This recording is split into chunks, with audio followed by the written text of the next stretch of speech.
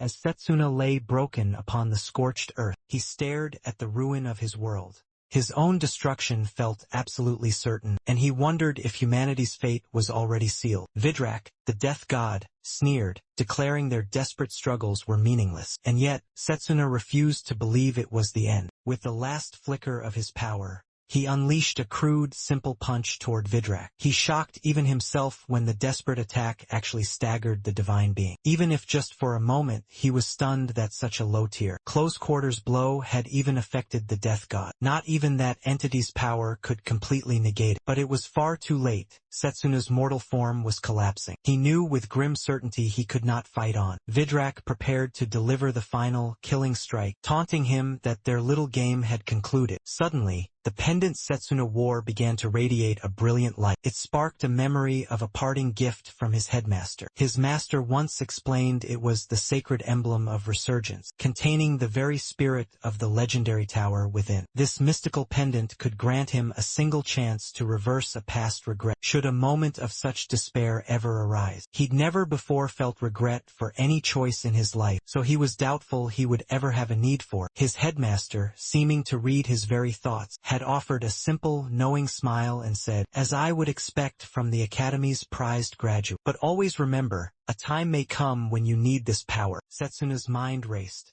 His thoughts reminded him that his one true regret was not choosing the path of the close combat mage on that crucial day. The next time, he vowed, he would absolutely achieve victory against Vidrak. In a dizzying flash, he found himself inside a familiar classroom again, where he had apparently been fast asleep.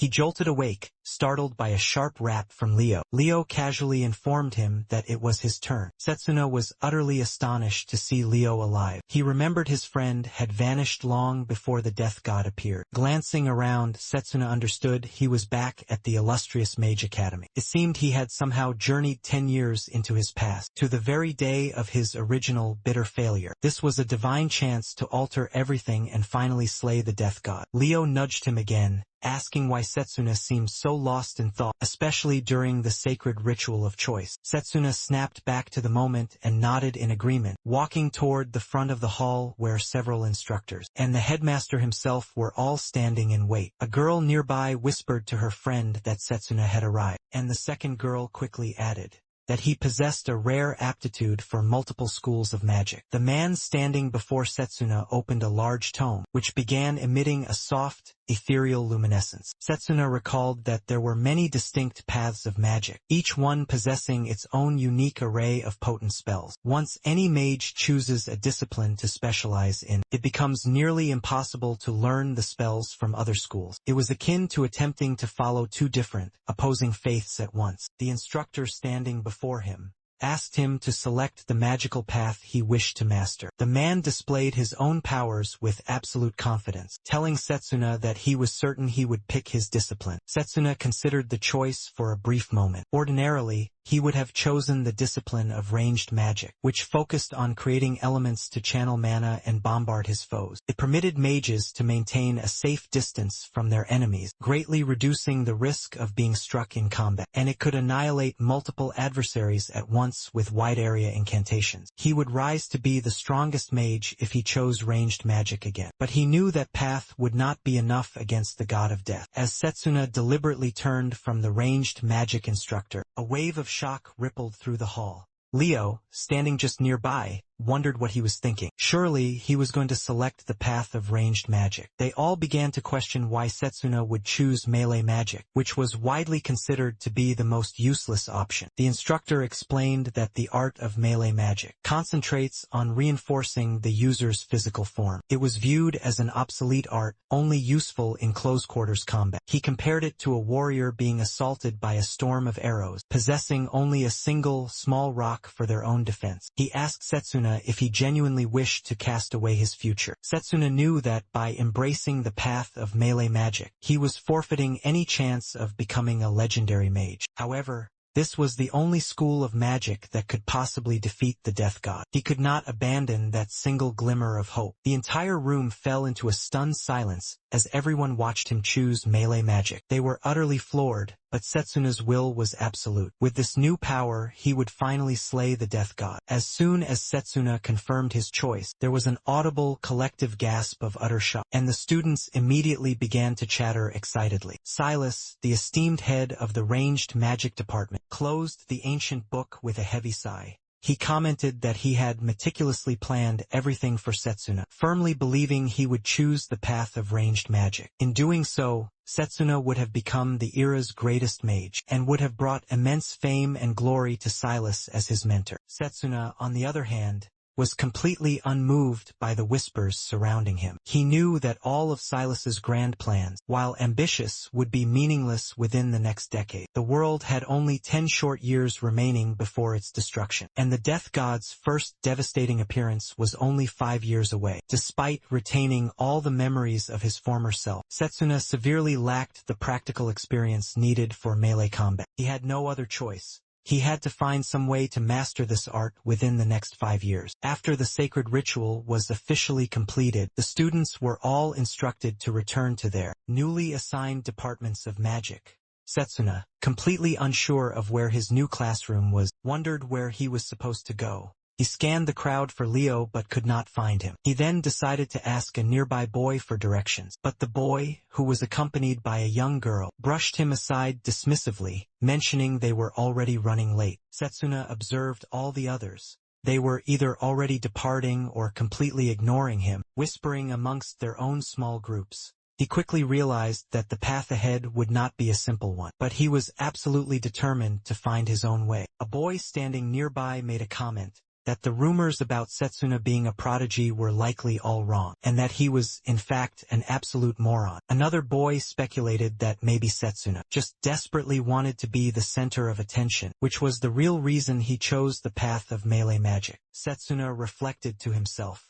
on how everyone at the entire academy was now acting so differently than before, and he knew it was all because he had chosen to study melee magic. He decided to go and check the map.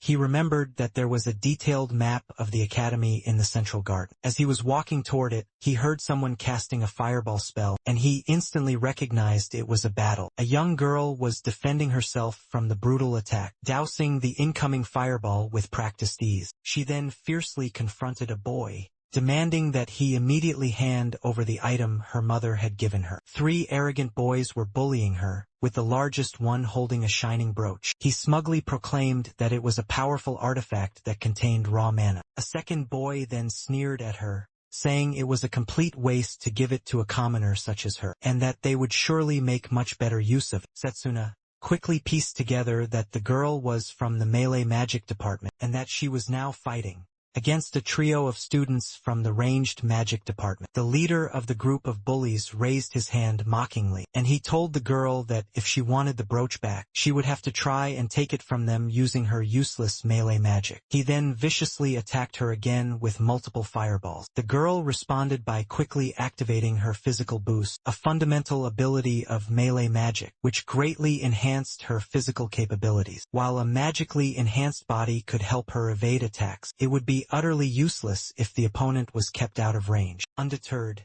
she then summoned the potent power saved up by her mother for many years to give her the brooch, and she asked if they truly expected her to just hand over such a deeply precious item. Without putting up a fight, she formed a sharp mana blade, and Setsuna immediately recognized what it was. However, he seriously doubted it would be enough to fight back against the 3 of them. The ranged magic department boy began mocking her, claiming she was clearly shaking in her boots, and wondering if she could possibly reach him with that short blade. He attacked her once more with a massive fireball, forcing her to quickly fall back as he taunted her, saying it was exactly as he had predicted. She would not even be able to land a single touch on them. Then, with a truly cruel smirk, he released yet another fireball, asking if that wasn't the most perfect analogy for her entire life. Just as the fireball was about to strike her down, Setsuna rushed forward in a blur, lifting the girl out of harm's way. He calmly asked if she knew where the melee magic classroom was located, and if she would be able to show him the way there.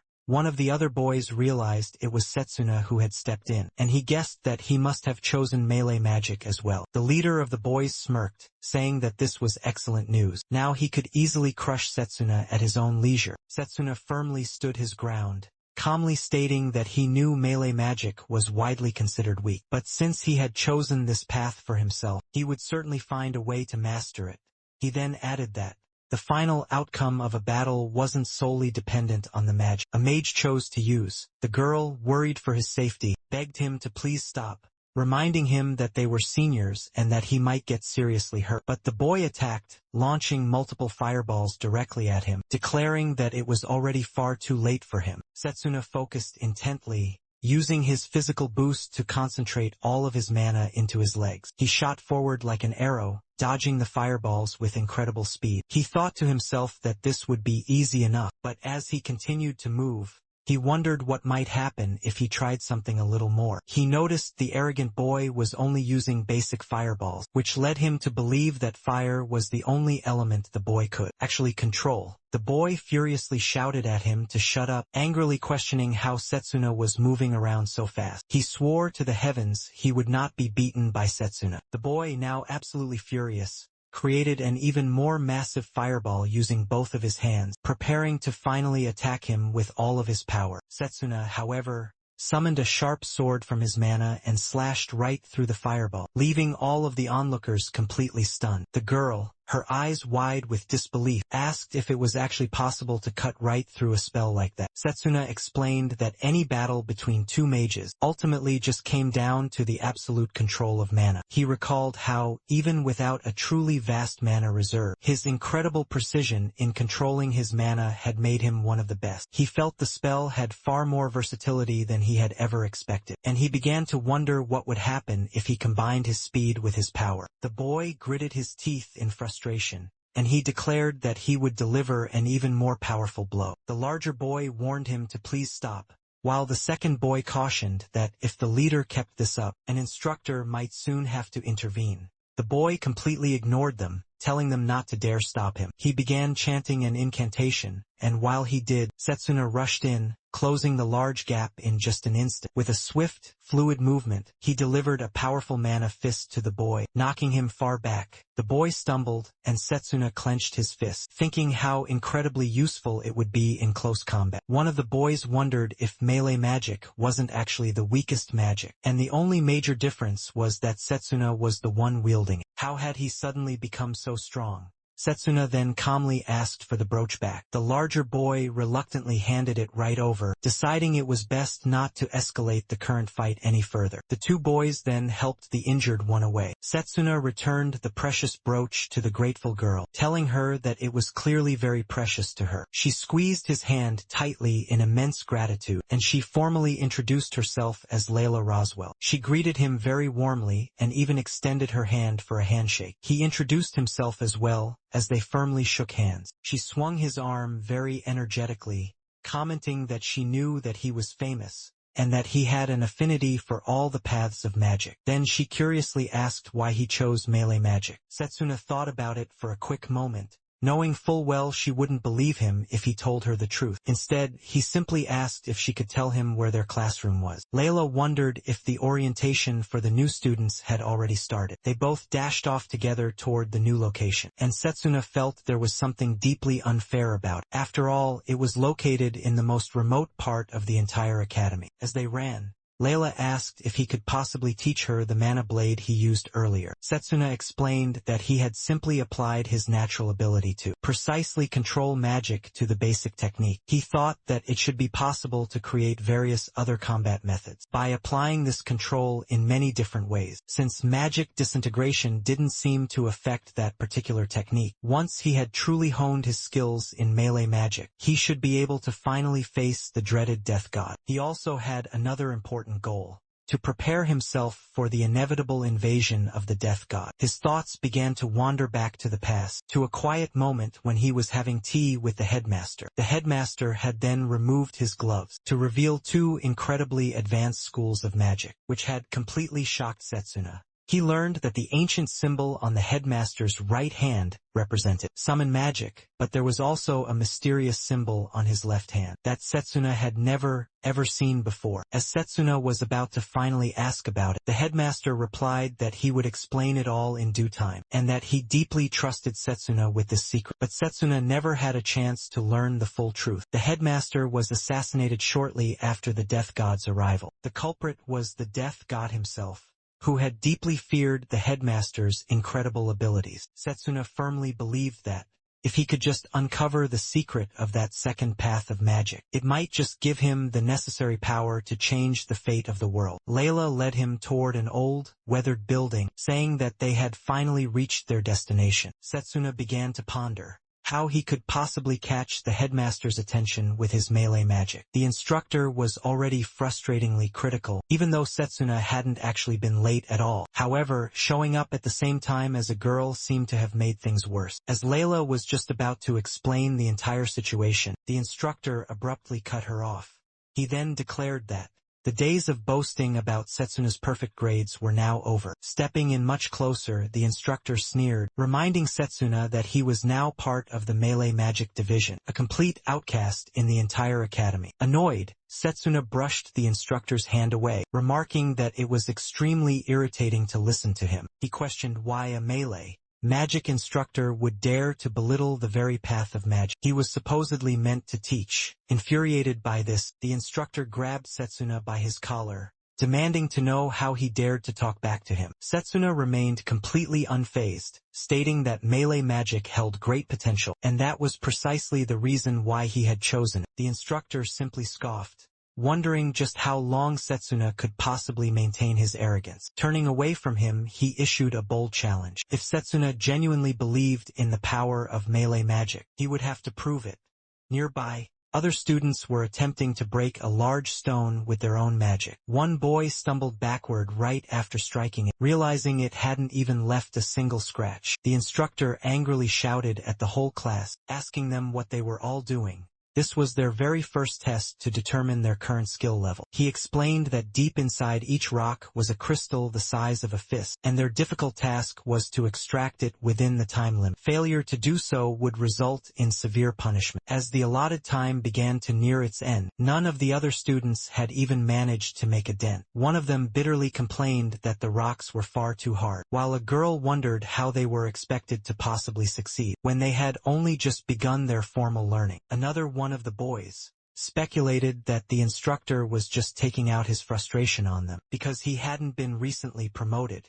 The instructor then decided to single out Setsuna, leading him directly to the largest rock, and he then challenged him to demonstrate what melee magic was truly capable of. He gave him a time limit of only 10 minutes. Layla was absolutely shocked. She pointed out that the rock was even bigger than the others, and that 10 minutes would not be nearly enough time. The instructor merely smirked and pointed to the timer, noting that a full minute had already ticked by. While they were all talking, Setsuna stepped forward, placing his hand firmly on the massive rock. The instructor scoffed loudly, asking if he really believed he could do it. Mockingly, he offered to give him extra time if Setsuna begged for forgiveness. But Setsuna simply stated that he would finish it in just 10 seconds. The instructor was completely taken aback, and even Layla urged him not to be so ridiculous. The instructor thought to himself, not only was the rock truly massive, but it was also known to be incredibly dense. Even he would require at least 30 minutes just to make a dent. But Setsuna was not about to back down from this. He had only 10 seconds. With a very determined look, he summoned a powerful melee weapon right into his hand. If he wanted to finally catch the headmaster's eye, he needed to become the top student in melee magic. Without a single moment of hesitation, he slashed hard at the stone, knowing he could not waste any time on these trivialities. Right after Setsuna struck the enormous stone, nothing seemed to happen for a moment.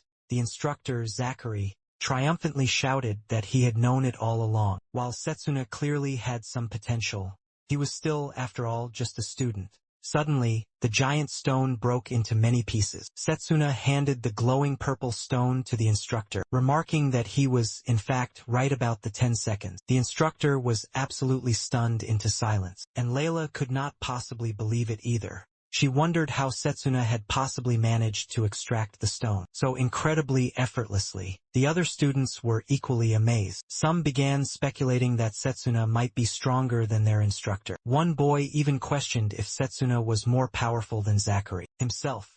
However, the instructor angrily dismissed this outrageous idea, blaming Setsuna for using some sort of cheap trick. He claimed that 10 minutes wouldn't be enough to break such a dense rock. There was no way that he had done it fairly. Setsuna responded to him very coolly, saying that if it took Zachary 10 minutes to do it, then maybe he should also attend lessons with the other students. Zachary, visibly angry and red-faced at the remark, was about to retort when another teacher, named Lionel, suddenly appeared.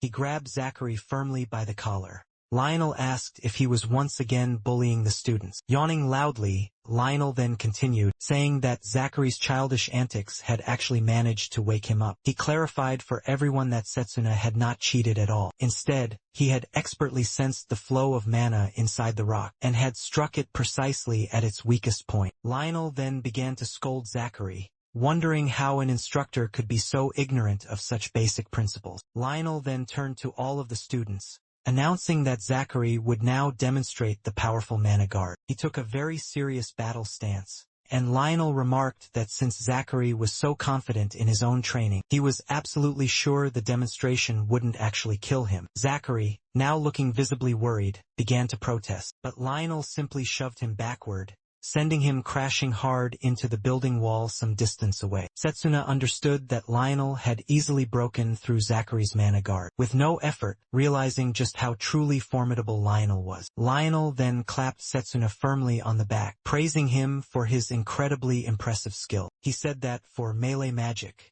that is certainly more than enough skill, and Setsuna did not need to push himself too hard. Setsuna replied to him quite firmly that he did not intend to lose to any other department, and he will aim to be the top student and surpass absolutely everyone. Lionel chuckled heartily at Setsuna's powerful determination. "That's the spirit," he said with a grin, wondering if there was a very particular spell that Setsuna was especially interested in learning. If there was, he would gladly teach it to him personally. Lionel then thought quietly to himself, recalling a very similar mindset in a previous student. He mused that Setsuna might one day represent the entire department, but for right now, he was a powerful rival who could not be underestimated. Introducing himself, Lionel then declared he was the head instructor of the melee magic department, and he welcomed them all, and that today, they were selecting the official representative for the huge upcoming intramural contest. Even though it was still early, the intramural contest was a fierce competition between the 8 magical departments, with each one battling for great honor.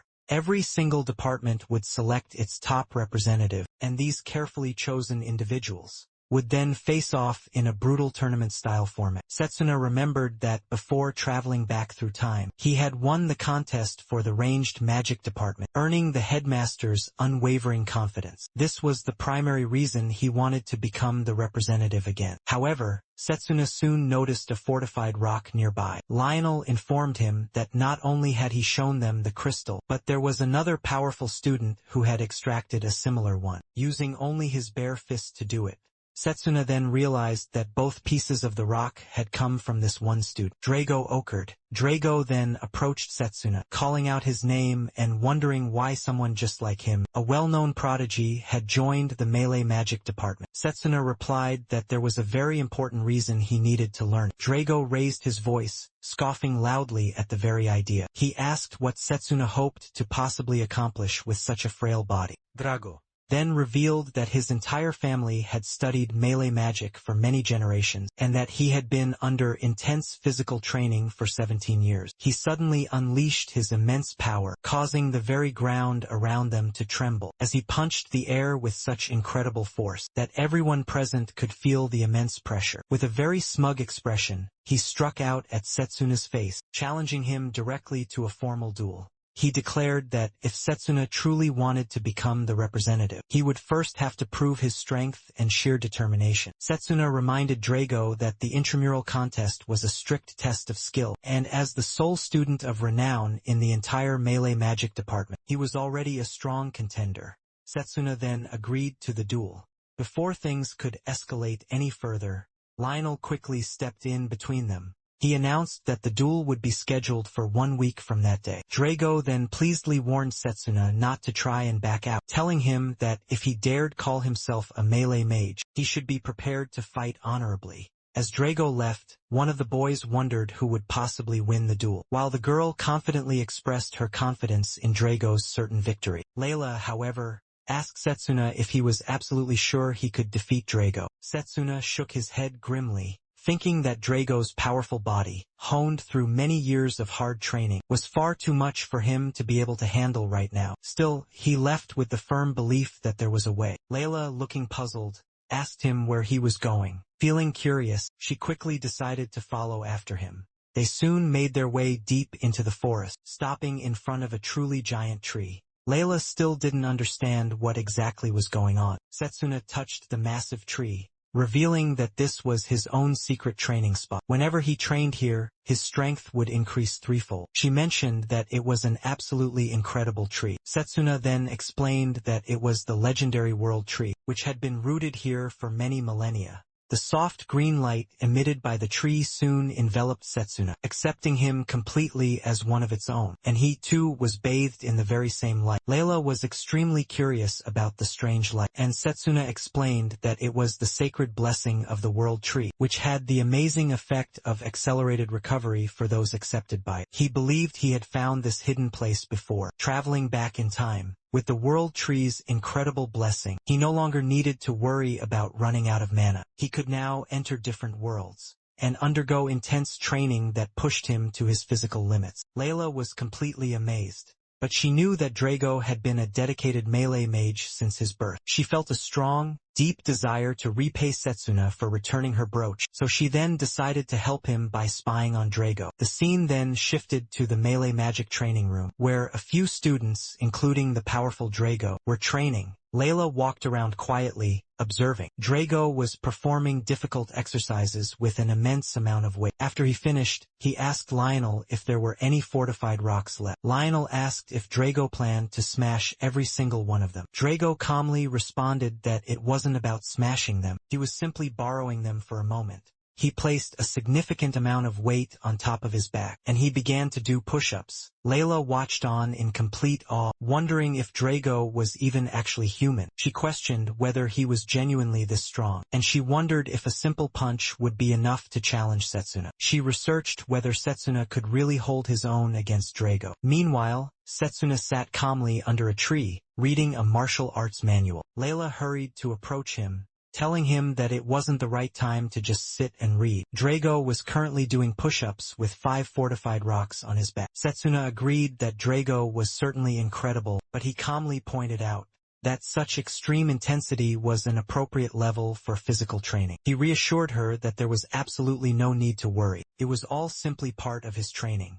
Her eyes widened with a deep sense of curiosity. She quickly asked him what he meant. Setsuna explained it was a spell known as Physical Bodybuilder, which greatly strengthened the user's body and allowed for much greater control over the nerves. By directly channeling mana, by concentrating mana in their legs, they could massively increase their leg strength. In their fists, they would gain much greater power in their strikes, and if it was focused on their brain, it would greatly enhance their memory. He tossed the book aside, and he told her he had already memorized all of the techniques, so he was extremely eager to test all of them out. He noticed a single fallen leaf, and with a swift kick, he used his incredible power to cut it perfectly in half. He even created a sword-like force to slice through the other falling leaves. Layla marveled at how truly incredible it all was, and how quickly he had managed to learn those amazing moves. Setsuna remarked that it wasn't nearly enough yet, and suddenly he felt a very sharp pain, causing him to drop down to his knees. A deep wound had appeared on his hand.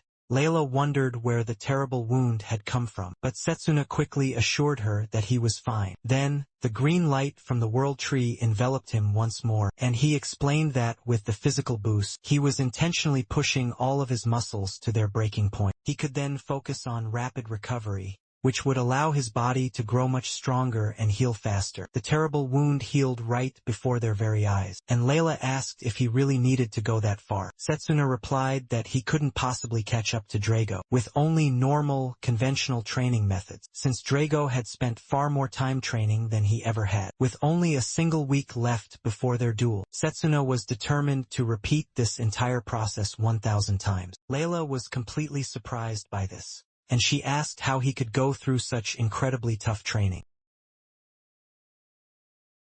That perfection was never the true objective, but in the crucible of training, his mind returned to the dark days when magic eluded his grasp. He had forged himself through relentless, daily training, even when he stumbled and failed countless times. He refused to surrender, continuing to ascend, improving one small, hard-won step at a time. He could withstand the agony, for as long as he was growing stronger, the suffering was a price he would willingly pay. In the days that followed, they pushed their limits together, and during a moment of rest, Layla contemplated him. The world whispered that he was a born prodigy, a natural talent, but the truth was, he labored harder than any soul she knew. In this very moment, he was lifting an impossible amount of weight while doing push-ups. At last, the fated day of the duel dawned. Setsuna faced his rival, Drago, before the grand arena, with a massive crowd watching in anticipation. Drago remarked that it was good Setsuna hadn't turned tail and fled. Setsuna retorted that he would never run,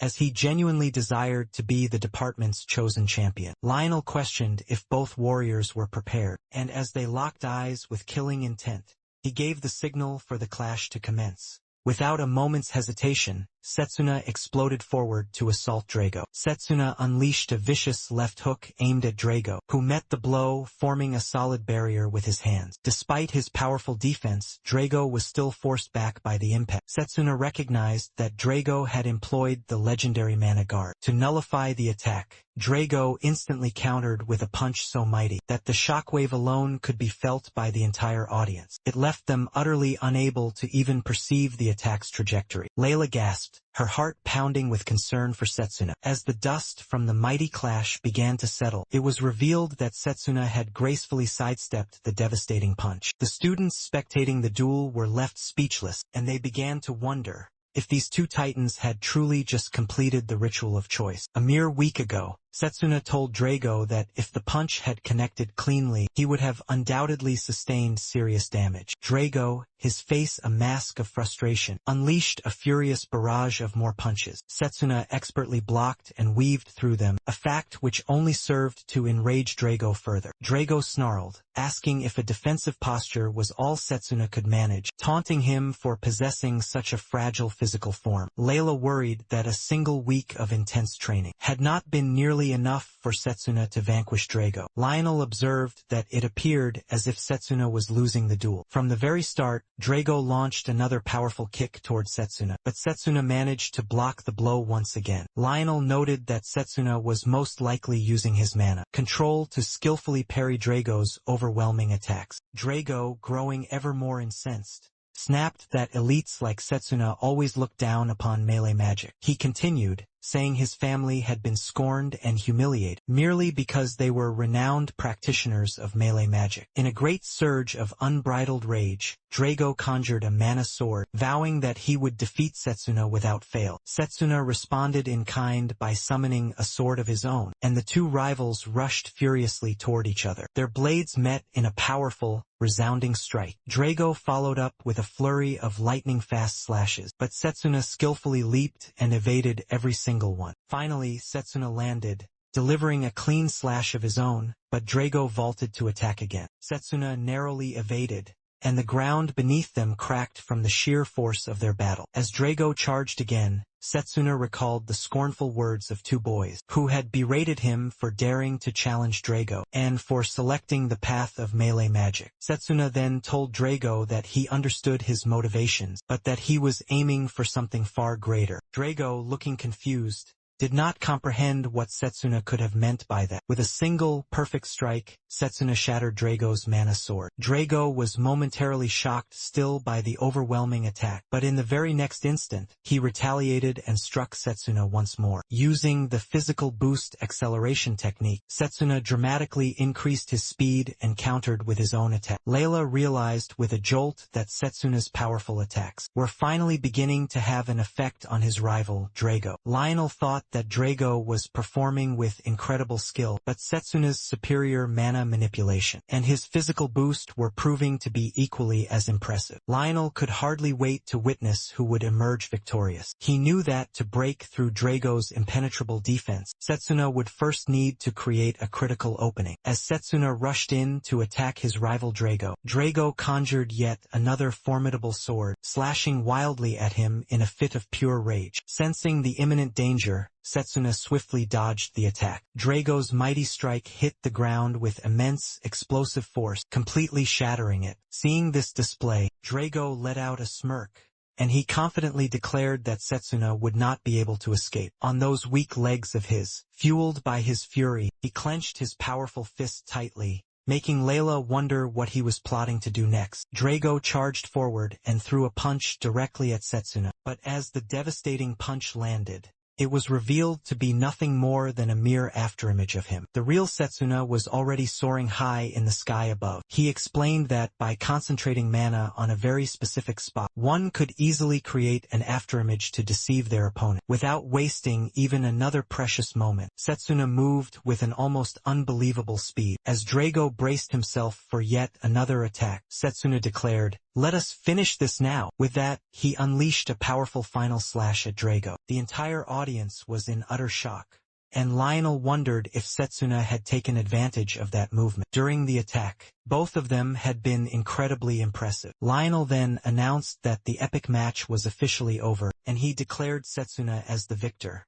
As Drago lay defeated on the ground after the final slash, Layla was absolutely overjoyed to witness this incredible outcome. To the complete surprise of everyone, Drago slowly got back up. The audience gasped, completely amazed that he could even stand. After taking such a devastating final blow, it was now clear to all just how immensely strong Drago truly was. However, Drago was absolutely furious with Setsuna, thinking he had held back in the final attack to prevent a fatal wound. Setsuna extended his hand to help his rival up. Drago, still seething with uncontrollable anger, asked him what he was truly fighting for. Setsuna paused for a brief moment before finally answering, saying he fought so that he would never lose to anyone or anything, and that he was going to continue getting even stronger. Drago, finally acknowledging his immense strength, said, "So that is why you are so overwhelmingly strong." He then honorably accepted his own defeat. Setsuna replied that Drago had been a truly worthy opponent, and that he believed that Drago would surely be a great asset in the fight against the coming death god. Lionel then approached them, telling Setsuna that he must have been incredibly determined to face down Drago at such a close range. He then raised Setsuna's hand high in the air, declaring that based on the results of the official match, Setsuna would be the new representative of the melee magic department. A few days later, Lionel led Setsuna to a private room, telling him that he was about to meet all the representatives from all of the other departments. Lionel then warned him that he was the last person who should be giving Setsuna any advice, but to just try not to cause any major trouble. Setsuna confidently assured him that he would not. Then he entered the room where 7 other representatives were waiting. A boy with glasses looked disdainfully at Setsuna, and he wondered aloud if the melee magic department would be participating this year as well. He remarked on their incredible shamelessness. Setsuna recognized the arrogant boy as Noel from the enhancement magic department. Noel strode closer, placing his leg over Setsuna's and pressing it down. He taunted, saying they would be rivals in the very first match, and that, in the past 100 years, no melee magic participant had ever once won the entire contest. He then suggested that Setsuna should just sit quietly in the corner, and maybe lift some weights instead of competing. Setsuna, completely unbothered, replied by moving his own leg to press firmly against Noel's, commenting, "It seems the enhancement magic department has a very unique way of greeting all the others. Was that how it is supposed to be done here? Noel grew enraged, but Setsuna calmly responded that he did not care about the last 100 years. I will be the champion this year. Noel, clearly frustrated, scoffed and told him to just keep dreaming. At that precise moment, the headmaster entered the room and smiled, commenting that it was nice to see them both so fired up, but that they should save their energy for the real match. As all the representatives stood up to show deep respect to the headmaster, Setsuna reflected that the headmaster had appeared at this very moment, just as he had done in his past life. The headmaster stood there before them, and a pink-haired lady greeted him very warmly, saying she would do her absolute best to make the headmaster proud. During the great intramural contest, Setsuna recognized her instantly as Carol, from the summoning magic department. She was always cheerful, and had proven to be a truly formidable opponent. During the intramural contest that she had participated in during his past life, although he had held back against her then, it did not mean that he should ever underestimate her now. The headmaster began by congratulating them all for being chosen as the official representatives of their respective magic departments. He expressed his immense happiness at seeing the 8 talented students all gathered together in a single room. He then informed them all that the matchups for the intramural contest had been determined completely at random and would take place one-on-one in a brutal tournament format. The very first match would be between the melee magic and the enhancement magic representatives. The second brutal match would feature the healing magic and the ranged magic representatives. The third scheduled match would pit the formation and summon magic representatives against each other. And finally, the last match would involve the representatives of irregular magic and alchemical magic. The headmaster also mentioned that the contest was a rare opportunity for them all to experience different magical specializations firsthand. The matches would take place in 10 days, giving them all ample time to train and to rest. He looked forward to witnessing all of their battles. The students all bowed deeply in respectful agreement, and as they did, Setsuna felt this might be his one chance to speak with the headmaster. When the headmaster started to finally leave, Setsuna called out directly to him. The headmaster recognized him as the representative of the melee magic department. Setsuna introduced himself and then asked if he could make a special request. If he won the entire contest,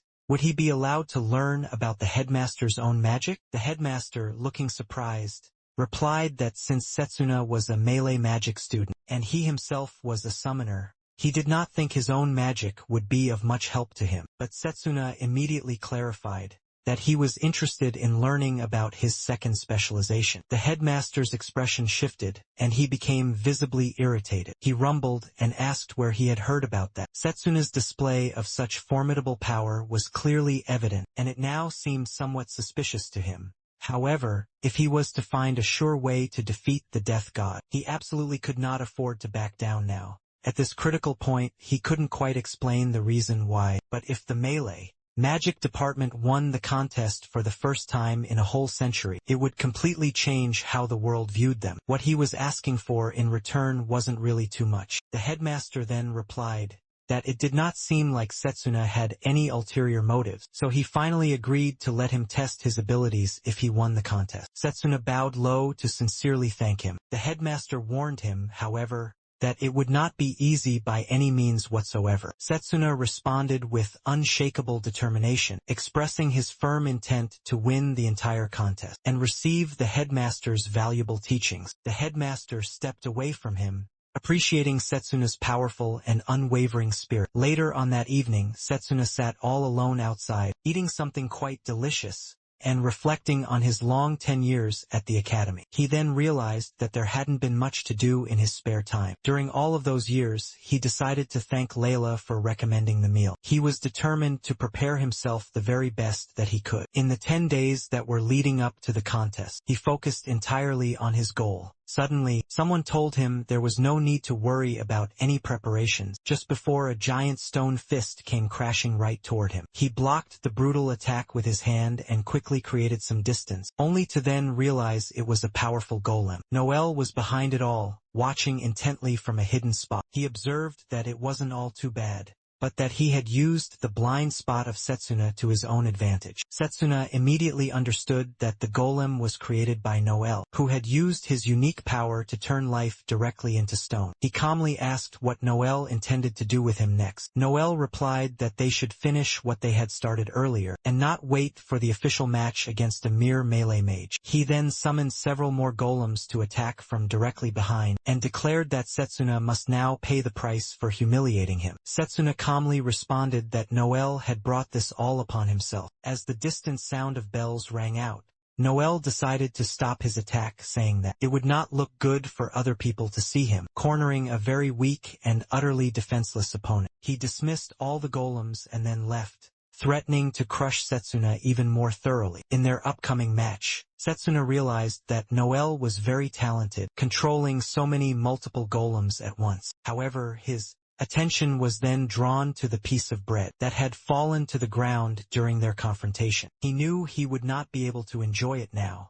The very next day, in the melee magic department, Lionel formally addressed all of the students. He said that, before the big intramural contest, he would carefully analyze the battle between Drago and Setsuna. He then asked both of the young men if they had identified their own shortcomings. They both nodded their heads in solemn agreement. Lionel then asked Drago to please go first. Drago replied that his control over both his mana and his raw emotions had been completely unstable. When Lionel then turned to Setsuna, Setsuna answered that his own physical strength was still lacking, and that, in terms of raw strength, Drago had completely overpowered him. Lionel appreciated their complete honesty, and he reminded them both that growth was truly impossible without first facing all of their weaknesses. He encouraged them to focus on those shortcomings during the upcoming match. Layla then raised her hand, and she asked the teacher if this match would also serve as a new form of training for the interregional contest as well. Lionel smiled and replied that it was an excellent question. He then mentioned that Setsuna's very first match would be against the powerful enhancement magic department. According to Setsuna himself, Noel's primary ability lay in commanding large numbers of strong golems, and since all golems had solid physical forms, fighting against them wouldn't be too different from facing a melee mage. Lionel gave out specific instructions to both of the students. He told Drago to focus on his speed because in the upcoming match, he would attack Setsuna from many multiple directions to properly simulate a large group of golems. As for Setsuna, he was tasked to block all of Drago's attacks and practice his counterattacks. Drago got ready and said that it would not be like the last time. Setsuna responded that he was hoping for the very same thing. Drago rushed forward in a blur to punch Setsuna, but he expertly dodged the incoming attack. Drago wondered if Setsuna thought he would just attack from the right, but before he could possibly react, Setsuna was struck hard with Drago's powerful second hand. Setsuna realized that he was just a bit too slow. Lionel loudly praised Drago for his skill, noting that he had struck a very good balance between his speed and power. Drago was also praised for his incredible defense, and Lionel then instructed him to use his quick footwork to counter all of Setsuna's movements. Setsuna agreed and quickly stepped back, preparing himself to punch Drago. After a long while, both of them were lying on the ground, completely exhausted. Drago thanked Setsuna sincerely for the difficult match. Lionel approached them and said that their movements were very good. He firmly believed that, in just a few more days, they would be able to handle golems without any trouble at all. He handed them some water bottles and Setsuna, taking one, said that he would not let his guard down. Lionel and all of the others observed, noting that Drago had a very solid foundation. Setsuna had exceptional instincts, and both were improving at a rapid pace. Finally, the grand day of the contest arrived. The audience was buzzing with excitement, and the host announced, "This is the 781st intramural contest. Out of the 8 elite students,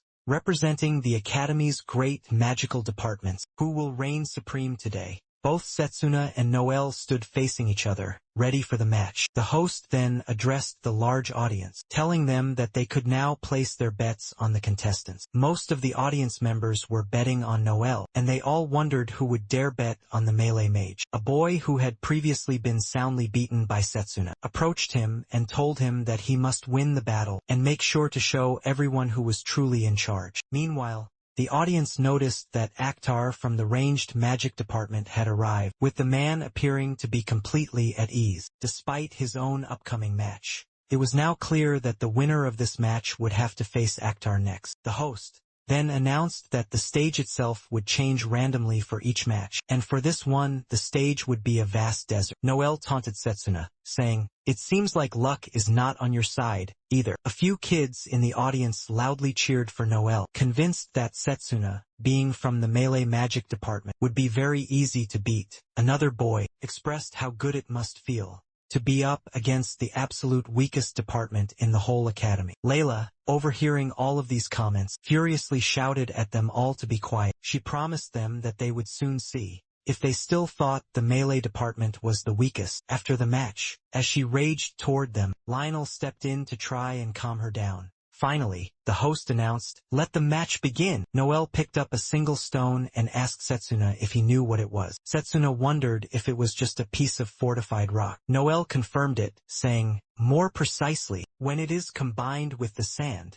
it creates powerful golems." As if on perfect cue, a golem made of fortified rock appeared, impervious to all blades. Noel then showed him a pouch that was full of the same stones, and he scattered them all around the entire area. As several powerful golems emerged from the sand, Noel told Setsuna, "Let's see how long you can last." Layla, watching in complete shock, couldn't believe just how many golems Noel had actually summoned. Noel smugly explained that here in the desert, he could create as many golems as he possibly wanted, and that Setsuna would not even come close to matching him with melee magic. A boy in the audience then said, it was completely obvious what the outcome of the match would be, while another boy sitting next to him cruelly mocked Setsuna. Noel then addressed Setsuna directly, asking him if he had any final words. Setsuna replied that it was all quite disappointing. He had thought Noel would be much better than this. Noel, taken aback by his unexpected response, was momentarily stunned before sending the golems to finally attack. As the massive golems advanced, a huge cloud of dust filled the air, and Noel smugly said that this was the price he paid for daring to provoke him. The audience, unable to see clearly through the thick dust, wondered what on earth was happening. They could not make out anything on the ground due to the thick, swirling sand on the ground. Setsuna focused his mana and began to cut down the golems, one by one. "I mastered how to demolish these things ages ago," he muttered to himself. The audience was completely shocked, and even Noel himself seemed stunned by the incredible display. Noel quickly created even more golems and sent them charging at Setsuna. Setsuna, however, remained completely calm as he finally approached Noel, and in close quarters combat, "No other school of magic can possibly beat melee," he said. "And in other words, golems, with their predictable movements, are no real match for me." He then slashed right through the golems again, causing Noel to finally panic. Noel shouted that he can just make more, and that Setsuna did not have to be so ridiculous. But Setsuna continued his relentless advance, finally reaching Noel. "It seems luck was not on your side," he said, delivering a powerful punch that sent Noel flying far back. A boy in the audience wondered what in the world had just happened, while the woman sitting beside him couldn't see anything due to the dust. The entire audience stared intently at the ground, trying to make sense of the match's progress and determine the victor. As the dust finally cleared, they saw that the winner was Setsuna. Setsuna, breathing heavily, thought to himself that he had managed to win the first match very easily. Layla, filled with pure joy, cheered loudly for him. A boy talking with his friends asked if he had heard that correctly. Did the melee mage really win after all of these long years? The boy with glasses suggested, maybe Noel just ran out of mana from summoning so many golems. Various other students speculated about what had truly happened, wondering how Setsuna had possibly managed to win. Silas did not seem happy at all, and said that Noel did not lose because he had made a mistake, but rather because Setsuna was simply far more skilled than he was. The student next to him remarked that the battle with a melee magic representative had turned out to be much more interesting than they had expected, but suggested that certain safeguards should have been put in place. The second epic battle began, and it was a truly fierce one. After watching the entire match, Setsuna approached Layla, and she quickly complimented him. She asked if he was now going to watch the next match. He replied that he would, explaining that it would help him prepare for the upcoming battles. He knew that the second match was between the Summon Magic and the Formation Magic representatives. The host announced that the Summon Magic representative, Carol, clearly had the upper hand, while the formation magic representative kept trying to close the distance with his powerful opponent. Watching the battle, Setsuna thought that, although the formation magic representative was clearly losing, his moves were nonetheless impressive and could be worth trying out in a battle against melee magic. Layla commented that while the magic being used looked flashy and cool, she still wanted to grow even stronger using only melee magic. Setsuna then asked her why she had chosen melee magic, as she must have had a lot of potential in other schools of magic as well. Layla then shared a painful childhood incident with him. She explained that when she was playing with her little brother, they were suddenly attacked by a vicious bear. At that terrifying moment, she thought they were done for, but a heroic melee mage came to their rescue. She found the mage to be so cool and incredibly strong, and she decided right then that she wanted to be just like him, to become strong enough to help other people in need. She admitted that it sounded a bit childish and she was a little embarrassed. Setsuna reassured her, saying that it was not childish at all. People can become infinitely stronger when they have a goal in mind. Layla asked if he really truly believed that, to which he simply nodded. At that very moment, Leo came over to meet Setsuna. Setsuna thought that Leo was the most skilled student in the entire ranged magic department, second only to himself. Leo complimented Setsuna on his great match, acknowledging that even though he was from the melee magic department, Setsuna's power was incredibly impressive. He then asked who the girl sitting right next to Setsuna was. Leo paused, as if he was unsure of his own words, and he asked if they truly understood each other. Setsuna was very confused by Leo's strange question. Layla answered him very quickly, saying she was not what they think she is, and she stood up to leave. As she was walking away, she wondered if Leo was Setsuna's friend, and she suggested that they should just sit together and enjoy the rest of all the matches. Setsuna was left wondering what had just happened with her odd reaction. Leo then sat down right next to Setsuna, and Setsuna quickly asked him why Akhtar had become the magic representative of the ranged department instead of him. Setsuna expressed his surprise, as Leo was clearly very highly skilled. Leo's entire mood shifted, and he got a little bit sad. He explained that it was not just an excuse, but that Akhtar was incredibly sneaky and deceptive. Leo confided that Akhtar had cleverly tricked him into stepping down and taking the coveted role of representative for their department. Leo then urged Setsuna to be extremely cautious and not to let his guard down when he was dealing with Akhtar. Setsuna guessed that Akhtar was the type of person to stop at nothing to get what he wanted, so he would have to be very careful when facing him. The scene then shifts over to Akhtar, who was looking at a small box of flowers with a strange smile on his face. During the great tournament, the host announced that the first match of the highly anticipated second round of the interreal contest would be between ranged magic and melee magic. On this treacherous stage, the very moment a competitor falls, not only will they immediately lose the entire match, they will also face a very punishing scoring system. Drago sat right next to Lionel, mentioning that it would be extremely difficult for him to even get close enough to Akhtar. Lionel commented that even Drago would be at a severe disadvantage in this kind of match as well. Akhtar, sitting smugly with Silas, remarked on the very impressive stage he had prepared for the match. As expected from the powerful head of the ranged magic department, Silas added that he would make Setsuna bitterly regret his choice and realize just how foolish it was to choose melee magic. Akhtar then replied that regret would only be truly possible if Setsuna even managed to start the official match. The host announced that it was nearly time for the match to begin, but Setsuna was still nowhere to be found at all. If he did not appear in the next 5 short minutes, the ranged magic department would automatically be declared the winner, and would then proceed on to the next round. Both Lionel and Drago were completely shocked by this terrible news. The scene then flashes back to 10 minutes earlier, in the designated contestant waiting room. Layla knocked on the door gently before she entered, and she asked how Setsuna was feeling,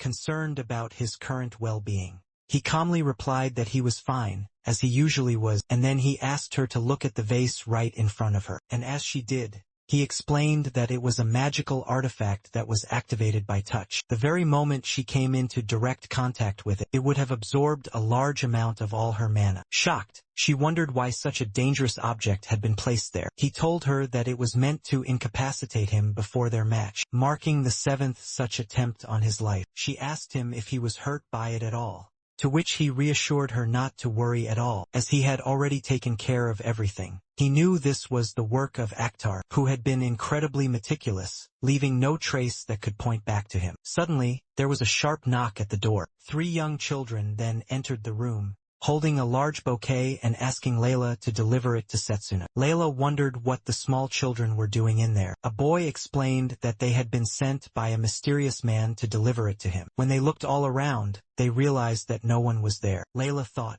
it would have been much better if Setsuna had received the bouquet himself. The boy mentioned that the person who asked them all to deliver was quite insistent about it, as one of the children holding the bouquet began to suddenly feel dizzy.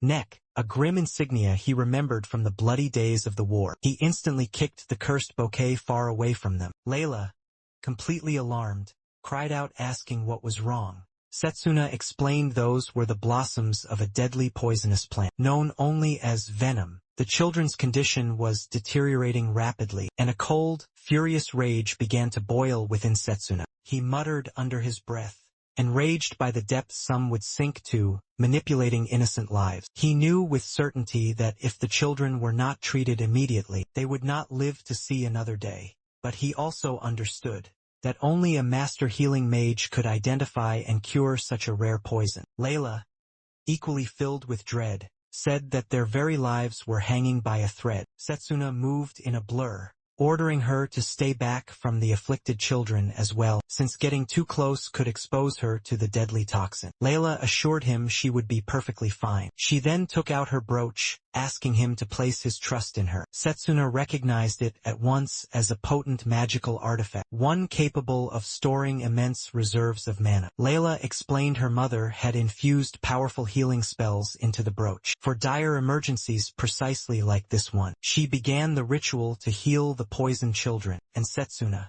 noticed the dark marks on their skin were slowly beginning to fade. Layla mentioned that her mother had gifted her the special brooch, specifically for these emergencies, though she never imagined she would use it in such a horrific situation. Setsuna gave a solemn nod, grateful for her invaluable assistance. He then used his powers to levitate the poisoned bouquet away, vowing that he would handle the rest of this mess. He knew that venom emitted its most potent poison when its flowers bloom, and it had to be disposed of before the situation escalated further. However, if he tried to destroy it in front of the massive crowd, the poison would disperse, endangering every single person around. The vile poison was also beginning to affect him, so he hurled the bouquet towards the sacred world tree, hoping its power would be enough to destroy it there. With a mighty surge of power, he struck it, severing the toxic plant and launching it high into the sky, far away from the crowded arena. As he watched it incinerate, he felt the poison's grip on him begin to weaken and his strength return. Meanwhile, back in the grand arena,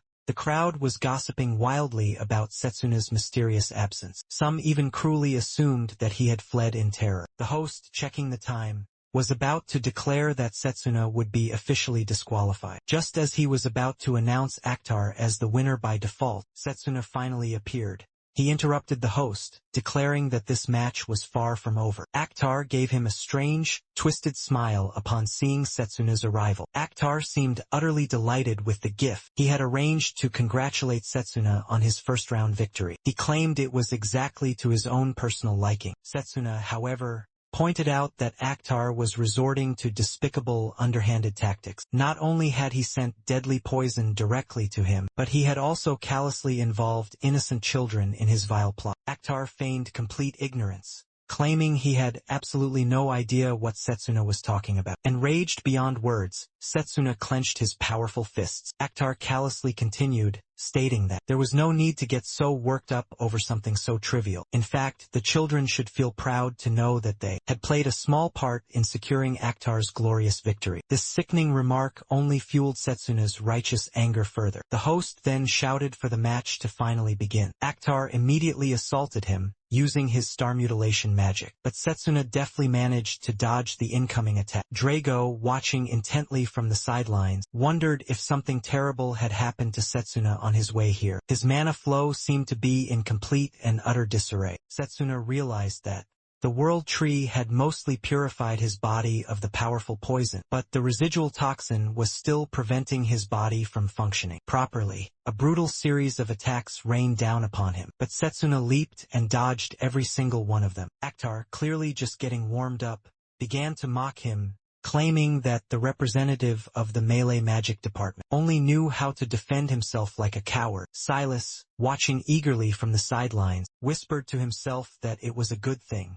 He had arranged everything in Akhtar's favor. Even if Setsuna fought with all of his might, he would not be able to win this match. Setsuna noticed that Layla had not yet arrived, and he worried if the innocent children were all right. Akhtar taunted him, saying he couldn't even focus on the battle at hand, and suggested that Setsuna seemed to be growing weary. A boy in the audience commented that simply running away seemed to be the only thing the melee magic representatives could do. Another boy sitting beside him wondered what possible hope Setsuna had of defeating ranged magic. Akhtar attacked again, boasting that he was now ready to finish this. Setsuna, determined to block the attack with his mana guard, braced himself, but just as he tried to activate it, his mana guard shattered, and he was left severely injured. Akhtar began to laugh, mocking Setsuna's poor condition and calling it a pitiful sight. Setsuna, struggling just to stand, asked Akhtar why he had suddenly stopped. He questioned when the ranged magic department had ever shown weakness. Why wasn't Akhtar pushing him to his absolute limits and defeating him utterly? Instead, Akhtar was just standing there, flapping his gums. Setsuna, despite his grievous injuries, was desperately trying to understand what Akhtar was truly planning. Akhtar smirked, realizing Setsuna was analyzing his every single move, even while desperately defending against all of his attacks. He found Setsuna to be interesting, and urged him to look around. When Setsuna did, he saw that he was completely surrounded, trapped on a small patch of land with molten lava flowing all around him. A boy in the audience shouted that Setsuna was completely and utterly trapped. Akhtar declared that he always pursued absolute perfection, and that Setsuna had acted exactly as he had always intended. He prepared to use his ultimate storm cannon, saying now it was all over. Just then, Layla burst into the arena and called out to Setsuna. She told him that the children were now completely safe. Setsuna managed to smile,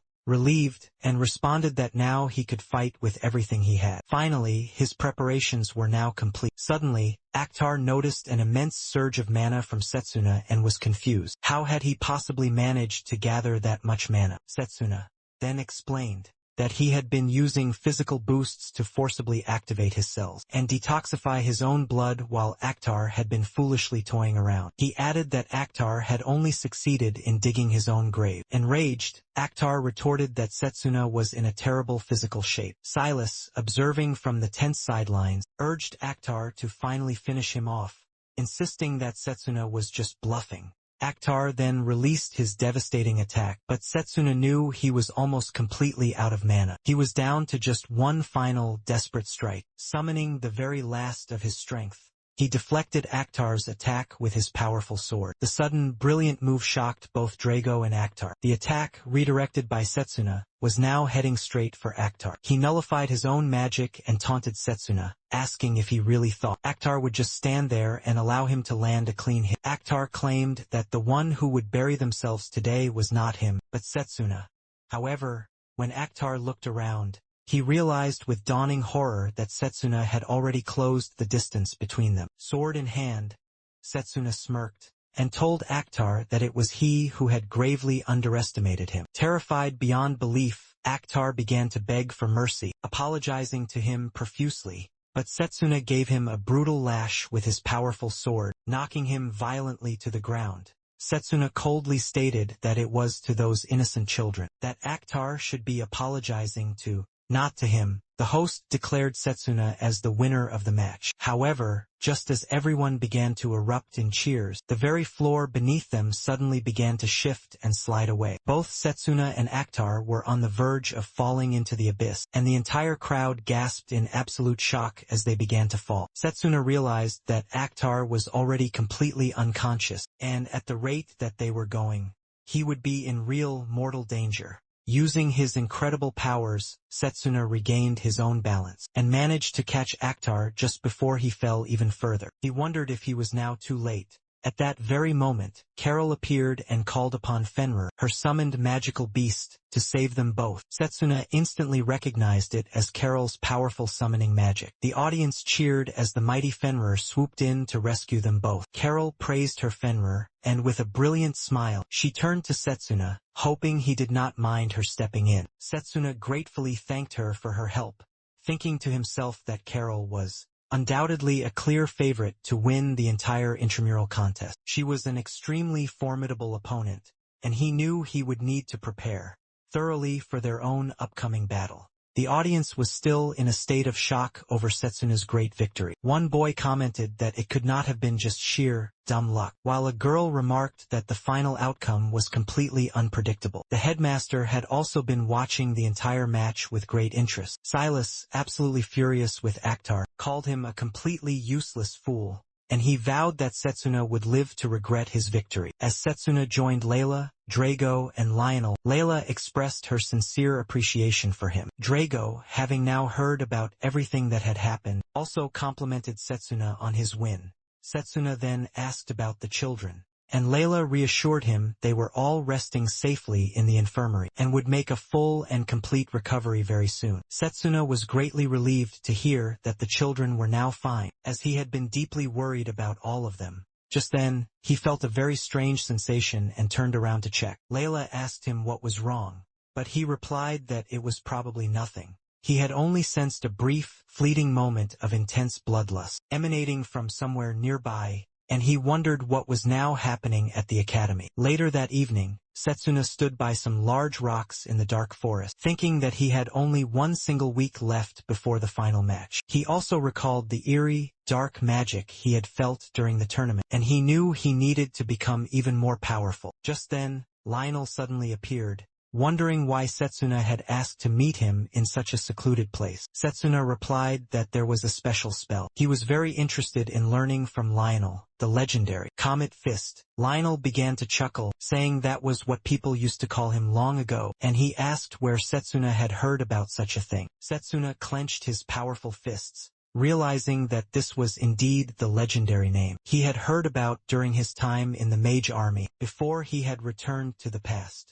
The Comet Fist was the legendary name of a melee mage, who had single-handedly defeated a fearsome dragon with a single mighty blow. However, by the time he had joined the army, the powerful mage had already vanished without a trace. It was only an educated, hopeful guess, but Setsuna was now absolutely certain that the department head was, in fact, Lionel. With a steely determination, Setsuna bowed low toward him, ready to learn his secret magic. Lionel explained that the Comet Fist was an incredibly ancient technique. Setsuna replied that it did not matter to him at all. Lionel was the strongest melee mage he had ever laid eyes on. Lionel wondered why Setsuna was so utterly desperate to become stronger. As far as Lionel could possibly tell, Setsuna was already much more than capable enough. Setsuna responded that it was simply not enough. He refused to ever lose to anyone anymore, even if his opponent was completely invincible. Lionel laughed, calling Setsuna a very interesting boy. He then agreed to teach him, but he also warned that it was not a technique any mere student should ever learn just yet. Lionel began to gather mana in his hand, and Setsuna could feel an incredible amount of energy being concentrated. Lionel explained that the incredible technique he was about to demonstrate was called the Comet Fist. He had not used it more than twice, as it consumed a truly tremendous amount of mana. But one single punch was all that he needed. He told Setsuna to watch him very carefully.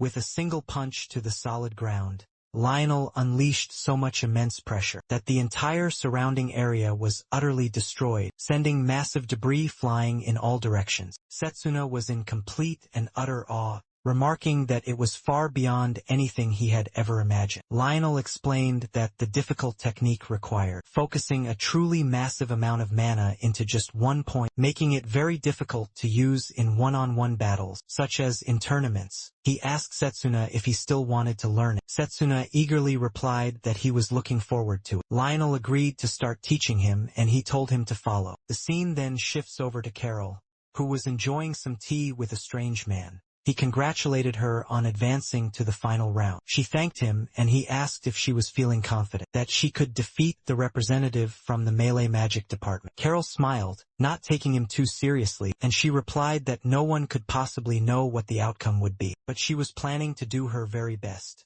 As the mysterious man finished his tea, Carol kindly offered to make him another cup. As she got up to leave and go fetch it, the man discreetly pulled out a strange card and used it on her. He made a dark emblem appear on the back of her neck, and she collapsed. The man let out a smirk, thinking it would be ideal if Carol could somehow defeat Setsuna. However, if things did not work out in that particular way, he would simply have to deal with both of them himself. Setsuna continued his grueling training, wondering if he was now ready. Lionel was shocked that Setsuna had perfected it in just 1 week. He had thought it would take him many years to fully master. Lionel then told Setsuna that he had officially passed, marking the end of the Comet Fist or Charge Bullet lessons. It was now the day of the final, epic match, and the audience had all gathered in the grand arena. The host announced that the final match of the Elmridge Mage Academy's 780 first intramural contest had finally arrived. The first contestant to enter was Carol, fresh off a string of back-to-back victories from the summoning magic department. Her opponent was the one who had shaken up the entire contest that year, Setsuna from the now-feared melee magic department. The students were all uncertain about who would ultimately win, but a boy was completely confident that Carol would surely triumph, as she had completely dominated every single match so far. The girl mentioned that Setsuna was incredibly strong, too, and after watching his very last match, she was now fully rooting for him to win. 3 young children were also loudly cheering for Setsuna. The match would take place in the legendary goddess's ruins, and in anticipation of the fierce, raw intensity of the battle, a formation mage had created a powerful magic barrier around the stage. Layla watched this with Lionel and remarked that it was a truly fair fight. Lionel wondered about the outcome of the match as well, and Setsuna, glancing over at the headmaster and thinking that he must keep his sacred promise to teach him the mysterious second magic specialization. Carol then stated that it seemed Setsuna had thoroughly prepared himself for this match. She did plan to summon her mighty Fenrir, and challenged Setsuna to give it everything that he had. The host announced the start of the long-awaited final match. Carol summoned her Fenrir and quickly mounted it, preparing to attack the waiting Setsuna. Setsuna immediately leaped to dodge, wondering if the Fenrir's attack was a powerful glacial bomb, imbued with deadly snow flurries. Carol remarked that even though he was incredibly fast, he would not be able to keep his guard up forever, and would regret. Fenrir attacked him again, and Setsuna activated his physical amplifier, boosting his own speed by a factor of tenfold. With his incredible newfound speed, he dodged the attacks and got in dangerously close, preparing to slash at the mighty Fenrir. Layla was happy that it seemed to have worked. Lionel, however, was not so sure about it, noting that familiars were just lumps of mana, and that Fenrir would quickly recover from almost any injury. Carol told Setsuna that his efforts were not bad at all, but now she would use Fenrir's power to completely freeze the ground. Setsuna was shocked to see that the entire stage was now freezing over. He realized that the intense chill generated by the mana would not be able to pass through the powerful barrier. A man, watching from the sidelines, stood on the frozen field, thinking that Fenrir's attacks would become much stronger now. He wondered what Setsuna would possibly do next, his eyes flaring with a fiery, intense determination. Setsuna realized that his normal attacks would not be effective at all, and the longer that he dragged out the brutal battle, the greater his own disadvantage would surely become. He decided to use the ruined objects on the ground to leap and dodge, thinking of betting everything on his charged bullets. He then formed a sword from his own mana, and he braced himself. As Fenrir's attack struck the very stone he had been standing on, the boy who was watching the match guessed that Setsuna was not attacking at all, but was only defending himself. Another boy speculated that Setsuna was no match for a summoning mage. The 3 young kids watching the scene worried for Setsuna as well. As Lionel observed the entire battle, Layla called out to him, asking what was wrong. He replied that it was probably nothing, but he thinks that since the charged bullet could only be used one time, after enough mana had been fully concentrated, it was a difficult technique to use in a one-on-one battle. But with Setsuna's fine-tuned control, although it was not easy at all. Carol, meanwhile, thought that she did not know what Setsuna had up his sleeve, but that she could not just stand back and watch. She then summoned Garuda, a powerful bird familiar, alongside Fenrir. Drago was shocked that Carol had summoned two powerful familiars at once. Lionel remarked that it was an incredible display of talent. Both familiars attacked Setsuna at the exact same time, and Layla seemed extremely concerned for him. But Setsuna managed to fend them both off with each of his hands, making them both fall back in surprise. He then calmly told Carol that he knew she would play her trump card. Surprised that he had managed to block her powerful attack, Carol wondered how on earth he had done it.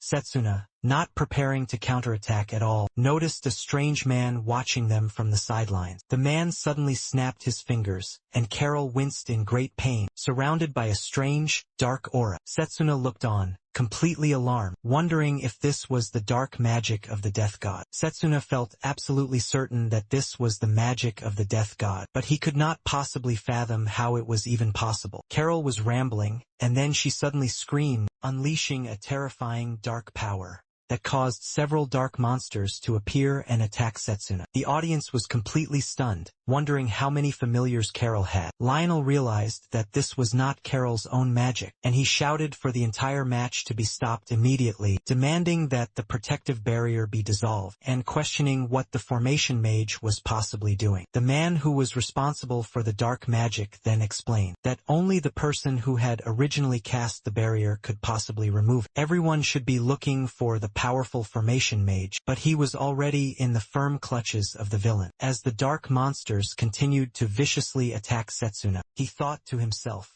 that the person responsible for all of this must be nearby. Setsuna activated his mana detection to try and locate the source. The man, however, suggested that Setsuna focus on the deadly battle at hand. He then ordered Garuda to attack Setsuna, striking him hard with a pole and forcing him to fall back. Layla was beside herself with worry as Setsuna struggled just to get up. The man gloated that even Setsuna would not be able to find him. In the very midst of the large crowd, and in his current weakened state, Setsuna would not be able to do anything. Lionel felt a growing, deep sense of urgency. There was not enough time for Setsuna to prepare another charged bullet, and Carol's own physical state was rapidly deteriorating. If they did not act very quickly, she would soon lose complete control of her own magic, putting her very life in extreme jeopardy. He realized that someone was secretly controlling her. From the deep shadows, Carol continued to try and escape, urging Setsuna to please run away. As the dark, shadowy monsters closed in on him, he dodged all of their attacks while making his way directly toward her, fending off the horrible monsters as he went. When he confronted a large, horned monster, he grabbed it by its horns and threw the creature onto the others. The headmaster watched the entire battle continue to unfold, and Lionel rushed quickly up the stairs,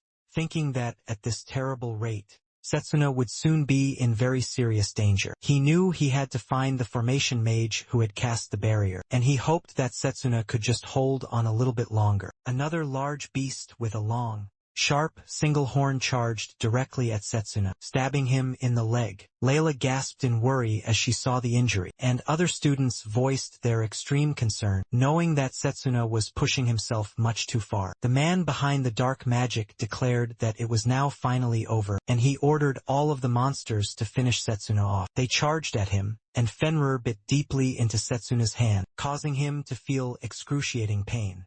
Setsuna screamed out in pure agony, his pained voice echoing all across the entire arena. Setsuna then remembered Lionel, telling all of the students what the most important thing in all of melee magic was. Drago had then answered that it was the awesome power to take down the enemy in one fell swoop. Setsuna had then continued, explaining that it was about getting very close to the enemy, while also minimizing any damage taken. Lionel had then added that the real key was to not let any attack phase them, staying strong and focused enough to deliver the decisive final blow. He had instructed them that they would now begin their hard training, to defend themselves against taking any damage. Setsuna then snapped back to the present, realizing that his tough defense had been successful. The man who was observing the battle thought that Setsuna's arm had been completely destroyed, and he wondered if he had done it intentionally to concentrate his mana. Setsuna knew that the familiars were in an extremely excited state, so any single moment of weakness would cause them to pounce on him, seeing him as nothing more than prey. He yelled that he would finish it all with a single mighty punch, and he then unleashed a powerful charged bullet attack, defeating all of the many familiars at once. After the brutal battle, Carol was on the very verge of collapsing, and Setsuna rushed quickly to her side,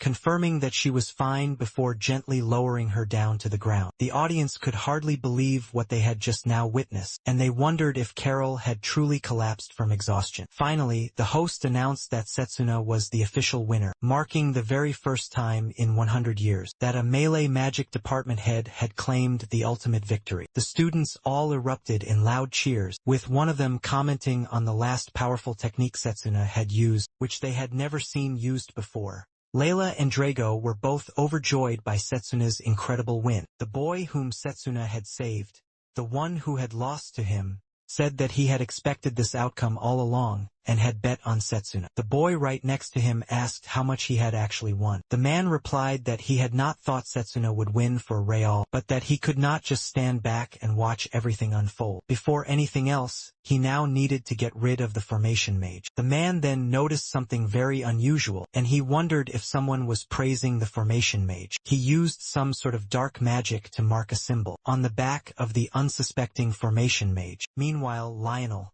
was heading directly toward the area as he sensed a strange magical presence. When he arrived, he found that the formation mage had been lying down. Lionel wondered if he had somehow missed something very important. At last, the powerful barrier began to finally disappear, and the headmaster descended down to the chaotic arena, remarking that, after summoning so very many familiars, it was no real surprise that Carol had finally collapsed. Setsuna was absolutely convinced someone had secretly been controlling her. The headmaster then examined her, and he determined that it had been the work of a powerful magical artifact. He assured everyone that they should all leave the rest to him. As the headmaster worked diligently to heal Carol, he turned to Setsuna and praised him for proving his immense strength. He promised that he would keep his solemn word. Setsuna gratefully thanked him in return. The headmaster then finally left, telling Setsuna to meet him in his office the very next day. Setsuna made his way to the large infirmary, where a lady was carefully healing his many wounds. As she bandaged up his injuries, she told him that they were not yet fully healed, so he should take it very easy for the time being. He thanked her sincerely, and changed into some fresh clothes. Just then, someone knocked on the door. When Setsuna invited them to come in, it was Lionel, accompanied by Drago, Layla, and the 3 young children. Layla immediately asked how Setsuna was doing. Setsuna assured her he was fine, and he demonstrated by moving his hand, showing he had already fully recovered. Layla beamed with pure happiness, and she congratulated him once again for his great victory. Drago, smiling proudly, congratulated Setsuna as well, telling him he was the pride and joy of the melee magic department. The 3 kids, still very excited, told Setsuna they had loved watching him fight earlier, and that he was just so incredibly cool. After the congratulatory exchange, the others all began to finally leave, leaving only Lionel behind there with Setsuna. Lionel informed him that the formation mage was now fine, and had thankfully regained consciousness. Lionel continued, explaining that Carol was not doing too well either, but at least she was now out of danger for the time being. Once she had completely recovered, they would be able to learn more about what had exactly happened. However, and more importantly, it was now crystal clear that someone had deliberately tried to harm Setsuna. During the important match, Lionel then asked if Setsuna had any idea who might be responsible. The scene then shifts to late at nighttime. A shadowy figure approached a specific room, attempting to quietly open the locked door. However, he quickly realized that a powerful barrier had been set up to prevent any intruders from entering inside. Despite this fact, it was completely useless against him. He simply shattered it with his own power and stepped inside. The room he had just entered was where Carol lay completely unconscious. The man muttered quietly to himself that it would be best to get rid of her before dealing with Setsuna. He could not possibly allow anyone who knew about him to stay alive. As he released an attack aimed directly at Carol, a sharp blade sliced through the deadly attack, cutting it off in midair. Setsuna stood in front of Carol, his eyes sharp with a powerful determination. He said that he knew the real culprit would come after her, but he was really hoping that it would not be Leo. Leo mentioned that Setsuna had finally caught on to what was happening, but that Setsuna could not possibly find any evidence pointing to Leo. Setsuna mentioned that he had had a hunch, but was not certain about it until just then. He suggested that since they had now reached this point, they should probably step outside for a little while. They both started walking outside together, and Setsuna knew that he was not yet fully healed. If he were to fight in his current weakened condition, it would surely be disastrous. Leo asked him to stop frowning, and he wondered when Setsuna had first started suspecting him. Setsuna replied that Leo had suddenly and mysteriously disappeared, right after the ritual of choice, which he had thought was highly unusual. It had also struck him as very strange. Department, and no matter what deceptive ploys Akhtar might have used, Setsuna knew Leo's skill was far too great to be so easily manipulated. Leo sneered that perhaps he should have been the department's champion. After all was said and done, Setsuna continued, explaining that when he saw Leo later that same night, his deepest suspicions were finally and chillingly confirmed. Just as Setsuna had sensed before, during the final, climactic match of the intramural contest, he felt the profane, dark power of the death god emanating from Leo. Leo feigned confusion about the so-called death god, and then stepped forward as a malevolent aura erupted around him. Sinister crimson lines blazed across his face as he demanded, "What do you know of the god of death?"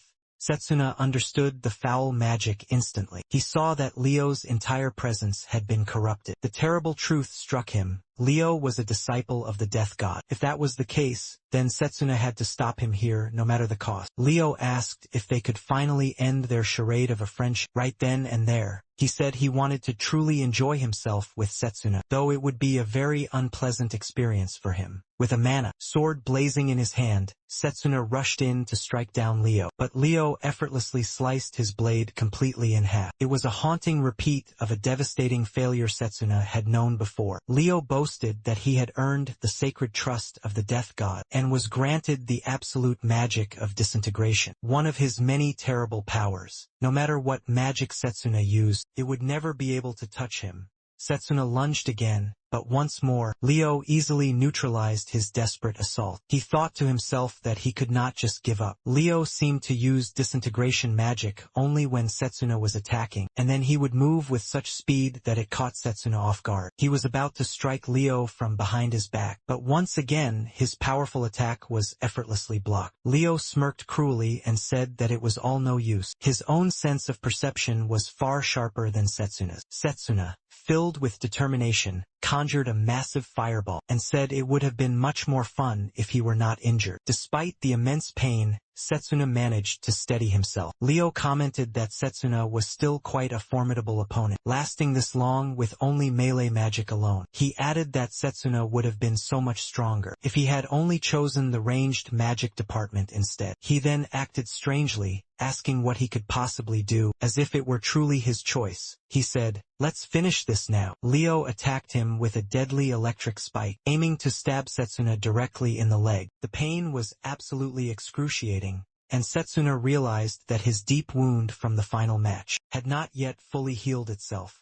He winced in pure agony, then asked Leo why he was doing this. Leo replied that there was no real particular reason. He was simply growing tired of the world. It was like destroying a beautiful sandcastle someone else had built. Setsuna wondered why Leo would do such terrible things. It reminded him of his dark past, and he shouted that Leo had hurt and killed people for such trivial, selfish reasons. He even questioned if this person was truly the real Leo. Leo furiously told him to shut up. As Leo was about to attack again, Setsuna realized that his simple mana blade would never be enough. He needed a single attack, powerful enough to completely overwhelm Leo with just one strike. He recalled his desperate fight with the death god, and he reminded himself that he could not give up just yet. Setsuna prepared himself to strike down Leo, but Leo smirked and said, "It is already too late for you." Leo then unleashed his own deadly attack, and Setsuna felt the terrifying power of the death god, moving with an incredible blinding speed. Just then, a bolt of lightning intercepted Leo's attack, and another strike hit Leo. Though he barely managed to block the blow, Setsuna looked up to the roof of the tall building, and he saw the headmaster standing there with his familiar, a mighty dragon. The headmaster asked if he was perhaps too late, but Setsuna replied that he had arrived at the perfect time. The headmaster wondered if everything that had transpired in the intramural contest had truly been the insidious work of Leo, and whether he had been keeping a close eye on him ever since, detecting the deeply impure mana. Leo guessed that the headmaster was the head of the school. For a very good reason, the headmaster had truly hoped that the real culprit would not be one of their very own students. In a sudden burst of pure frustration, the headmaster yelled at Leo to finally give up. His powerful dragon let out a deafening roar and attacked with its blaze skill. Setsuna could sense the incredible raw power behind the attack, but Leo somehow remained completely unharmed. He remarked that it was the legendary white dragon, the most powerful beast that one could ever possibly summon. Had it not been for the immense power granted to Leo by the demon god, he would have been in real mortal danger.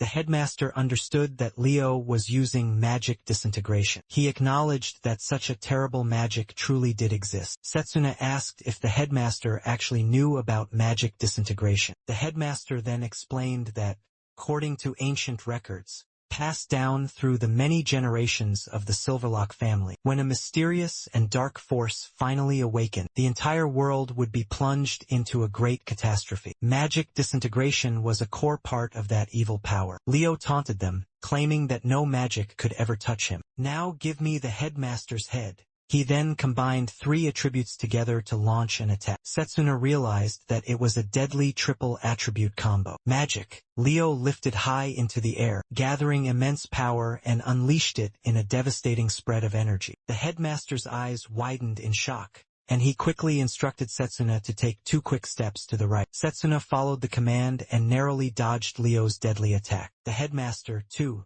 was expertly dodging all of the blasts, which made Leo wonder what kind of magic the headmaster was using. The headmaster asked Leo if he was truly and utterly shocked, adding that he was the only one who knew how to neutralize such magic. Leo sneered, finding it all very amusing, and he promised to attack with even greater, deadlier power, challenging the headmaster to try and dodge it as well. Setsuna realized that this new, incredible power was likely the death god's own power. Leo threatened that he would now wipe them all out. The headmaster sensed that it was not just some ordinary power. At the terrifying rate Leo was attacking, everyone would soon be caught in the deadly crossfire of his magic. He called out to Setsuna, and Setsuna agreed with the headmaster's plan. The headmaster summoned the holy butterfly to spread its mighty wings, and together, they soared high into the sky with the majestic dragon. Leo watched on, a cruel smirk on his face, observing the headmaster's desperate efforts to try and protect everyone. He pointed up toward the white dragon and taunted, "Bring it on." Both sides unleashed their devastating attacks. Leo's attack was so incredibly powerful that it collided with the dragon, creating a truly massive explosion.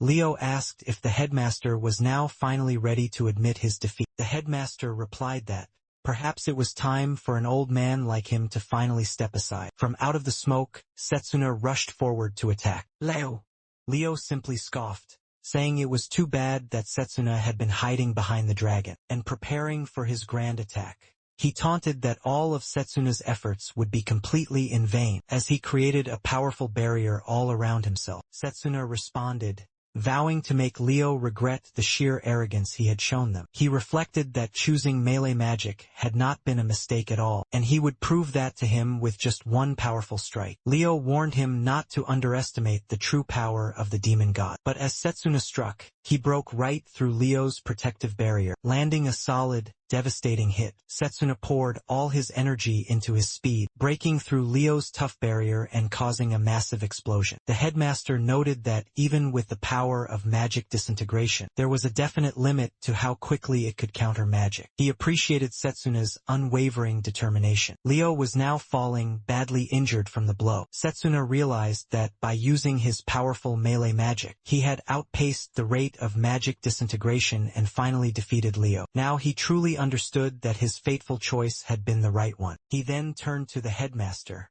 and said that he thought they were now out of the woods, at least for now. The headmaster praised him and suggested they now tend to his wounds. But just as they spoke, Leo somehow got back up. Setsuna was absolutely shocked to see that his attack had not been effective. Leo, though grievously injured, stood tall once more and prepared to strike back at him. Leo used his remaining power, measuring the perfect moment, and then he launched a final, desperate attack at Setsuna. Setsuna tried to block it with his sword, but the weapon completely shattered, and Leo's attack struck him hard, sending him crashing violently into a nearby wall. Setsuna struggled to stay conscious, badly wounded, and he fell hard to the ground. Setsuna, weakened and now losing his consciousness, heard Leo's voice, saying he could not believe he was still standing. He was such an incredibly powerful opponent. Setsuna wondered if Leo had somehow managed to combine ranged magic with the power of magic disintegration. But that could not possibly be the case. In his final, fading thoughts, Setsuna remembered a past moment when he was training to shoot at targets. That had been just a piece of cake for Leo back then. He had told Leo that he had always been so very skilled, and if he had not kept up with all of his practice, Leo would have surely surpassed him in absolutely no time. Leo, looking amused, had then replied that, "It truly feels great to receive a compliment from a prodigy like him." During the Great War, Leo had wondered aloud if he should fire another shot, and this time it would be aimed directly at Setsuna. He had asked Setsuna to look behind him. When Setsuna turned, he saw that everyone else had been injured and were being mercilessly killed by the monsters. Leo had criticized Setsuna, saying he did not deserve to be a hero, that he was a complete failure because he could not save them all. He had abandoned them, with those harsh words echoing in his mind. Setsuna finally awoke in a soft bed, heavily injured. Layla was sitting right next to him, looking very relieved. She told him how glad she was that he had finally woken up. As he wondered where on earth he was, she explained that he had been brought to the large infirmary, and that she had been so incredibly worried since he had been completely unconscious for 3 whole days. Setsuna regretted his own immense helplessness, thinking he had not been able to do anything in such a crucial moment. He had been completely powerless against the demon god's immense power, just like in his tragic past life. He then asked about the headmaster's current condition. Layla replied that the headmaster should be in his main office, and that she had heard there was a meeting for all the department heads. As Setsuna was slowly getting out of the bed, Layla asked him where he was going. He dressed quickly, replying that he was going to see the headmaster, as he had something he needed to ask him. Layla mentioned that he was not yet fully healed. He placed a gentle hand on her shoulder and apologized for making her worry, but that he needed to see the headmaster. Immediately, he then turned and left the infirmary. The headmaster had just finished a very long meeting with the other important department heads, and he thanked them all for their valuable assistance. As they were all leaving, someone remarked that they would all be quite busy for a long while. Silas commented that everything had been made worse by that one kid. Setsuna then arrived and opened the large door, calling out to the waiting headmaster. The headmaster let out a smile, and he said he was glad to see Setsuna was back among them. Silas, however, did not seem too happy to see him at all. Lionel patted Setsuna firmly on the shoulder, telling him that he had been through a great lot. Everyone had been extremely worried about him, but he could catch them all up on what happened later on. Once they had left, Setsuna stood in front of the headmaster, regretting that everything had happened all because of him. He raised his hand up towards the headmaster, asking what had happened after he had lost his consciousness. He winced in great pain as he did so, and the headmaster reminded him not to be too hard on himself. His grievous injuries were still in the process of healing. The headmaster continued, explaining that after Setsuna had fainted, Leo had said that as much as he would like to finish their fight, he had already used up far too much of his mana. He decided to just leave it for now, thinking it would be fun to face them all again in the future. Leo had then created a dark passage and simply vanished, leaving behind a final farewell message for the headmaster, saying they would meet again if the opportunity ever arose. The headmaster thought to himself that, although it had been a truly golden opportunity, what lay beyond the dark passage was far too dangerous to confront. At the current moment,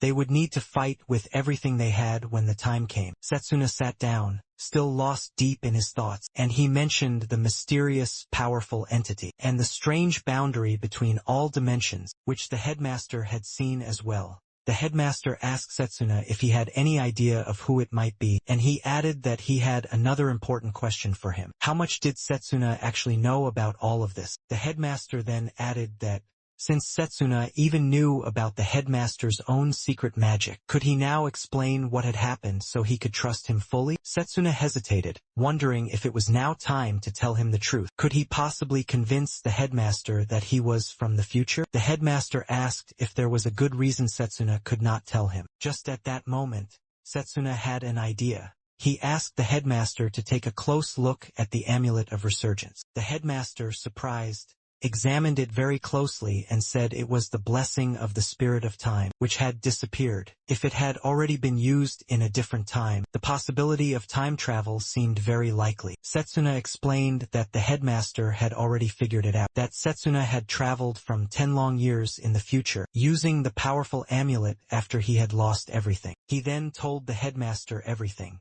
The death god would soon destroy the entire world, and he, along with all of his powerful followers, would kill the headmaster. The headmaster acknowledged that it was very hard to believe, but the amulet's mere presence made it all undeniable, even though the spirit's awesome power had made it possible for Setsuna to travel through time. The terrible events of the future must have been incredibly shocking for Setsuna to endure, causing him to travel back an entire decade. The headmaster placed a gentle hand on Setsuna's shoulder and said that Setsuna had really carried a very heavy burden, but now he would help him in any way that he possibly could. Setsuna felt a great surge of relief and newfound hope. With the headmaster by his side, he felt that he might actually have a real fighting chance, and perhaps the world would not fall into ruin after all. The headmaster then said that he would teach Setsuna a second type of powerful magic to use against the dreaded death god.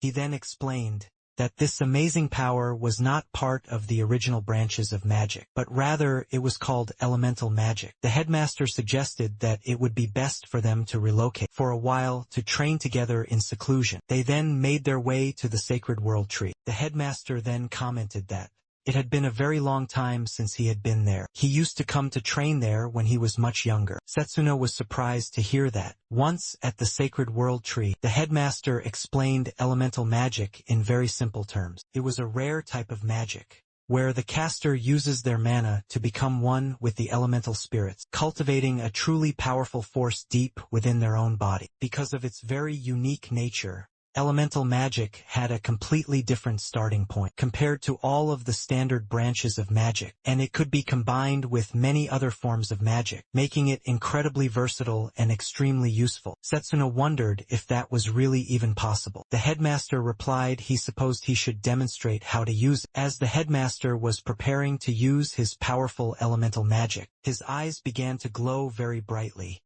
Setsuna noticed that the color of his eyes had suddenly changed, just like when the headmaster had battled against Leo. The headmaster then suggested that they play rock, paper, and scissors. Confused by this, Setsuna asked him why, and the headmaster explained that since Setsuna was still injured, they could not exactly duel right at this moment. He added that they could at least play a little game to pass the time. They began playing, and the headmaster won every single round, telling Setsuna to try and play again. They played multiple different times, and every single time Setsuna lost to him. Finally, the headmaster explained that the power of elemental magic, the spirit of time, granted Setsuna the power of foresight, allowing him to see several seconds into the immediate future. He further elaborated that various elemental spirits all existed, and depending on the type of spirit one contracted with, they could gain all sorts of unique abilities. For example, if one entered into a formal contract with the spirit of wind, they would be able to fly, and with the powerful spirit of water, they could easily dodge any and all attacks. Setsuna was completely amazed, realizing that mastering elemental magic could give him the amazing ability to use his melee magic in a multitude of different ways. The headmaster then revealed that Setsuna would not be able to practice this magic until he entered into a sacred contract with an elemental spirit, and there was a very crucial first step to take. Setsuna, feeling curious, asked what the very first step was. The headmaster explained that they needed to just give it a try, right then and there at that moment. He used his incredible power to clear his mind and become one with nature. He instructed Setsuna to try and feel the presence of the spirits, as they existed everywhere around them in nature. Setsuna concentrated, thinking about becoming one with all of nature. He focused his mind on the spirits, hoping that they would grant him the power to fight the death god. But absolutely nothing happened. He felt nothing at all. Frustrated, he thought that he could not feel a single spirit. The headmaster, noticing his immense frustration, explained that it seems Setsuna's temperament was working against him. Setsuna wondered what he possibly meant by that. The headmaster explained that, in order to become one with all of nature, Setsuna needed to reach a deep, trance-like state. He needed to completely empty his mind to truly feel the spirits around him. Setsuna tried his best to concentrate,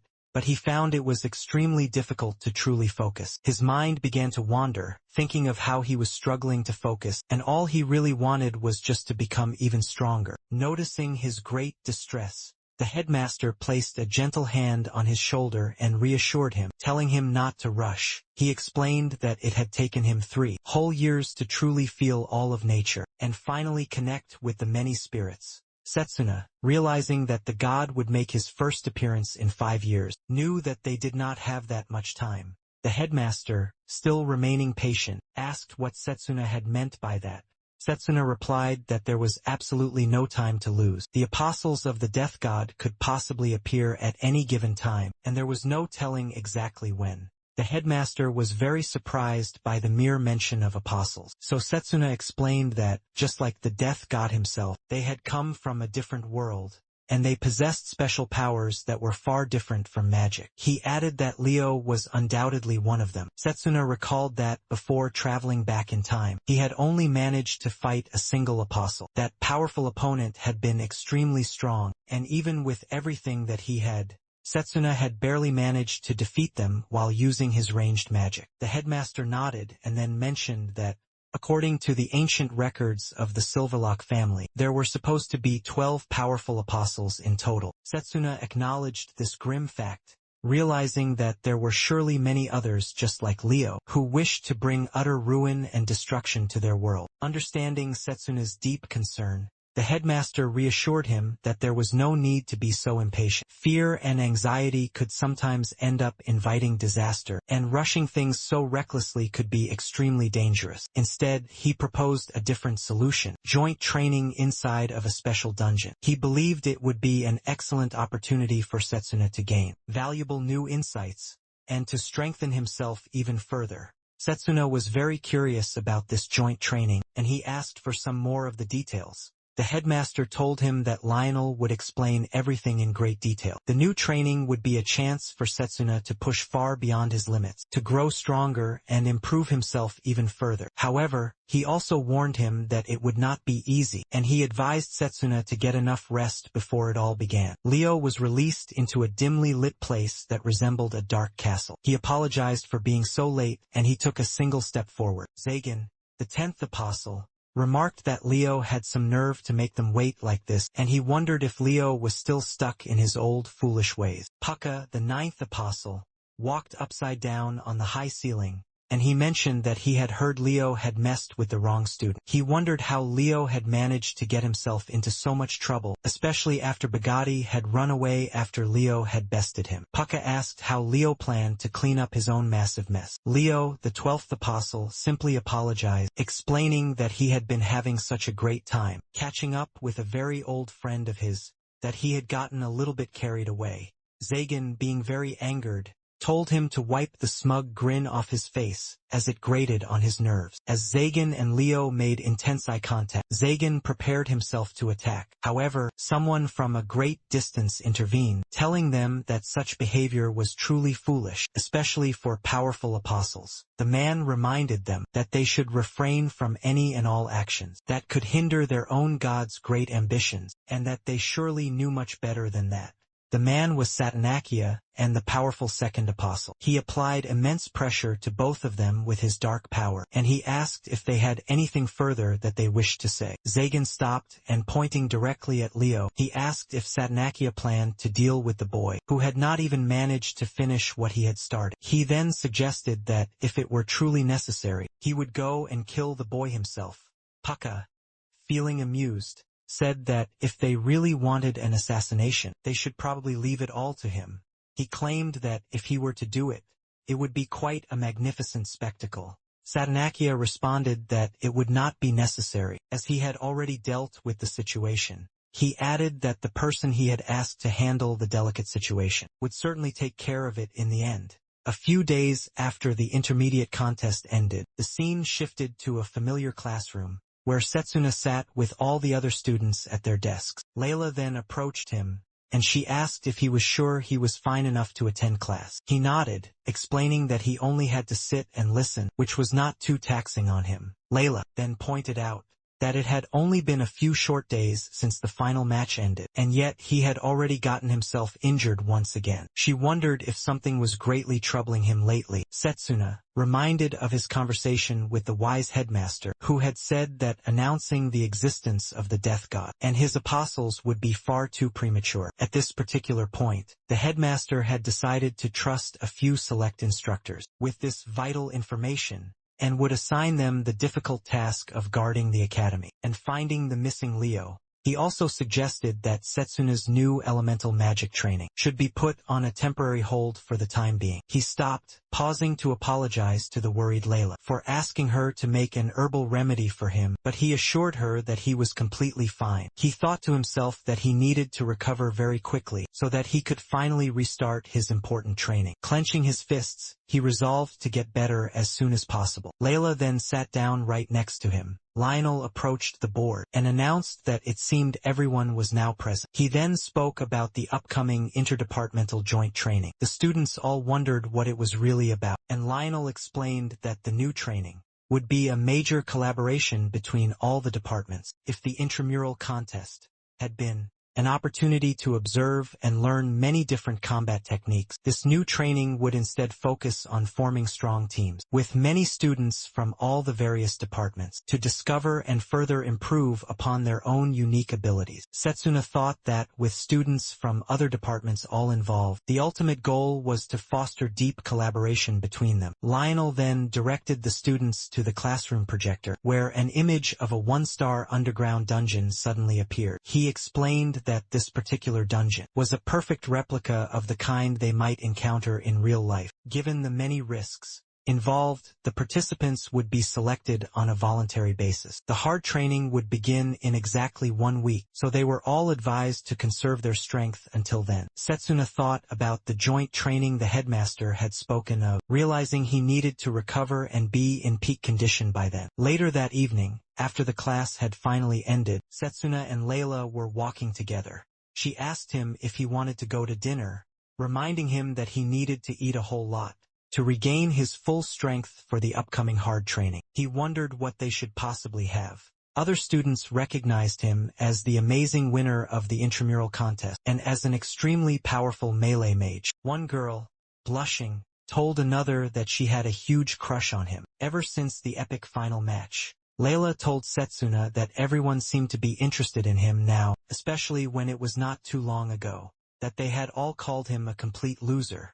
She completely agreed with her own words. Stepping right in front of him were 3 other boys, one with yellow hair and the other 2 with bright red hair. They walked up to Setsuna. The yellow-haired boy pointed at Setsuna, acknowledging his grand achievement as the winner of this year's contest. Setsuna asked who the arrogant boy was. The red-haired boy introduced the yellow-haired one as Carl, the prestigious head of a noble salon. They had heard that Setsuna would be joining the mage army immediately after his upcoming graduation. Carl then invited Setsuna to his special salon, and he told him to consider it a very great honor. Setsuna wondered what this salon was. Carl revealed that it was a social club for all mages of noble lineage, and certainly not a place for someone just like him, a simple melee mage.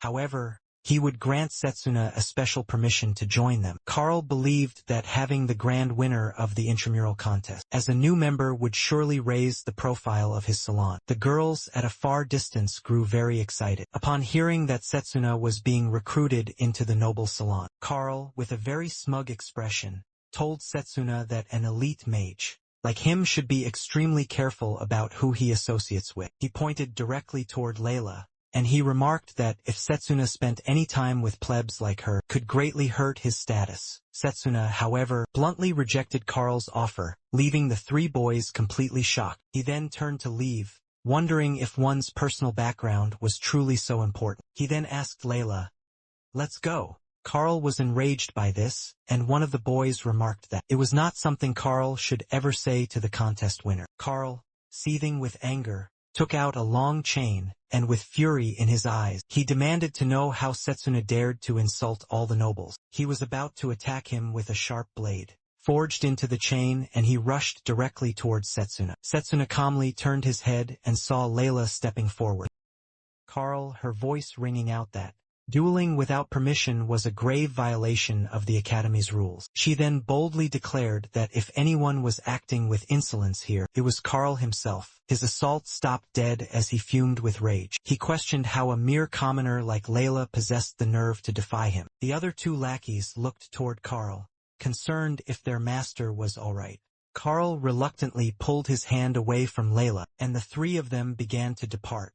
Carl swore he would report this incident to his powerful father. Layla flashed a victorious smile at Setsuna, and he thought to himself that she was truly growing stronger as well. Just then, another voice called out his name. He wondered who on earth it could possibly be now. It was none other than Carol, who waved her hand cheerfully in his direction. He mentioned that he was very glad to see her getting better. Carol smiled and replied that it was all thanks to him. That's why she wanted to thank him in a proper way. So she asked him to come to her room for a little while, and a faint blush even colored her cheeks. Layla wondered what exactly was going on here. The scene shifts to inside of Carol's room, where Carol warmly welcomed Setsuna, Drago, and Layla, telling them she was preparing a grand meal to properly thank them for saving her very life, and that it would take a short while to finish cooking. Setsuna, still feeling a bit uneasy, insisted that she truly did not need to do all that. Carol reassured him that it was nothing, and if he would just wait, the delicious meal would be ready very soon.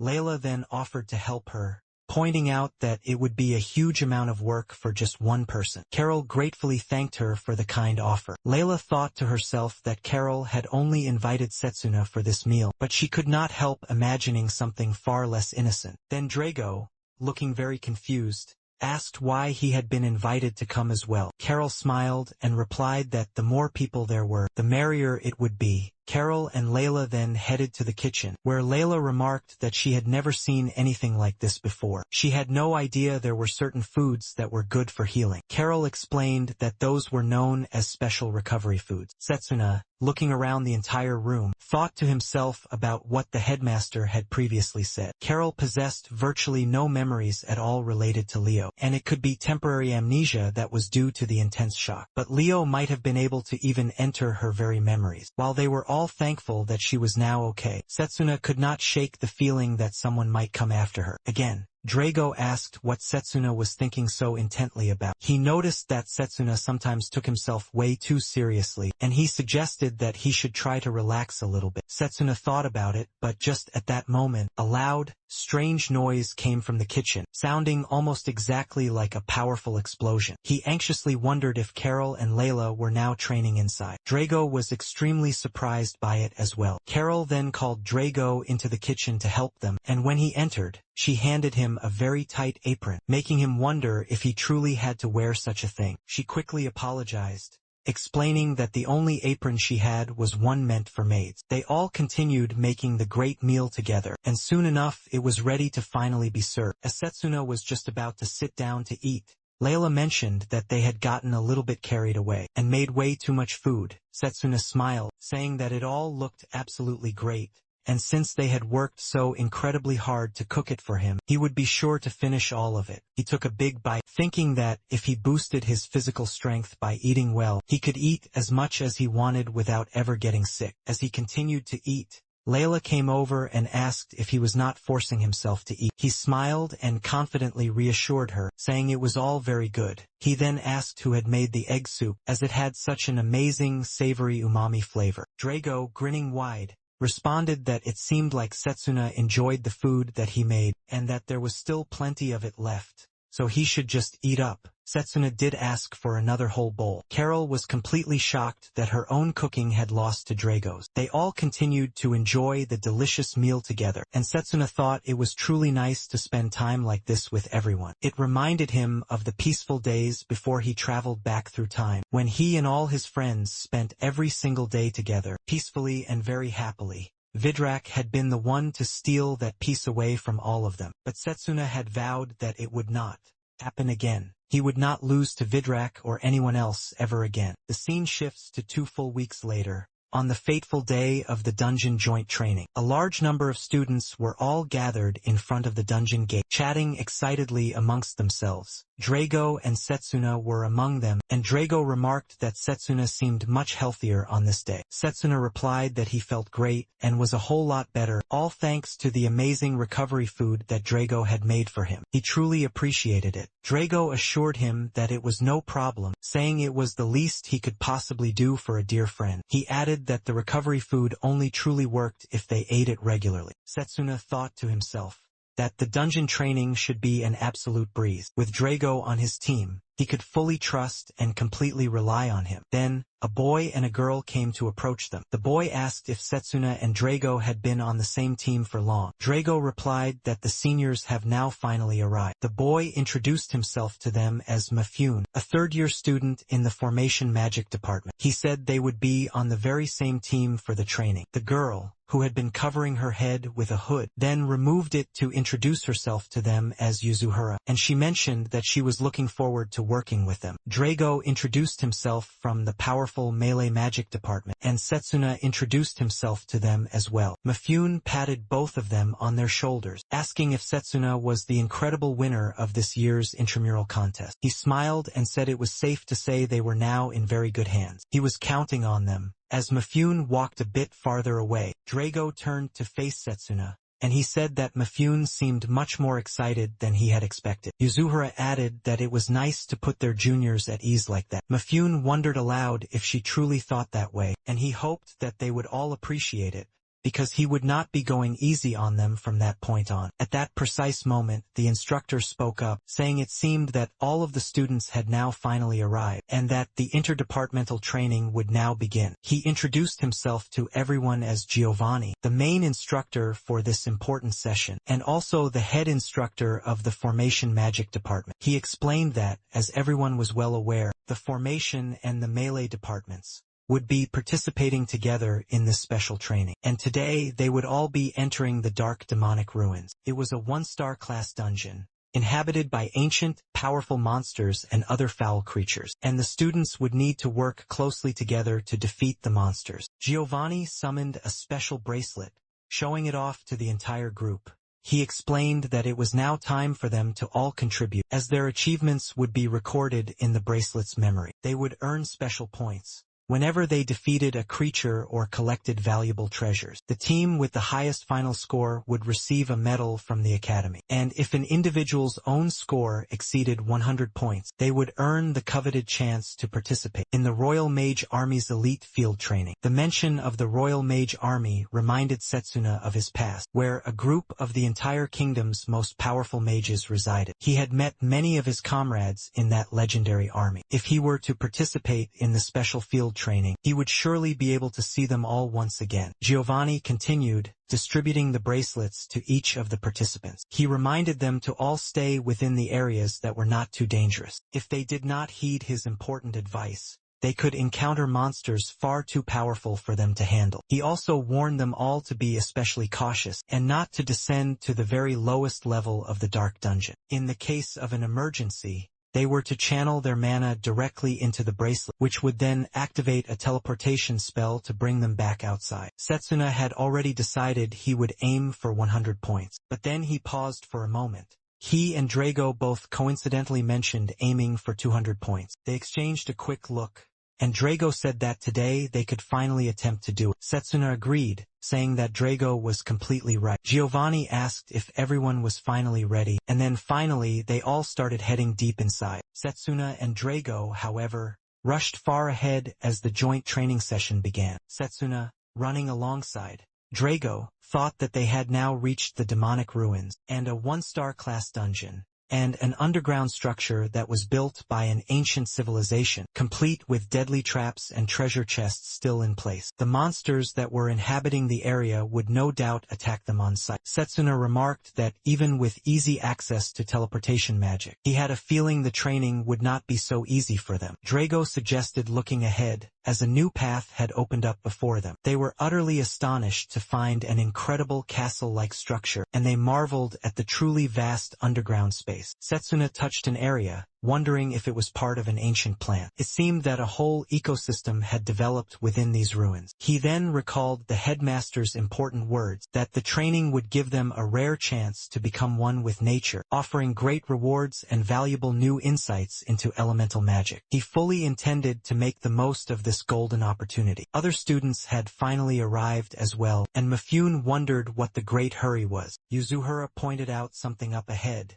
and the other students were chattering excitedly around them. A group of them then headed down a different path, with a man warning that the other paths were all just deadly traps. Mifune remarked that those four were complete fools. In this type of training, they were supposed to take the much more difficult path. He then pointed to a different path, saying they should head over there. Setsuna thought that Mifune was not entirely wrong, since their ultimate goal here was to accumulate more points. Mifune asked if Setsuna was coming, and Setsuna, feeling a bit uneasy, touched a nearby wall, realizing that it was a false one. Drago asked what it was. Setsuna then explained that the strange plants growing on the wall were at a completely different stage of their growth compared to all the others, suggesting there was another space beyond. Mifune wondered if the growth stages were just a simple coincidence, but Setsuna disagreed with him, saying he could hear the wind coming from deep within. Just as he was about to elaborate further, Drago struck the wall to see what truly lay ahead. Setsuna looked at the brand new path and suggested they go that way. He and Drago hurried on forward,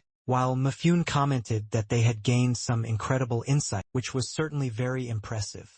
With any amount of luck, they would score a ton of points. As Setsuna and Drago ascended up the long stairs, a giant, heavy ball suddenly came rolling down from high above. Setsuna quickly drew his powerful sword to destroy it. Small pieces of broken rock tumbled quickly down the stairs, forcing Drago and Mifune to have to dodge away from them. Setsuna looked at Drago, wondering if he was raring to go. Drago clenched his fists, extremely eager to prove himself. He said he wanted to make a very good impression on everyone, and to show just how powerful melee magic could truly be. Besides, he could not let Setsuna completely beat him. Suddenly, with a great flash, several sharp arrows shot directly toward them. Setsuna dodged all of them with great expertise, and then he completely destroyed the source of the arrows. Drago was very impressed by Setsuna's incredible reflexes, noting how he always seemed to stay one step ahead of every situation. He remarked that if they dealt with all of the many traps, the seniors should be able to follow them without any further issue. Then he spotted a chest. Before they could possibly react, Mifune used his magic to quickly open the large chest, thanking Drago for all of his much-needed help. He claimed the treasure inside and earned himself 15 points. Drago was completely shocked, realizing that the person who opens the chest would keep the treasure. He swore that he would not let Mifune get away with it. Next time, said Setsuna, and Drago rushed far ahead. But Drago felt something strange all along the wall nearby. He struck it hard to break it open, and he found another treasure chest. However, before he could even touch it, Mifune used his magic to quickly grab it, increasing his total score to 30 points, while Drago still remained at a pathetic 0. As they continued, Drago encountered a tough night obstacle. He attacked, cutting off its powerful hands and other various parts. But in the very end, Mifune arrived to decapitate it and steal 10 more points from Setsuna. After some more time, Drago finally managed to earn 10 points, while Yuzuhara also had accumulated 30 points. Mifune, however, had stolen even more points from the poor Drago, bringing his impressive total to 55, which left Drago furious. During a very brief rest, Mifune told Drago that despite his great skill, he lacked any real awareness of his immediate surroundings. He asked how many points Drago expected to earn with such a poor mindset. Setsuna, now at 25 points, reflected on the current unfortunate situation. While the rules did not require party members to divvy up items fairly, he believed that stealing the hard-won accomplishments of their juniors was completely wrong, and that seniors should behave with much more integrity. Yuzuhara asked Mifune if he had even heard that. Mifune scoffed, stating that they were just a bunch of losers who could not fight, and were only complaining about all of the rules. He pointed out that people were there to be taken advantage of, and if they were really so upset about it, Why did they not try to use their own skills on him? He claimed that despite all of their many complaints, it seemed they truly lacked the basic ability to do so. Setsuna thought to himself that he should not underestimate Mifune. Formation magic, which used magical circles to freely move objects, was very convenient, and it had the advantage of catching opponents off guard. However, it also had its own unique disadvantages. He looked over at Yuzuhara, wondering why she had been so focused on just attacking monsters since earlier. Did she not even care about accumulating any points? Could she possibly have an ulterior motive? As they continued onward, Yuzuhara had 50 points, while Mifune now led the pack with 80 points. Mifune boasted that after just a few more easy victories, he would have all of the points that he needed. Setsuna had 35 points, and Drago still only had a meager 10. They then entered a very dimly lit room, and Setsuna felt an unsettling dark presence in the air. In the very center of the large room, something was placed upon a grand, dark throne. Without a single moment of hesitation, Mifune used his magic to grab the object. However, as soon as he had done so, a dark, malevolent aura emerged from the treasure, leaving Mifune completely and utterly confused. Setsuna immediately realized what was happening. He rushed forward, pulling Mifune away just in the nick of time, as a powerful beam attack was unleashed from within the treasure. A bony hand emerged from the dark chest, followed by a terrifying, monstrous creature. Even though this was only a 1-star class dungeon, the monster's dark presence and strength felt far more menacing than anything they had encountered so far. Setsuna understood immediately. It was the dreaded No-Life King, powerful monarch of death. He heard the dark fire whisper that it's out, and they will trap in a nightmare whoever it strikes. The monster growled, wondering who had dared to interrupt its long sleep, warning that they would all pay with their very lives. Drago was shocked that the monster could actually communicate with them. Setsuna quickly warned Drago that it was far too dangerous, and that he would be the one to handle it. He told Drago to stay back, and to let him deal with the foul monster. Drago, still thinking only of the points, wondered aloud how many he would get if he could defeat this creature. The monster unleashed a deadly attack directed toward Mifune, but Setsuna rushed in to intercept the blow, slashing the powerful attack away. Drago attempted to punch the monster, but the creature conjured a barrier that stopped Drago dead in his tracks. Drago was shocked that it had cast a magic circle from such a great distance. As he stumbled far back, he thought to himself that the mana guard had likely saved him from taking any serious harm. The monster, now furious, charged at them, declaring that it would now finish them all off. It cast multiple different magic circles at the same time, and Setsuna thought to himself, with such high intelligence and magic, this monster must be at least a 4-star level. All of the attacks then struck at once, and a new magic circle appeared right in front of Mifune. Setsuna shouted at him to please wake up,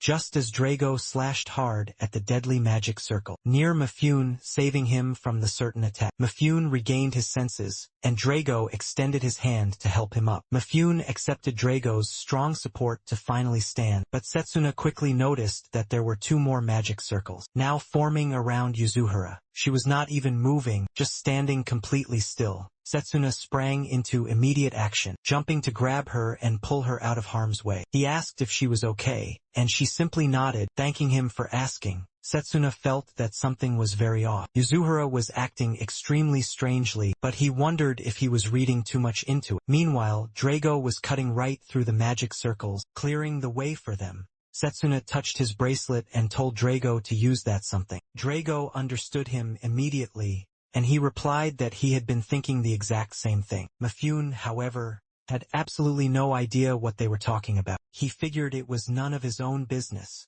and he only cared about claiming all the points and getting out as soon as he possibly could.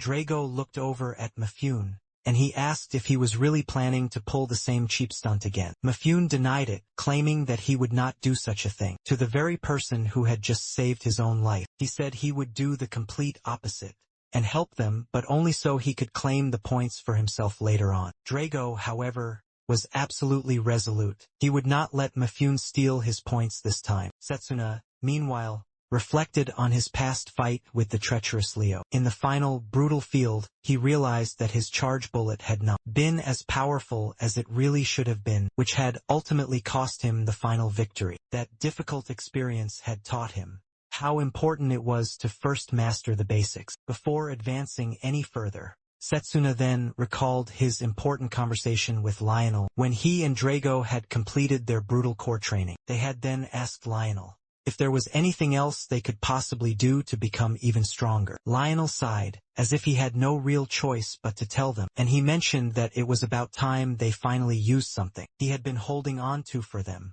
magically weighted bands. He explained that by wearing these special bands during their training, they would build up even greater raw strength.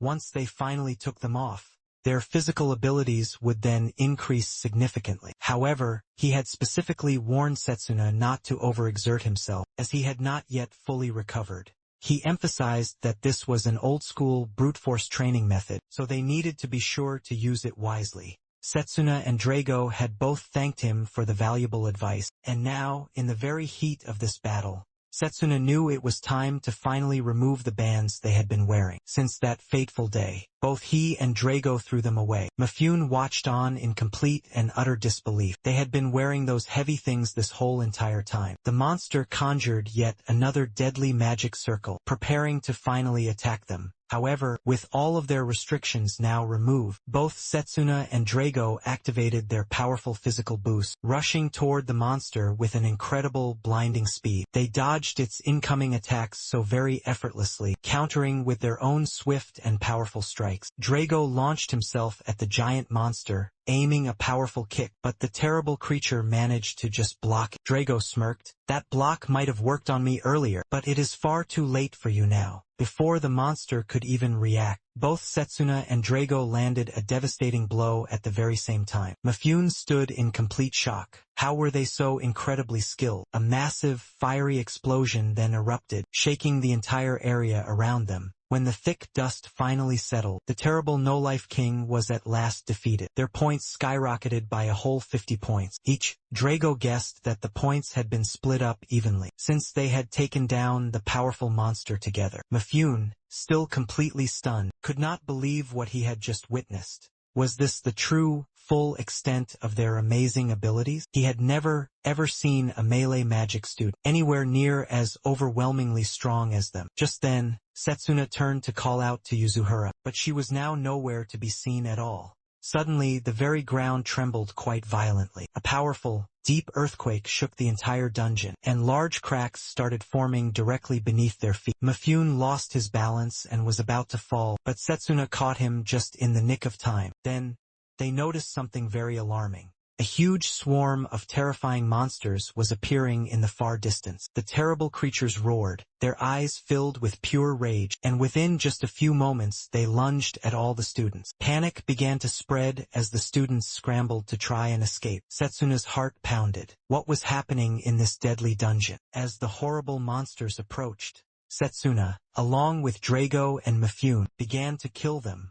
Setsuna instructed that they should only focus on the heads of all the monsters. While Mifune was busy eliminating them, he noticed that they were not gaining any points from all the kills. He realized that if Setsuna had not figured this all out, it would have been the completely wrong time for them to be fighting these strange creatures. While killing all the zombies, Setsuna deduced that the monsters, revived using a dark power, were not granting any points because they would continually resurrect. Drago remarked that there was absolutely nothing of value in those creatures. Mifune further commented on the very unusual appearance of these monsters. In just a one-star dungeon, Setsuna sensed a dark aura emanating from below. He then asked the others if they could feel the sinister magic that was rising from far beneath. Mifune, feeling unsure, questioned whether Setsuna was sure he was not just imagining it. Setsuna was absolutely certain, believing the source might be Yuzuhara. Drago decided to head down there first, and Mifune wondered if he should also follow. Setsuna replied that it was not really a choice at all, and he asked Mifune what he intended to do all alone without them. Mifune felt a little bit insulted,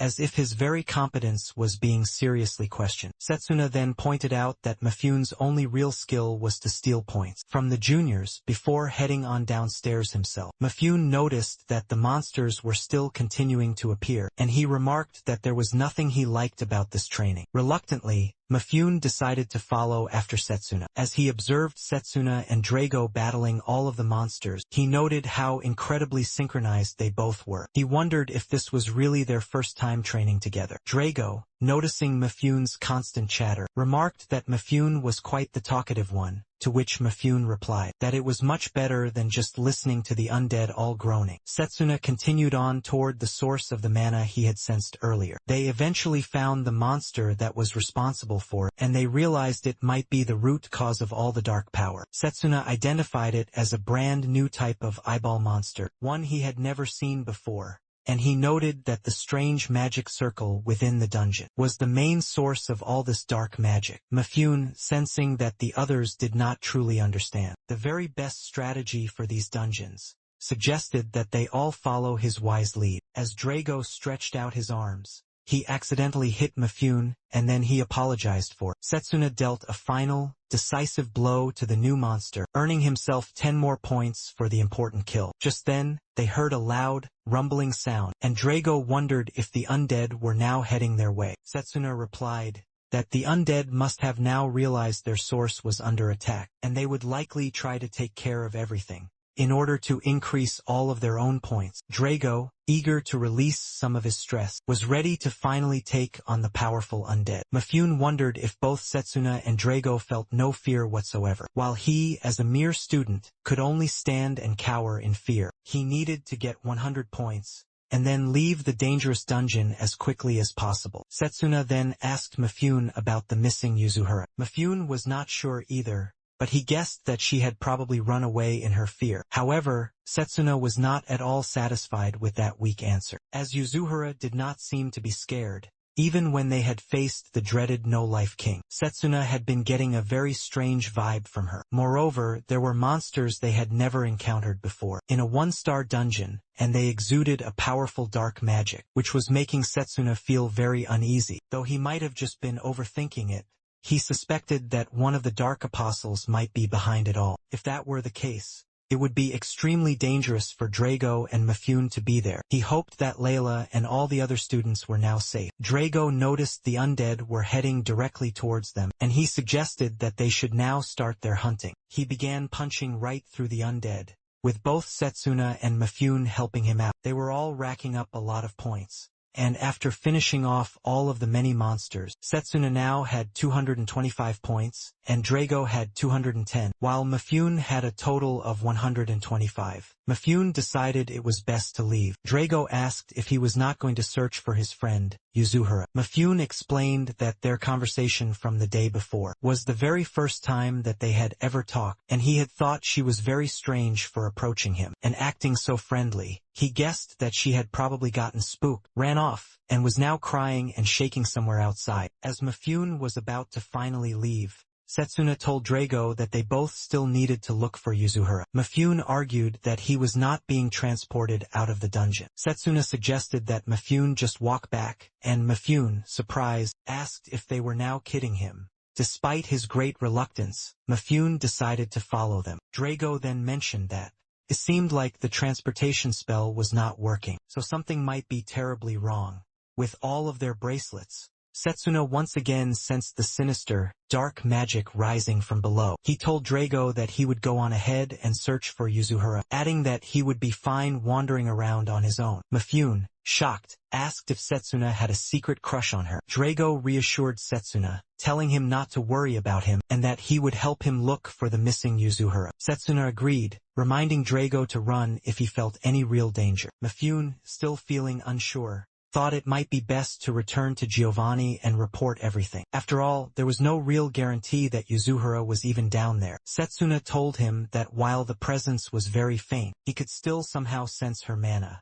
He suggested that Mifune inform Giovanni of what had now happened, and to be extremely careful on the way back. Mifune felt annoyed, thinking that Yuzuhara had likely just run off on her own. It seemed far too dangerous to continue on any further, but it was even more dangerous to try and escape all on his own. He felt that absolutely everything was now going wrong. Drago placed his strong hand on Mifune's shoulder.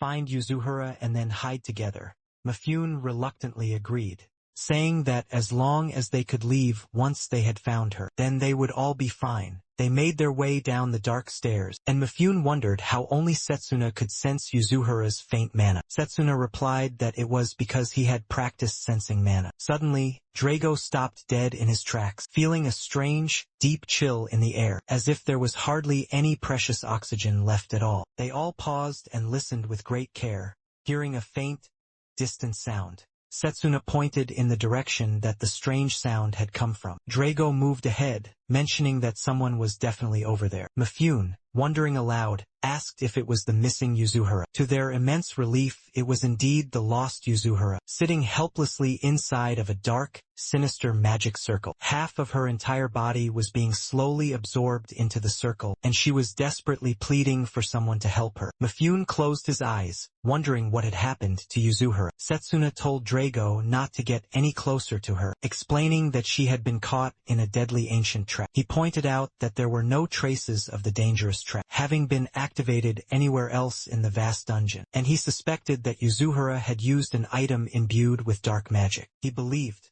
it was the same kind of dark item his friend had found on the black market before he had traveled back in time. Setsuna was certain that Yuzuhara had not used it knowingly, which meant that someone had laid a cruel trap for her. He explained that the trap could only be disarmed with a very specific spell, and they needed a special weapon imbued with that spell in order to destroy it. With determination, Setsuna tried his best to break the ancient trap, and he managed to pull Yuzuhara out of the deadly magic circle. She collapsed right into his strong arms, as he whispered for her to just hold on. He realized the evil magic was coming from the earring she was wearing. Mifune wondered what had happened after she had disappeared, and if there was any possible way to fix it. Setsuna lifted her up onto his back, saying they needed to watch over her. He was relieved they had found her before things could get any worse, and he promised to explain everything to Giovanni a little later. He was certain that everything that was happening here was due to the apostles' evil influence. Drago stood observing how truly strange everything was, but reminded them that their top priority was to escape with Yuzuhara. Setsuna asked Mifune to try and use the transportation spell again. Mifune gave it a try, but he found that it was not working. He wondered aloud if Giovanni had given him a defective one. Setsuna then tried to use his own bracelet, but he discovered that it was not working either. Drago suggested that they should leave before things got worse. Just then, a loud, rumbling sound shook the very ground, and they wondered if it was another earthquake. They needed to try and leave there quickly. Drago told both of them to follow closely right behind him. Mifune thought there was never a dull moment in this cursed dungeon. Suddenly, large rocks began to fall in their path, and Drago urged Mifune to hurry. But it was already far too late for that. The heavy debris had completely blocked their only way out. Setsuna suggested they should take a safer route instead. Meanwhile, Layla and her party were moving through the dark dungeon, calling out to see if anyone else was nearby. They then heard someone cry out for desperate help, and they discovered an injured boy who was pinned under the heavy rocks. They quickly helped him out of there, and Layla used her healing magic to try and stabilize him. The boy, still badly hurt, wondered if anyone else was still trapped under all the rocks. The injured boy told them there was one more person still behind the debris. Layla hoped that Setsuna and Drago were both okay, and that they would be able to find them all very soon. Meanwhile, Setsuna and his party were sitting near the fallen rocks with Drago, wondering if they could not use a charged bullet to try and break through all the debris. Setsuna replied that it would be too dangerous to use a charged bullet, as it might just trigger yet another powerful earthquake. Drago said they had a decent chance of getting themselves out. Once all of the rocks were finally cleared,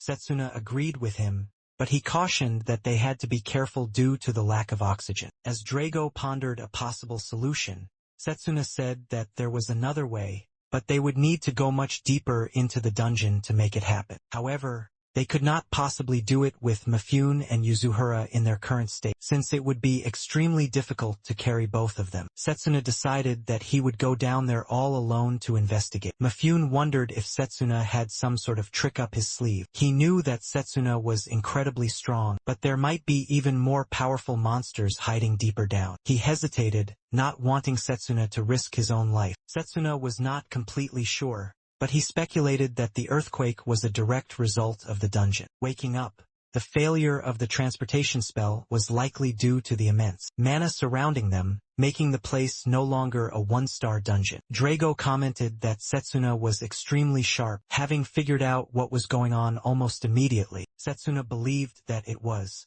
because he had experienced something quite similar to this before, when he had traveled back in time. Mifune told Drago to stay behind, wishing Setsuna the best of luck.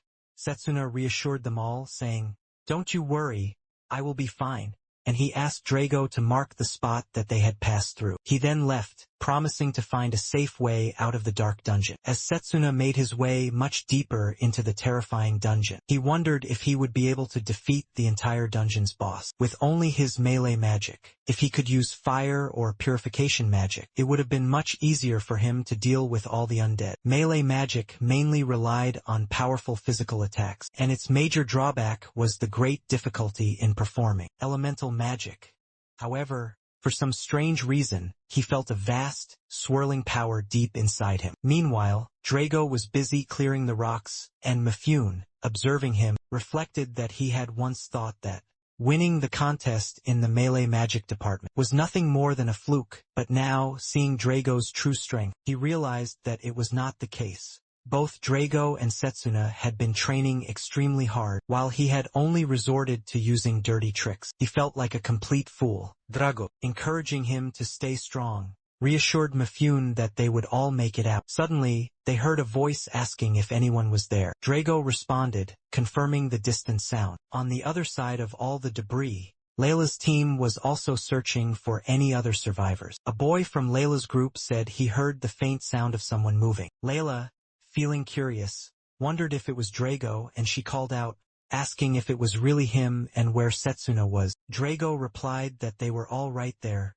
but that Setsuna had gone off to try and find another exit. Layla, eager to help them, asked if they could assist them in moving all the rocks. As Setsuna walked down the long, dark stairs, he felt that the air was growing much thicker and heavier, signaling that he must be getting near the very center of the dungeon. He spotted a large gate, and he wondered if it led to the exit. But the strong presence of the dungeon's boss made him feel very cautious. He found it extremely strange that a place filled with such dark energy was so eerily empty, making him stand on very high alert. From high above, two pairs of eyes watched him very intently. Suddenly, a large monster lunged directly at him, but he swiftly jumped to try and dodge the incoming attack, trying to make sense of what exactly it was. As he observed it very closely, he realized that it had two large heads, confirming that it was a deadly two-headed hydra. Setsuna then understood what was causing all the chaos. In this dark dungeon, the clear signs of decomposition on several parts of the Hydra's body suggested that it had been forcibly resurrected. The only power that was capable of such a feat was Vidra. The Hydra released a thick, poisonous gas, and Setsuna jumped back to try and avoid it, thinking it would be far too dangerous to remain too close for very long. If he did not deal with it very soon, things in this dark dungeon would only get much, much worse. He inhaled a deep breath of the fresh air, reminding himself that he needed to defeat the Hydra as quickly as he possibly could. He charged forward, slashing hard at it with his deadly weapons. Even after multiple hard strikes, he rushed to the back of the enormous creature, remembering his own past fight with the fearsome Hydra. He recalled that it had not died until both its heads were severed, so he focused on targeting just one of the heads at a time. He realized that his powerful attacks were very effective against its tough, thick skull, so he aimed for the very weakest point, determined to cut down at least one of the large heads. The Hydra's second head attacked him with a stream of acid, and although Setsuna dodged the attack, some of it splashed onto his clothes, causing them to completely melt away. He thought that if the acid had hit him directly, his body would not have been able to survive. Suddenly, the second head began to regenerate, and he realized that the Hydra had powerful regenerative abilities, similar to those of all the other undead. The long battle would never end if he kept cutting off one head at a time. He needed to take both of the heads down at once. With his ranged magic, he could have cast spell after spell and then easily won. But he wanted to test out a brand new technique he had been training in. He remembered the difficult time when he was unable to perform it, but then Lionel had come to him, asking if he was practicing the art of dual wielding. It had been very impressive, for a forest student to attempt to learn such a difficult technique, but it seemed that Setsuna's body was not yet able to execute what he had clearly visualized in his own mind. Lionel had explained just how difficult it truly was, and that first, they needed to master their control in the mana deep within their bodies. Setsuna reflected on how important it was to command his own mana. He had been thinking of his body as it was before. He had traveled back in time, but he realized that his current body was quite different now. Thanks to continuing his hard, basic training while recovering, he had become quite good at controlling all of his mana. But this was the very first time he was attempting this new technique. Since that day, he began to focus, thinking that he had to first grab the sword he was most familiar with, and then draw out the second sword to finally attack. He tried, but his new blade felt very weak. Just as he was in the air, the Hydra's long tail struck him hard, slamming him violently against the hard wall. However, he managed to regain his balance and prepared to try again. He realized it was using up far more mana than he had ever expected. Once again, the Hydra attacked him with its deadly acid, but he moved quickly, thinking that if it slowed him down, he would be in real, terrible danger if he got hit by it again. He knew his body would not possibly survive, and he could not afford to die like that. He took a single step back, thinking that this was his last chance. He inhaled a deep, long breath, focusing all of his remaining energy, reminding himself that he could not lose his focus now. He made the Hydra strike hard against the nearby wall, and then he jumped, using both of his swords to unleash a deadly flurry of slashes. After a long series of attacks, the Hydra's heads finally fell to the ground. As Setsuna had suspected, it could not survive losing both of its heads, and it must have now reached its absolute limit for regeneration. He then looked at his own injured hand, thinking that his dual blade technique was still not yet perfect. He needed to keep on training if he wanted to use it more comfortably. Giovanni suddenly appeared, clapping his hands, and he commented that defeating his own creation, using only melee magic, was truly impressive. He guessed that Setsuna had really bested Leo on that fateful night. Setsuna then turned toward Giovanni. Giovanni remarked that Setsuna did not seem nearly as surprised as he had originally expected, almost as though he had been anticipating his certain arrival. Setsuna calmly replied that it was not the very first time something like this had happened, and that he was always prepared for any and all possibilities. Giovanni acknowledged his impressive attitude, noting that those with limited perspectives could not survive on the battlefield, but that Setsuna possessed both exceptional combat skills and a very sharp intellect. Setsuna then asked him two quick questions: if Giovanni was one of the Dark Apostles and why he was doing this. Giovanni responded that, after watching Setsuna fight in the intramural contest, he had had only one single thought: what a truly fine specimen. He wanted to get his hands on Setsuna's powerful corpse, and then turn him into an undead, loyal puppet, just like he did to Yuzuhara.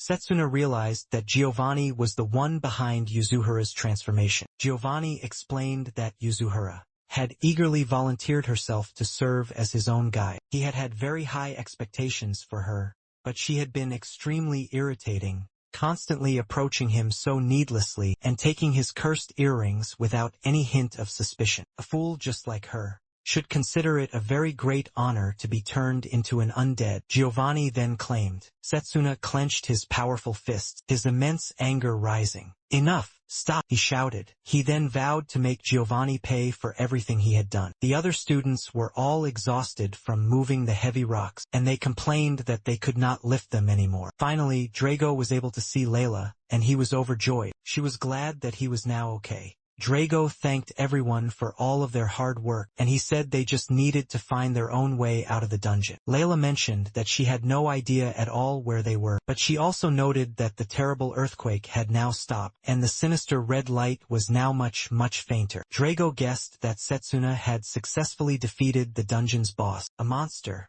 Mifune, then pointed out that the bracelet was now reacting to his own magic. When Layla saw it as well, she suggested they all head up and find a place where the teleportation spell would finally work. Drago asked Layla if she could take charge, as Setsuna had not yet returned. He needed to go down and check on the well-being of Setsuna. Layla agreed to it and said they would all wait for both of them outside. Drago thanked her, and he then left, Meanwhile, Setsuna was completely enraged with Giovanni, and he vowed that he would make him pay dearly for what he had done. Giovanni replied that it was much easier said than done. Enraged, Setsuna attempted to punch Giovanni, but Giovanni used Frost Phantom to turn himself completely into solid ice, and Setsuna's powerful punch shattered the ice into pieces. Setsuna was taken aback by the incredible sight, and he suddenly felt a sharp piece of ice strike him hard. Giovanni stood at a far distance, commenting that melee magic was a crude and very inefficient branch of magic, only useful in hand-to-hand, close-quarters combat. He mocked Setsuna, saying that he did not think that Giovanni would simply take a hit from such a truly pathetic attack. Setsuna realized that Giovanni was the type to trick all of his opponents and strike when they were caught completely off guard. He also understood that he had already expended a lot of his own mana fighting the fearsome Hydra,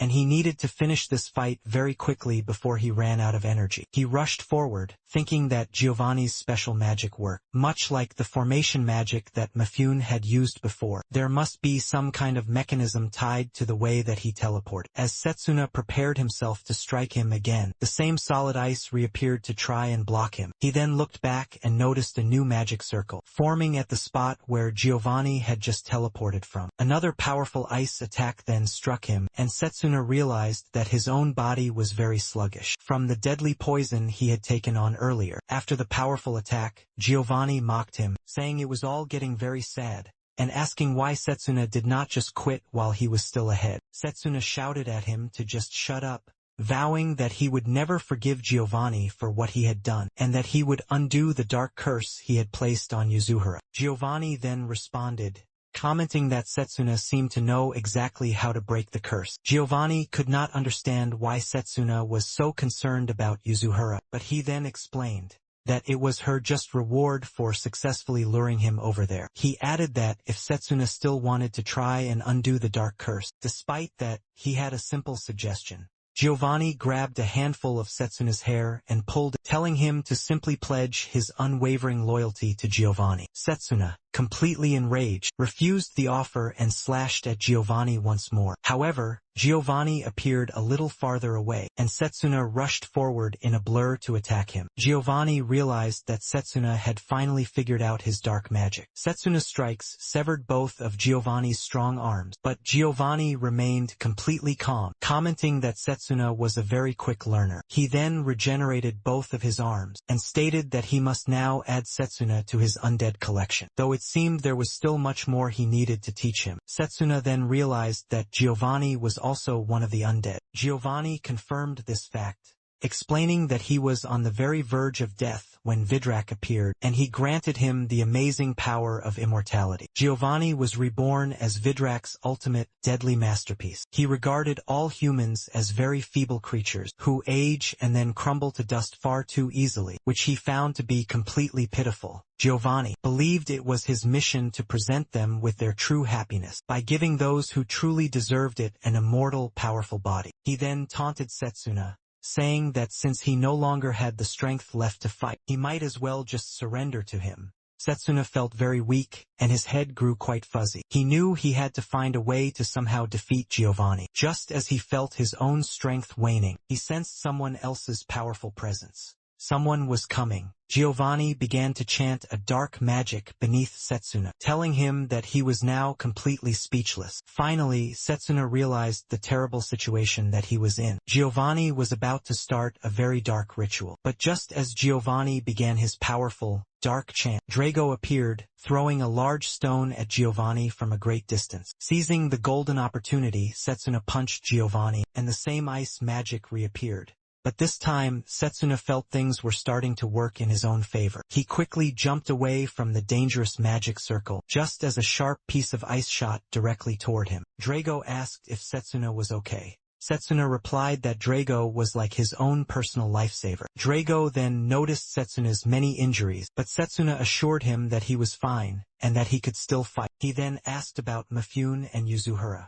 Drago explained that everyone was now heading up, out of the dark dungeon, and that Layla and the other teams had all met them at the upper levels of the dungeon. Setsuna thought that if it was Layla, then he was sure that they would all be fine. Giovanni, on the other hand, wondered who had dared to interrupt his sacred ritual. He was clearly not expecting Drago at all. Drago asked if Giovanni was the one behind everything. Setsuna confirmed it, telling Drago that Giovanni was responsible for everything happening in the dungeon, and that they needed to stop his destructive rampage immediately. Drago furiously remarked that it was truly unforgivable for Giovanni to have been posing as an instructor. All of this time, Setsuna quickly explained Giovanni's fighting pattern to Drago, advising that they needed to be quick in dodging his many attacks. When Giovanni teleported, they should then strike him, as he could not cast his teleportation spell continuously. Drago needed to attack him first, and then Setsuna would follow the same pattern and finish Giovanni off. Setsuna noted that Giovanni's special ability had slowed down significantly, so just one more attack should be quite enough. Drago agreed to give it a try. Giovanni cursed the interruption, and he called them irritating fools. As Drago attacked, the ice magic shattered, and Giovanni appeared at his teleportation spot. He warned them not to underestimate his powerful magic, boasting that he could also cast the spell Frostbite. Setsuna took the opportunity to punch Giovanni, thinking that he would finally finish him off. He landed several hard punches, forcing Giovanni hard into the nearby wall, where he finally collapsed, badly injured. Setsuna, already exhausted and on the very brink of his own limit, collapsed and then fainted shortly afterward. Giovanni, barely able to even move, muttered that it was the very last place he expected to use the item that Vidrak had bestowed upon him. He then pulled something dark from his own body, thinking of the mighty Hydra, and preparing to combine it with himself. He then turned to Drago, declaring that it was not yet over. Drago stared in shock as Giovanni began to horribly transform, turning into a hideous, monstrous creature. Giovanni let out a sneer, calling Setsuna and Drago arrogant kids who had forced his very hand. He claimed he had no other real choice but to use the powerful item Vidrak had given him to deal with them, and he promised them that they would both regret it. Setsuna had not completely fainted, but he realized that if nothing was now done, Giovanni would now do whatever he wanted. Setsuna also felt himself on the very verge of losing his consciousness. Then he saw a bright flare,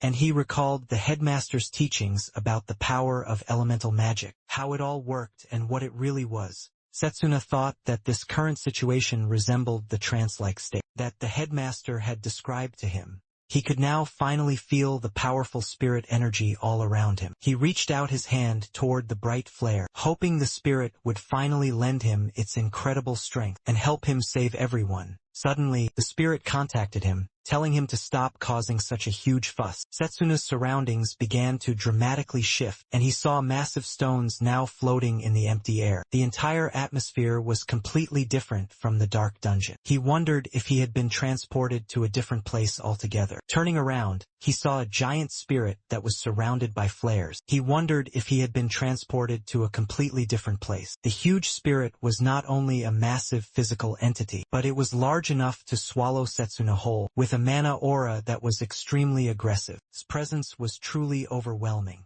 Just standing before it, Setsuna confronted the powerful spirit, asking if it would be willing to listen to his sad story. He explained that Vidrak and his evil subordinates were terrorizing humans in the mortal realm, and that his friends were now in great, grave danger. He pleaded with the spirit for its help.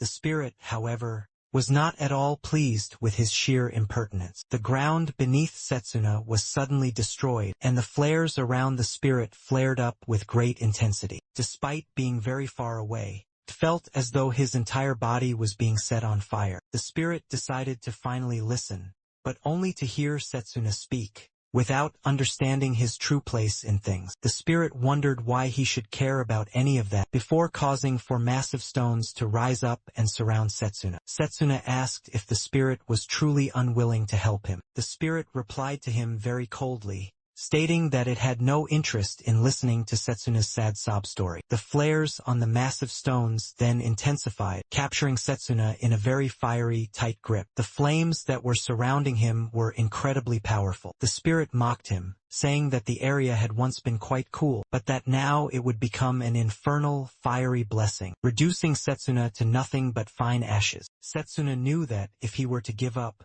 He was completely done for. He had to find a way to communicate with the spirit. The spirit realized that he was somehow still conscious, something that would have been completely impossible for a normal human, who would have surely succumbed a very long time ago. Then, the spirit sensed the strong presence of the spirit of time within Setsuna. Setsuna screamed and then pleaded with the spirit to please hear him out. The spirit, noticing that Setsuna was still trying to resist, found him to be very troublesome. He was hardly the one to have to deal with such a foul, dark monster from another world and all of its pesky underlings. Setsuna thought about the other dark world, and he wondered if the spirit actually knew about Vidrak. Then, Setsuna shouted that he would definitely defeat them, which was why he was asking the powerful spirit to lend him its power. The spirit intensified its powerful flare, saying that defeating them was far beyond Setsuna's own capabilities. No matter how much he ever struggled, he would be trapped in the infinitely flowing, empty space, and he would be doomed to spend all of eternity in the flames. Setsuna retorted that he did not care, and he would never back down. The spirit paused and asked him to prove it, and then it unleashed a terrifying hellfire upon him. Setsuna felt excruciating pain as his very body began to burn. Unable to breathe, he could not feel anything anymore, but he refused to pass out. He wondered if Drago was okay, and what was happening in the dungeon. What was Drago even doing there?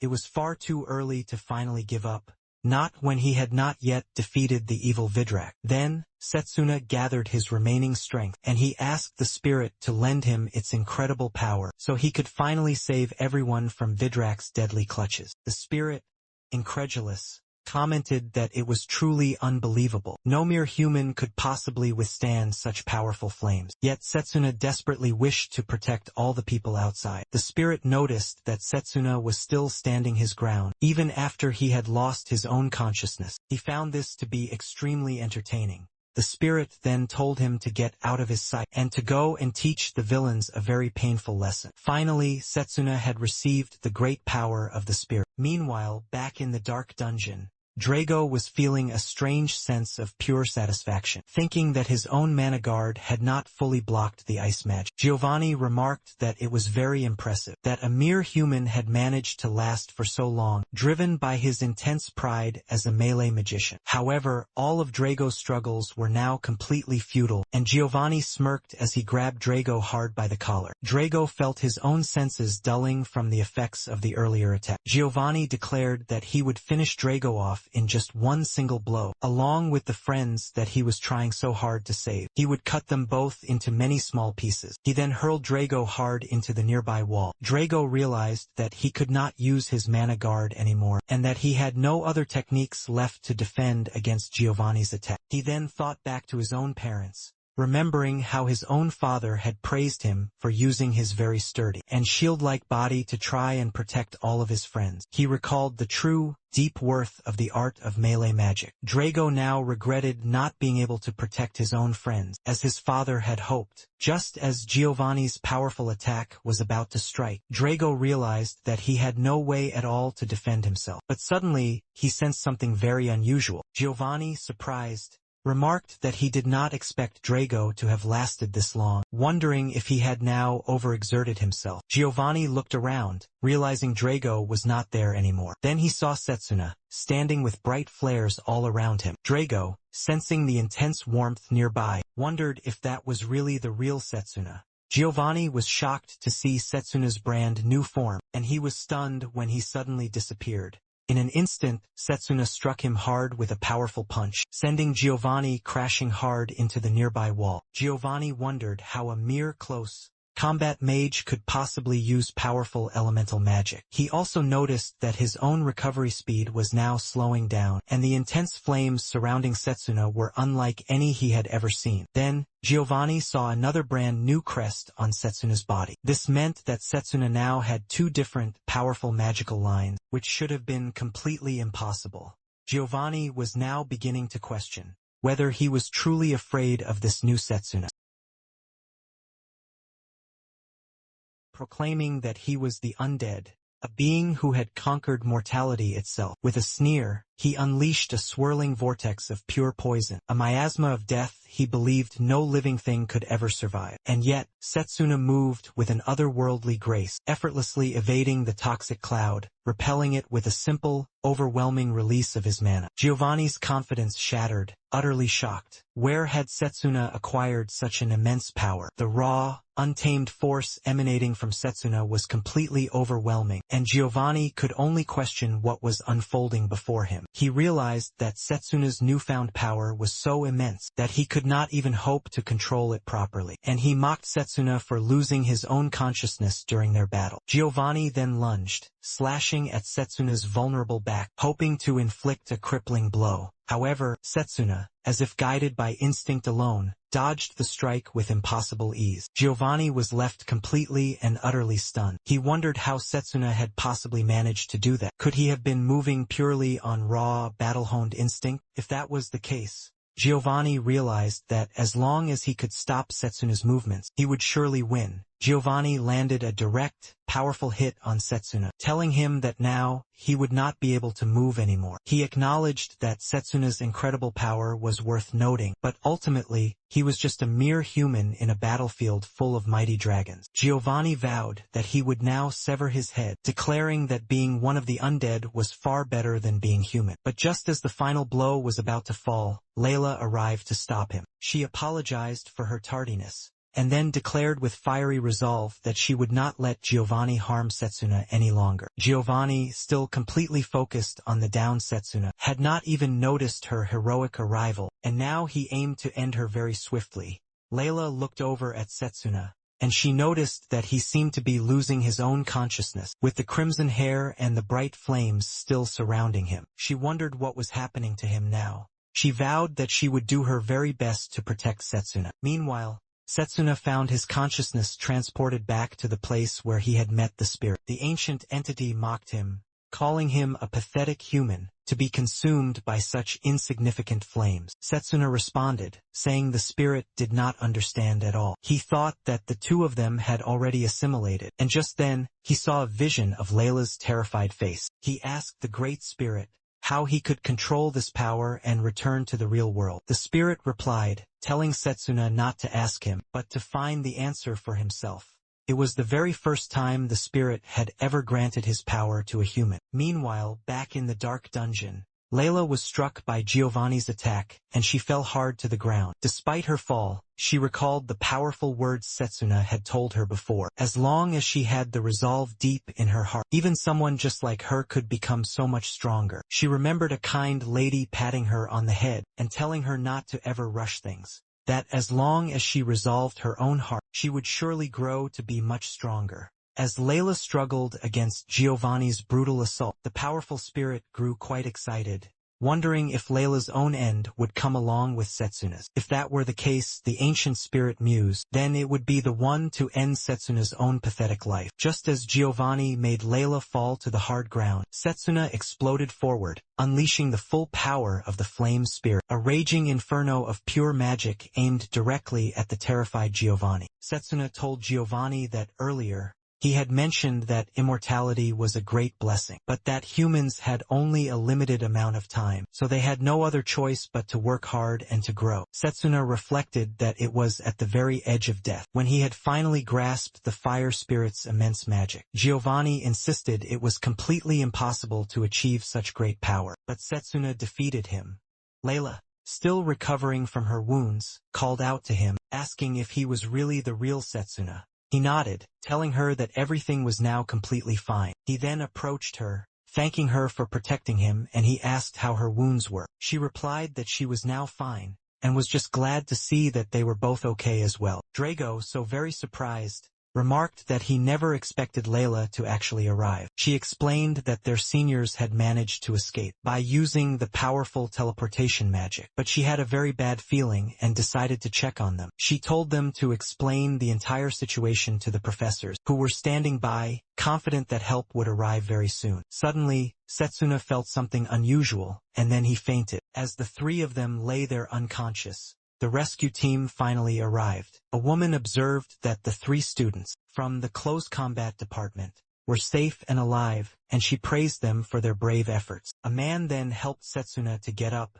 explaining that they had heard the whole situation from Mifune and had come to their rescue. Setsuna requested that they please take care of Layla and Drago first. He then saw that they were being taken to safety as well. Later, Setsuna woke up in a room and realized he was in the infirmary. He sat up, commenting that it felt like he was a regular patient there. Even now, he could still feel the immense heat from the battle within his body. Lionel entered the room, noticing that Setsuna was now awake. As Lionel approached him to sit down, Setsuna asked about the others. Lionel replied that Setsuna had worried about his friends. Even while he was in a deep coma for 3 long days, he assured Setsuna that Drago and Layla, and their senior from the formation department, were all doing fine. Setsuna, it seemed, was the very last one to finally wake up. Lionel then explained that he had heard that Setsuna had fought against a truly powerful enemy, and that the after effects of the terrible incident had now been resolved by the principal's own direct orders. Setsuna thought that it was good, that there were still many things that they did not know about yet. Lionel then apologized for the whole incident. He had heard about it from the principal involving Leo. He mentioned that there were many others just like him, very dangerous individuals, and that an internal investigation had been ordered. However, the investigation had been delayed because of all the recent events, and they had failed to notice Giovanni's dark ambition. Lionel expressed his sincere regret that the students had been put in grave danger twice, and he promised that such an incident would never happen again. As Lionel lowered his head in a formal apology, Setsuna told him to please raise it.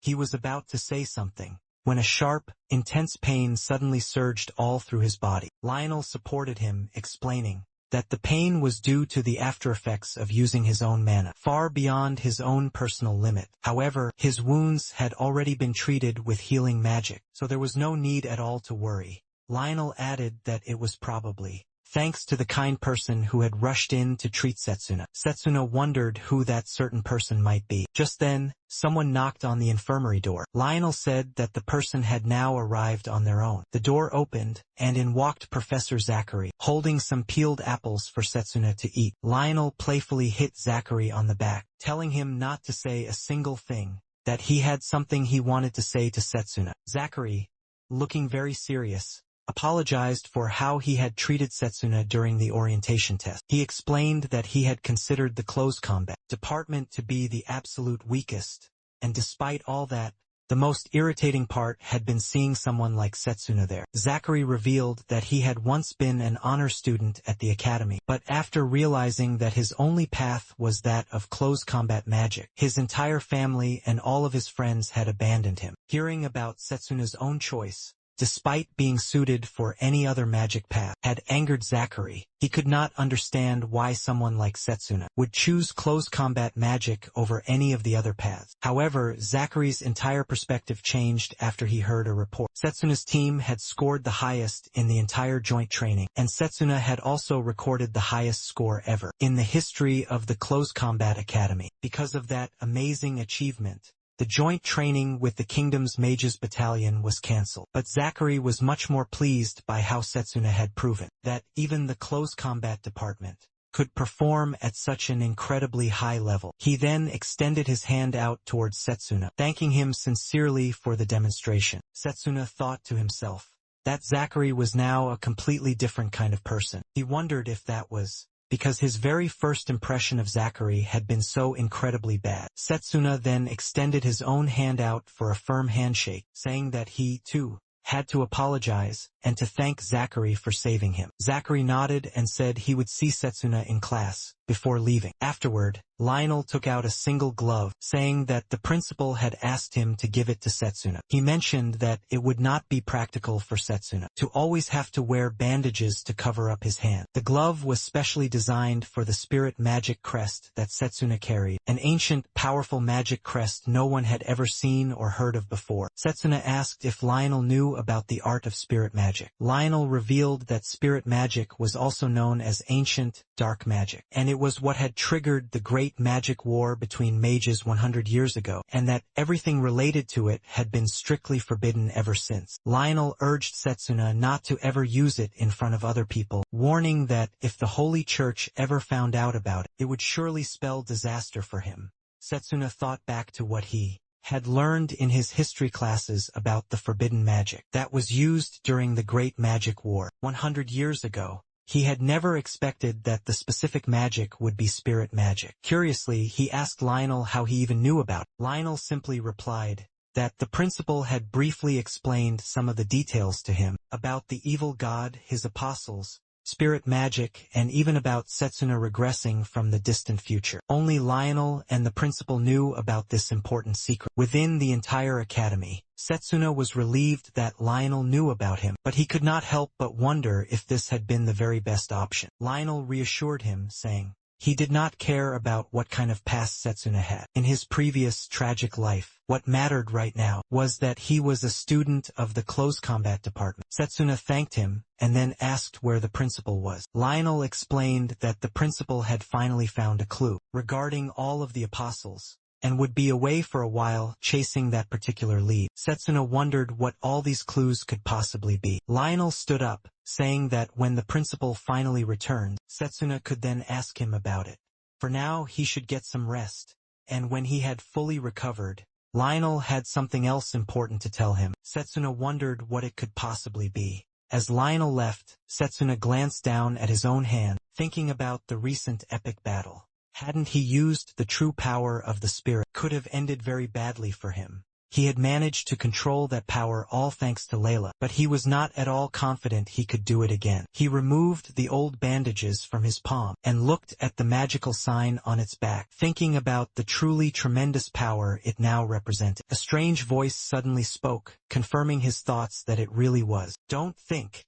A mere human just like you could easily control the power of a spirit. Setsuna wondered if the voice had come from the spirit itself, but as he looked all around, he saw no one at all. Suddenly, something appeared right under the blanket he was wearing. With an incredible, blinding speed, a strange pet appeared and placed itself right on Setsuna's head. The small creature spoke to him cheerfully, saying, "Rejoice, for I have now manifested myself." Setsuna asked if he was truly the real spirit. The spirit confirmed it, noting that Setsuna had been very rude by calling him that, and then he introduced himself as Blazer, asking Setsuna not to ever forget his glorious name. Setsuna thought that even in this strange new form, somehow, Blazer's previous intimidating image did not quite fit him. Blazer jumped to the windowsill to look outside, marveling at how amazing modern human society actually looked, with everything appearing to be so very large. Setsuna thought this was because Blazer himself was so small, and he asked if that was really something so special. Blazer then replied that,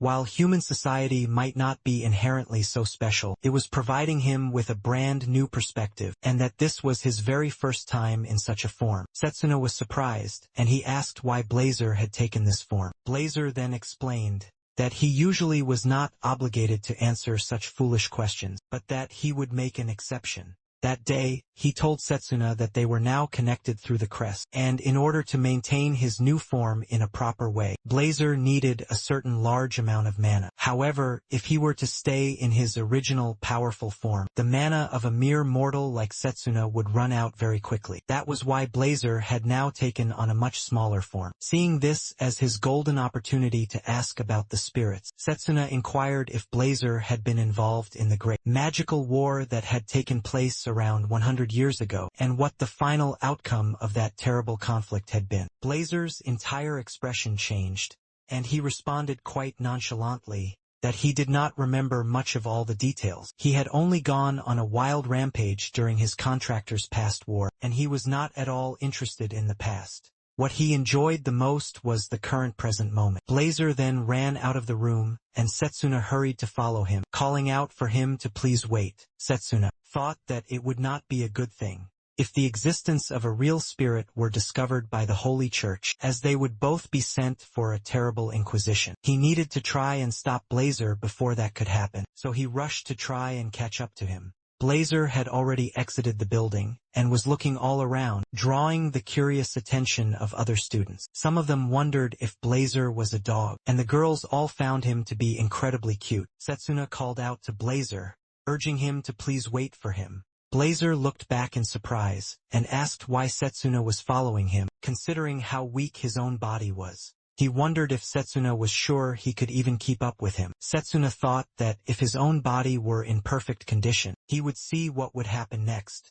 As Blazer continued on, Setsuna chased after him, and he encountered Noel. Noel told Setsuna that he was getting much too cocky, thinking his victory in the exchange match was due to nothing but pure luck. He warned him that the golems under his direct command would now be able to withstand any kind of attack from Setsuna. Ignoring him, Setsuna pressed onward. Noel, annoyed by the complete dismissal, scowled as he watched Setsuna leave him behind. Just then, Carl appeared, and acting all high and noble, he forgave Setsuna for his extreme rudeness from earlier. As Carl was going to say something about Layla, he saw Setsuna ignore him so brutally to head onward, causing him to remark that Setsuna was being terribly disrespectful. Setsuna, completely uninterested, responded that he did not understand what Carl even meant, and he advised him to just leave it at that.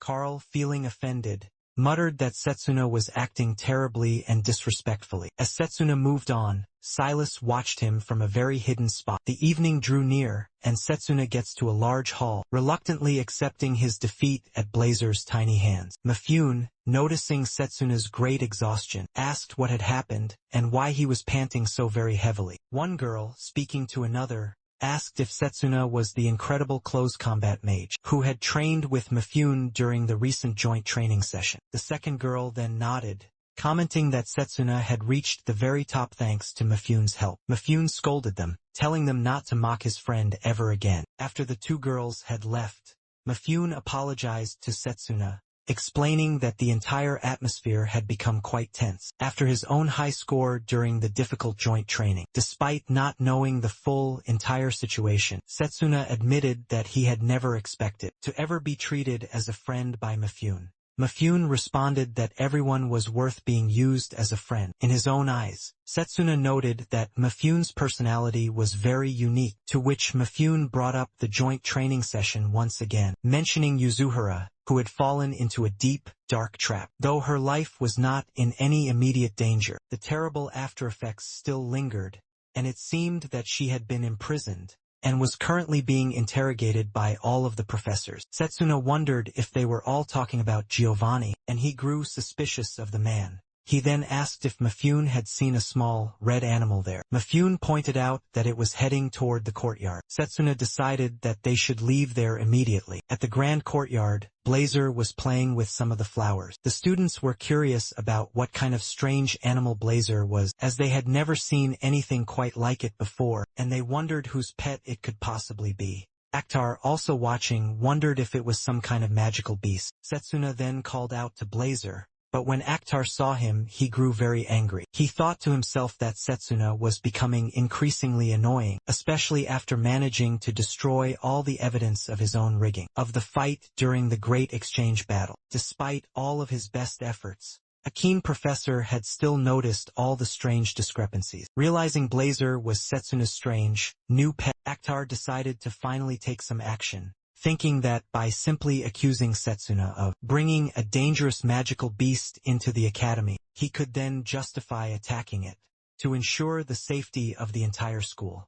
He intended to strike at Blazer, confident that the entire academy would not be able to blame him for his own actions. Now, Blazer seemed quite concerned about the incoming attack, but he quickly countered it by unleashing a torrent of fire, blowing it far away. Akhtar was shocked to see this, and he angrily told Blazer to know his own place. However, his own clothes were now burned from the front, and in great embarrassment, he quickly ran away. Setsuna was relieved that Blazer was completely unharmed. However, he soon noticed that the other students were all staring at them, murmuring amongst themselves. Seeing Akhtar being humiliated and witnessing Blazer's power firsthand, some students began to worry if Blazer could use his real abilities, even in such a small and tiny form, could pose a very serious danger to them. One boy wondered about the powerful flames, commenting on how incredibly powerful they were. Another then questioned whether that much fire had really come from such a small, tiny creature. Blazer simply brushed it all off, asking if they were all friends of that strange police guy. The students, feeling very intimidated, decided to leave. Meanwhile, Layla had been watching Blazer very closely. When Setsuna noticed her, he was stepped back, as she seemed to be lost deep in her thoughts. Blazer asked her what she was thinking about, and if she also wanted to be burned alive by him. Setsuna thought that if it were really Blazer, he would surely burn her. As Layla approached Blazer, he remarked that it seemed she had already prepared herself. Layla then knelt down to thank him for helping Setsuna in the dungeon, bowing in immense gratitude for saving her precious friend. Blazer acknowledged her good, respectful attitude, telling her to be thankful that he had linked his powers to Setsuna. Setsuna noticed that Blazer's strange mood had now shifted. Layla then picked some fresh fruit from a basket and offered it to Blazer, mentioning that she had brought it for him while she was visiting Setsuna. Blazer began eating, commenting that it was a very good gift. He quickly added that it was not so bad, and that he actually loved it. Setsuna thought to himself that Blazer was very easily domesticated. As the students were having their own meal, Blazer sat comfortably on Layla's lap, eating her food. Drago remarked on Blazer's truly amazing appetite, and then he asked Setsuna what kind of animal Blazer really was. Setsuna replied that Blazer was a special magical beast. He thought that if he were to reveal Blazer's true identity as a spirit, the entire church would take special notice. And even if it was just Drago, he could not involve him in such a matter. For now, Setsuna still needed to stay very vigilant. But Blazer did not seem to pose any immediate threat to all the students. Noticing that Blazer had already finished all of Layla's food, Setsuna passed him his own, thanking Layla. She said nothing, and it seemed that Blazer was simply feeling nervous about being surrounded by so many different people. As a girl and a boy walked by, the girl mentioned that Setsuna was the incredible close combat mage who had scored the very highest during the recent joint training. The boy then commented on Blazer, saying he had never seen an animal quite like that one before. Blazer was about to eat Setsuna's food when he remarked that an existence like his would surely attract a lot of unwanted attention. He added that if it was just some idle, harmless gossip, he would then let them all off. Setsuna thought to himself that Blazer was being treated just like a very rare animal. Blazer then told Layla that if she brought him gifts like that in the future, he would then make her his own personal subordinate. Setsuna was glad that he was the only one who could truly understand and hear Blazer's strange voice like that. Setsuna then called out to both Layla and Drago, thanking them for having saved him in the dark dungeon. Layla replied that saving a dear friend was only natural. Drago, with his usual deadpan expression, pulled something out from his own belongings. He showed him an envelope and he explained that his parents had heard the great news about his very high score during the difficult joint training. They were so incredibly happy that they even sent him a letter, making him feel very proud to be a close combat mage. Setsuna was very glad to hear this, and he smiled at the thought. Layla then called out to Setsuna, expressing her deep concern about Giovanni's true identity. Setsuna admitted that he did not know all the details, but that they might learn more once Yuzuhira's interrogation was finally complete. He thought back to when they had first encountered Giovanni, suspecting that he was an apostle. The only real special ability that Giovanni seemed to have was controlling the powerful Hydra, and that power alone was something only a true apostle could possess. Drago, looking very serious, mentioned that he wanted to ask Setsuna about the power he had displayed. In the dungeon, he had seen the energy field made from Setsuna's mana, which did not seem like close combat magic at all. Setsuna hesitated, unsure of how he should respond. Layla then speculated that Blazer had lent his incredible powers to Setsuna. Blazer, hearing this, remarked that Layla had a very good eye, since she had sensed where the great power was truly coming from. Setsuna realized that Blazer had been completely and utterly domesticated, and he himself felt somewhat quite empty, unsure of how to explain this entire situation in a proper way. Suddenly, Professor Silas called out to Setsuna. As Silas approached them, two other students wondered aloud if Silas was going to scold yet another student once again. Silas yelled at them to leave, and they quickly complied with him. He then pointed at Blazer and asked what kind of strange animal he was, as he had never seen such a strange magical beast before in his life. He noted that it did not appear to be one of the banned magical beasts. Setsuna thought to himself that this was now a very bad situation. Silas continued to scold him, saying that did he not know he needed to register his pet at the academy? Blazer, hearing Silas call him a pet, bristled with pure, unrestrained anger. Silas, noticing the strange reaction, wondered if there was a legitimate reason for Blazer's very presence. If not, he would have to make arrangements to remove the strange animal. Blazer, now absolutely furious, was ready to finally retaliate. But before anything could escalate further, Zachary appeared, apologizing for the terrible oversight. He explained that he had received the registration form, but that he had carelessly forgotten all about it. He bowed to Silas in a sincere apology. Setsuna understood that Professor Zachary was now covering up for him. Silas, visibly surprised,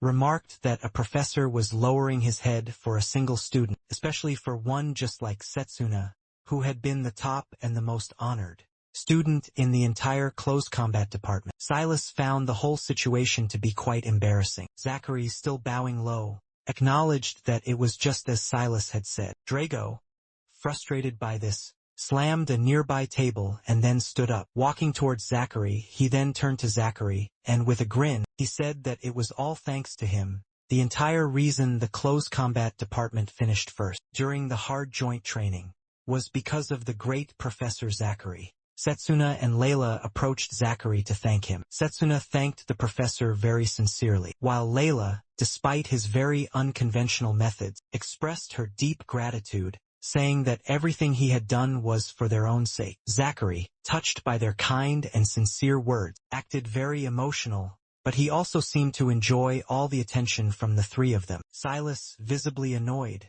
wondered aloud what kind of foolishness they were all involved in, and whether they truly believed that such a thing was even believable. The girl turned to a boy and whispered that the close combat department was currently ranked much higher than Silas' department. The boy then added that it was no wonder at all that Silas was acting so high and mighty. Angered by all of their comments, Silas simply snapped, telling them to just submit the important document by the next morning. Without any further delay, Setsuna, relieved that he had been saved from a much worse situation, realized that Blazer was just on the very edge of losing his own temper, but that it had not gone that far. He then thanked Zachary for all of his help, even though Zachary did not know all of the full details, and he appreciated that Zachary had come through for them. Zachary, with a warm smile, replied that he should be the one who was thanking Setsuna. He added that, considering all the strange circumstances, he was sure there was a good reason behind bringing the magical beast. Drago, with great admiration, said that Zachary was a true role model for the other professors. Layla agreed with him, but Blazer, uninterested, dismissed the entire conversation as being useless. After that, Blazer and Setsuna left the entire area. As they walked, a bird flew directly toward them, carrying a small scroll. Setsuna read it, and he found that it was a personal letter, congratulating him on his amazing success with the spirit magic. The letter also expressed some deep concern, warning that the principal was very worried that Setsuna might struggle to control the difficult magic. While he was still recovering from his many injuries, the principal, wishing to teach him personally, was currently unavailable,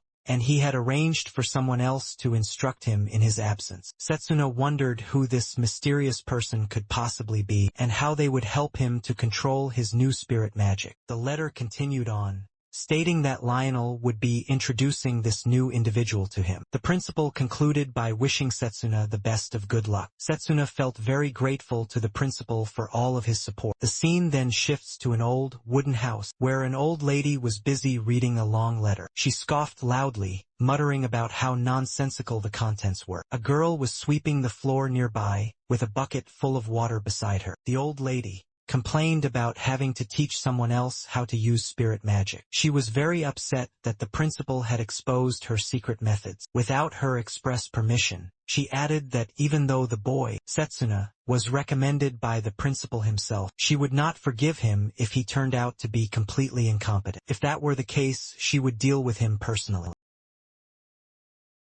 Proclaiming that he was the undead, a being who had shattered the very chains of death. He unleashed a swirling, toxic vortex, a lethal miasma he believed no living creature could possibly withstand. And yet, Setsuna moved with an almost ethereal grace, evading the poison, pushing it away with a mere pulse of his immense mana. Giovanni was completely stunned, wondering where Setsuna had gained such godlike power. The raw, untamed force now radiating from Setsuna was overwhelming, and Giovanni could only question what was truly happening. He realized that Setsuna's newfound power was so great that he could not even control it with any real precision, and he mocked Setsuna for having lost consciousness during the battle. Giovanni then lunged, slashing viciously at Setsuna's back, hoping to finally injure him. However, Setsuna's body dodged the attack with an effortless, fluid motion. Giovanni was left completely and utterly stunned, wondering how Setsuna had possibly managed to do that. Could he have been moving purely on battle-honed instinct? So,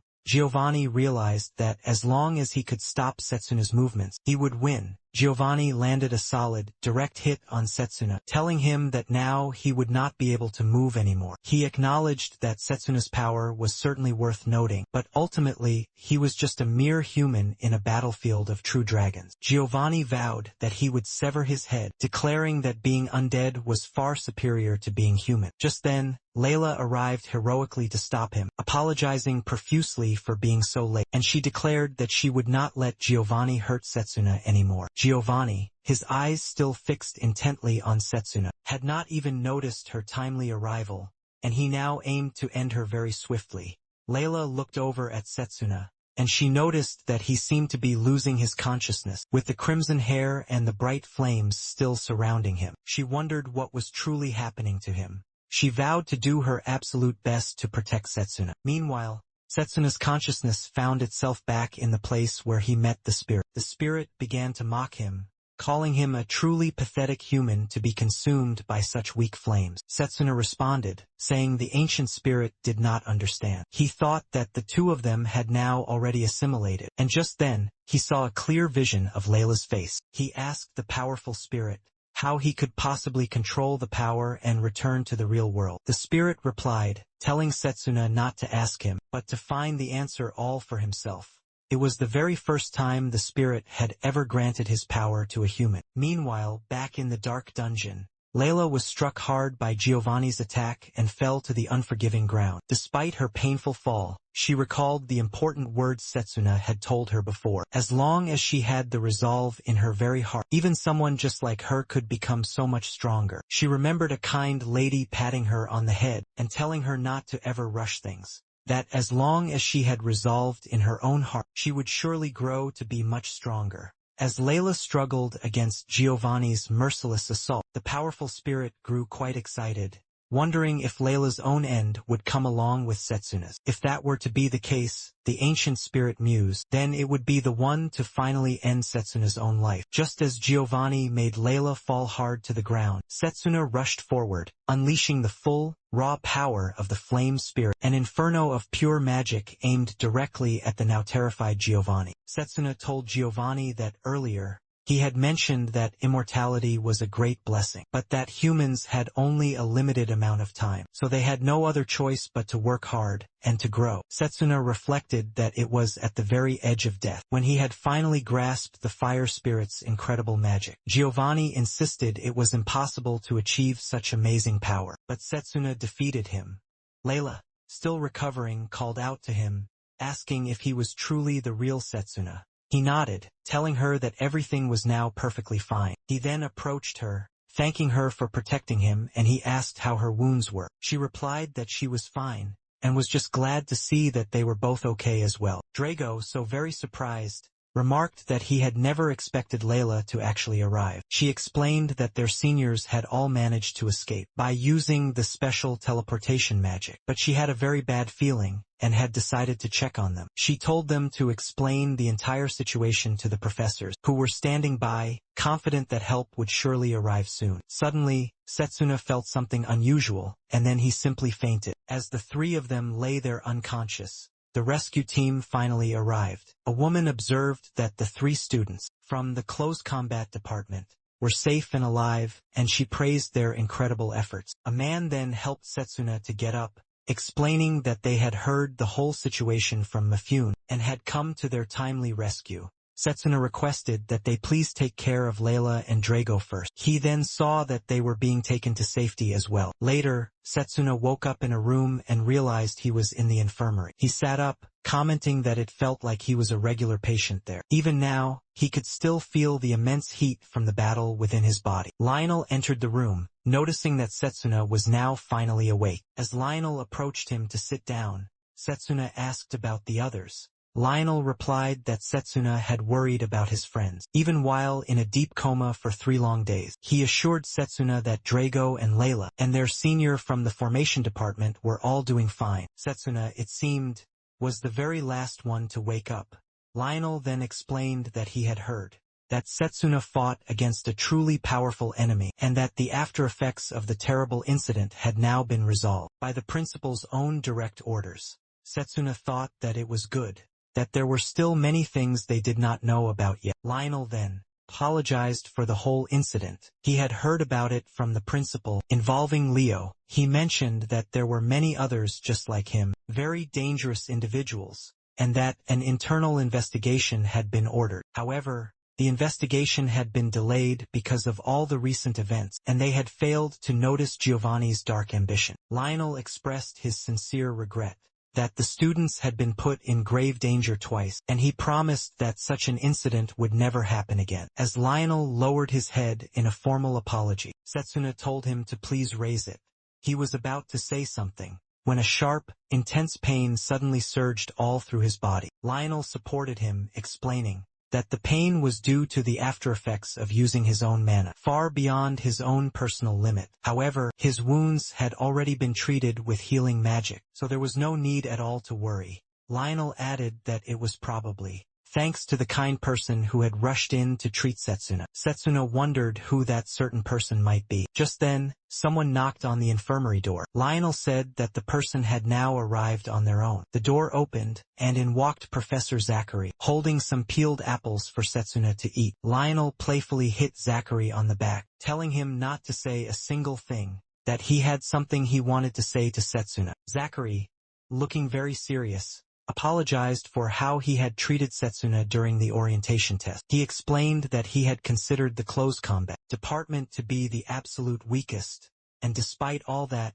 the most irritating part had been seeing someone like Setsuna there. Zachary revealed that he had once been an honor student at the academy, but after realizing that his only path was that of close combat magic, his entire family and all of his friends had abandoned him. Hearing about Setsuna's own choice, despite being suited for any other magic path, had angered Zachary. He could not understand why someone like Setsuna would choose close combat magic over any of the other paths. However, Zachary's entire perspective changed after he heard a report. Setsuna's team had scored the highest in the entire joint training, and Setsuna had also recorded the highest score ever in the history of the Close Combat Academy. Because of that amazing achievement, the joint training with the Kingdom's Mages Battalion was cancelled, but Zachary was much more pleased by how Setsuna had proven that even the close combat department could perform at such an incredibly high level. He then extended his hand out towards Setsuna, thanking him sincerely for the demonstration. Setsuna thought to himself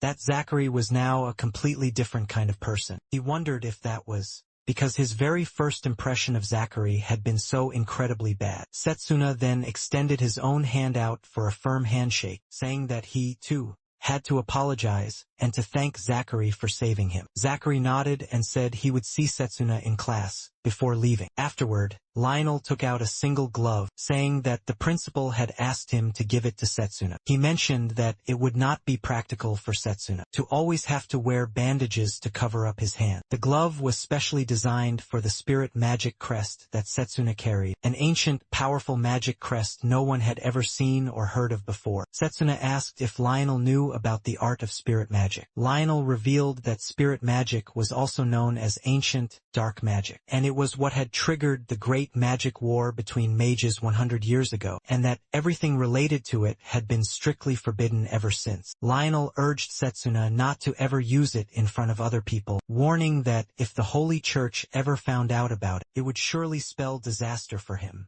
Setsuna thought back to what he had learned in his history classes about the forbidden magic that was used during the Great Magic War 100 years ago. He had never expected that the specific magic would be spirit magic. Curiously, he asked Lionel how he even knew about it. Lionel simply replied that the principal had briefly explained some of the details to him about the evil god, his apostles, spirit magic, and even about Setsuna regressing from the distant future. Only Lionel and the principal knew about this important secret. Within the entire academy, Setsuna was relieved that Lionel knew about him, but he could not help but wonder if this had been the very best option. Lionel reassured him, saying he did not care about what kind of past Setsuna had in his previous tragic life. What mattered right now was that he was a student of the close combat department. Setsuna thanked him and then asked where the principal was. Lionel explained that the principal had finally found a clue regarding all of the apostles and would be away for a while chasing that particular lead. Setsuna wondered what all these clues could possibly be. Lionel stood up, saying that when the principal finally returned, Setsuna could then ask him about it. For now, he should get some rest, and when he had fully recovered, Lionel had something else important to tell him. Setsuna wondered what it could possibly be. As Lionel left, Setsuna glanced down at his own hand, thinking about the recent epic battle. Hadn't he used the true power of the spirit, could have ended very badly for him. He had managed to control that power all thanks to Layla, but he was not at all confident he could do it again. He removed the old bandages from his palm and looked at the magical sign on its back, thinking about the truly tremendous power it now represented. A strange voice suddenly spoke, confirming his thoughts that it really was. Don't think. A mere human just like you could easily control the power of a spirit. Setsuna wondered if the voice had come from the spirit itself, but as he looked all around, he saw no one at all. Suddenly, something appeared right under the blanket he was wearing. With an incredible, blinding speed, a strange pet appeared and placed itself right on Setsuna's head. The small creature spoke to him cheerfully, saying, "Rejoice, for I have now manifested myself." Setsuna asked if he was truly the real spirit. The spirit confirmed it, noting that Setsuna had been very rude by calling him that, and then he introduced himself as Blazer, asking Setsuna not to ever forget his glorious name. Setsuna thought that even in this strange new form, somehow, Blazer's previous intimidating image did not quite fit him. Blazer jumped to the windowsill to look outside, marveling at how amazing modern human society actually looked, with everything appearing to be so very large. Setsuna thought this was because Blazer himself was so small, and he asked if that was really something so special. Blazer then replied that, while human society might not be inherently so special, it was providing him with a brand new perspective, and that this was his very first time in such a form. Setsuna was surprised, and he asked why Blazer had taken this form. Blazer then explained that he usually was not obligated to answer such foolish questions, but that he would make an exception. That day, he told Setsuna that they were now connected through the crest, and in order to maintain his new form in a proper way, Blazer needed a certain large amount of mana. However, if he were to stay in his original powerful form, the mana of a mere mortal like Setsuna would run out very quickly. That was why Blazer had now taken on a much smaller form. Seeing this as his golden opportunity to ask about the spirits, Setsuna inquired if Blazer had been involved in the great magical war that had taken place around 100 years ago, and what the final outcome of that terrible conflict had been. Blazer's entire expression changed, and he responded quite nonchalantly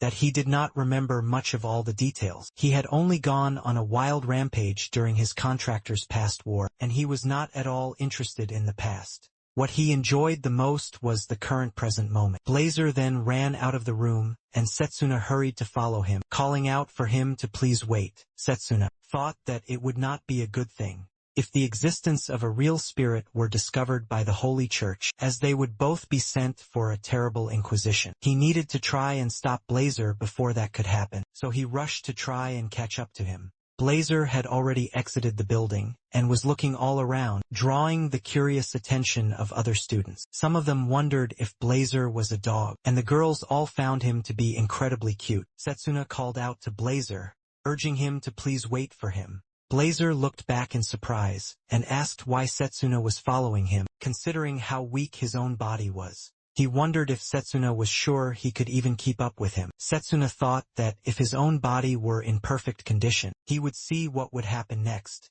As Blazer continued on, Setsuna chased after him, and he encountered Noel. Noel told Setsuna that he was getting much too cocky, thinking his victory in the exchange match was due to nothing but pure luck. He warned him that the golems under his direct command would now be able to withstand any kind of attack from Setsuna. Ignoring him, Setsuna pressed onward. Noel, annoyed by the complete dismissal, scowled as he watched Setsuna leave him behind. Just then, Karl appeared, and acting all high and noble, he forgave Setsuna for his extreme rudeness from earlier. As Karl was going to say something about Layla, he saw Setsuna ignore him so brutally to head onward, causing him to remark that Setsuna was being terribly disrespectful. Setsuna, completely uninterested, responded that he did not understand what Karl even meant, and he advised him to just leave it at that.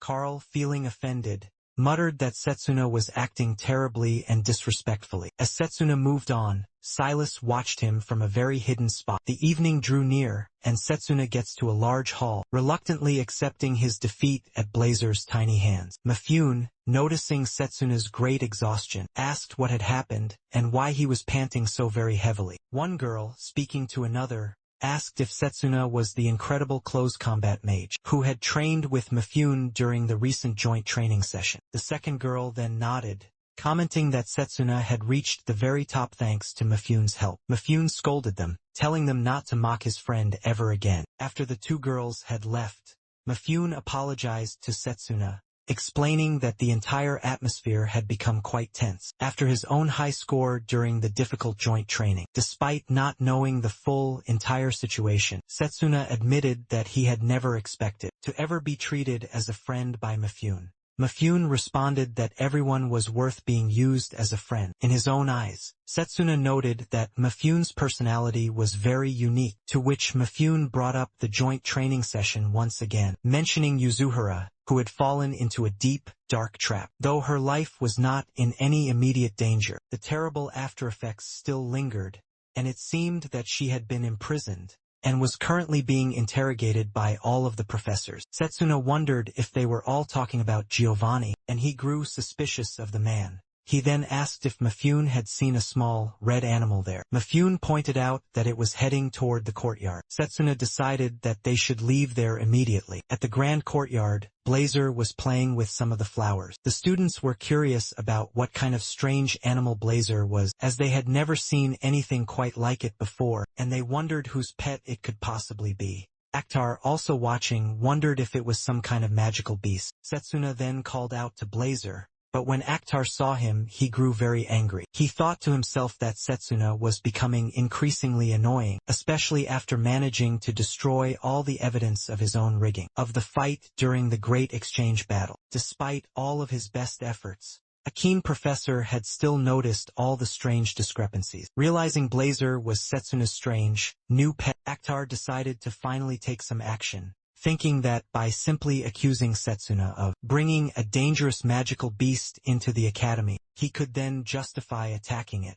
To ensure the safety of the entire school, he intended to strike at Blazer, confident that the entire academy would not be able to blame him for his own actions. Now, Blazer seemed quite concerned about the incoming attack, but he quickly countered it by unleashing a torrent of fire, blowing it far away. Akhtar was shocked to see this, and he angrily told Blazer to know his own place. However, his own clothes were now burned from the front, and in great embarrassment, he quickly ran away. Setsuna was relieved that Blazer was completely unharmed. However, he soon noticed that the other students were all staring at them, murmuring amongst themselves. Seeing Akhtar being humiliated and witnessing Blazer's power firsthand, some students began to worry if Blazer could use his real abilities, even in such a small and tiny form, could pose a very serious danger to them. One boy wondered about the powerful flames, commenting on how incredibly powerful they were. Another then questioned whether that much fire had really come from such a small, tiny creature. Blazer simply brushed it all off, asking if they were all friends of that strange police guy. The students, feeling very intimidated, decided to leave. Meanwhile, Layla had been watching Blazer very closely. When Setsuna noticed her, he was stepped back, as she seemed to be lost deep in her thoughts. Blazer asked her what she was thinking about, and if she also wanted to be burned alive by him. Setsuna thought that if it were really Blazer, he would surely burn her. As Layla approached Blazer, he remarked that it seemed she had already prepared herself. Layla then knelt down to thank him for helping Setsuna in the dungeon, bowing in immense gratitude for saving her precious friend. Blazer acknowledged her good, respectful attitude, telling her to be thankful that he had linked his powers to Setsuna. Setsuna noticed that Blazer's strange mood had now shifted. Layla then picked some fresh fruit from a basket and offered it to Blazer, mentioning that she had brought it for him while she was visiting Setsuna. Blazer began eating, commenting that it was a very good gift. He quickly added that it was not so bad, and that he actually loved it. Setsuna thought to himself that Blazer was very easily domesticated. As the students were having their own meal, Blazer sat comfortably on Layla's lap, eating her food. Drago remarked on Blazer's truly amazing appetite, and then he asked Setsuna what kind of animal Blazer really was. Setsuna replied that Blazer was a special magical beast. He thought that if he were to reveal Blazer's true identity as a spirit, the entire church would take special notice. And even if it was just Drago, he could not involve him in such a matter. For now, Setsuna still needed to stay very vigilant, but Blazer did not seem to pose any immediate threat to all the students. Noticing that Blazer had already finished all of Layla's food, Setsuna passed him his own, thanking Layla.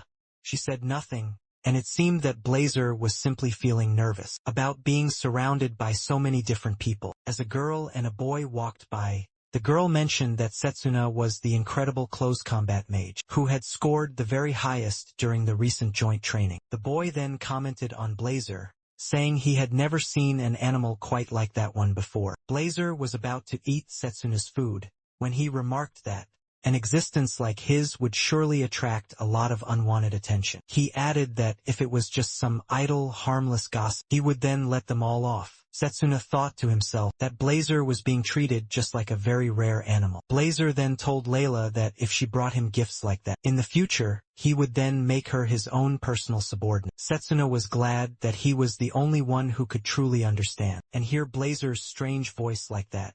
Setsuna then called out to both Layla and Drago, thanking them for having saved him in the dark dungeon. Layla replied that saving a dear friend was only natural. Drago, with his usual deadpan expression, pulled something out from his own belongings. He showed him an envelope and he explained that his parents had heard the great news about his very high score during the difficult joint training. They were so incredibly happy that they even sent him a letter, making him feel very proud to be a close combat mage. Setsuna was very glad to hear this, and he smiled at the thought. Layla then called out to Setsuna, expressing her deep concern about Giovanni's true identity. Setsuna admitted that he did not know all the details, but that they might learn more once Yuzuhira's interrogation was finally complete. He thought back to when they had first encountered Giovanni, suspecting that he was an apostle.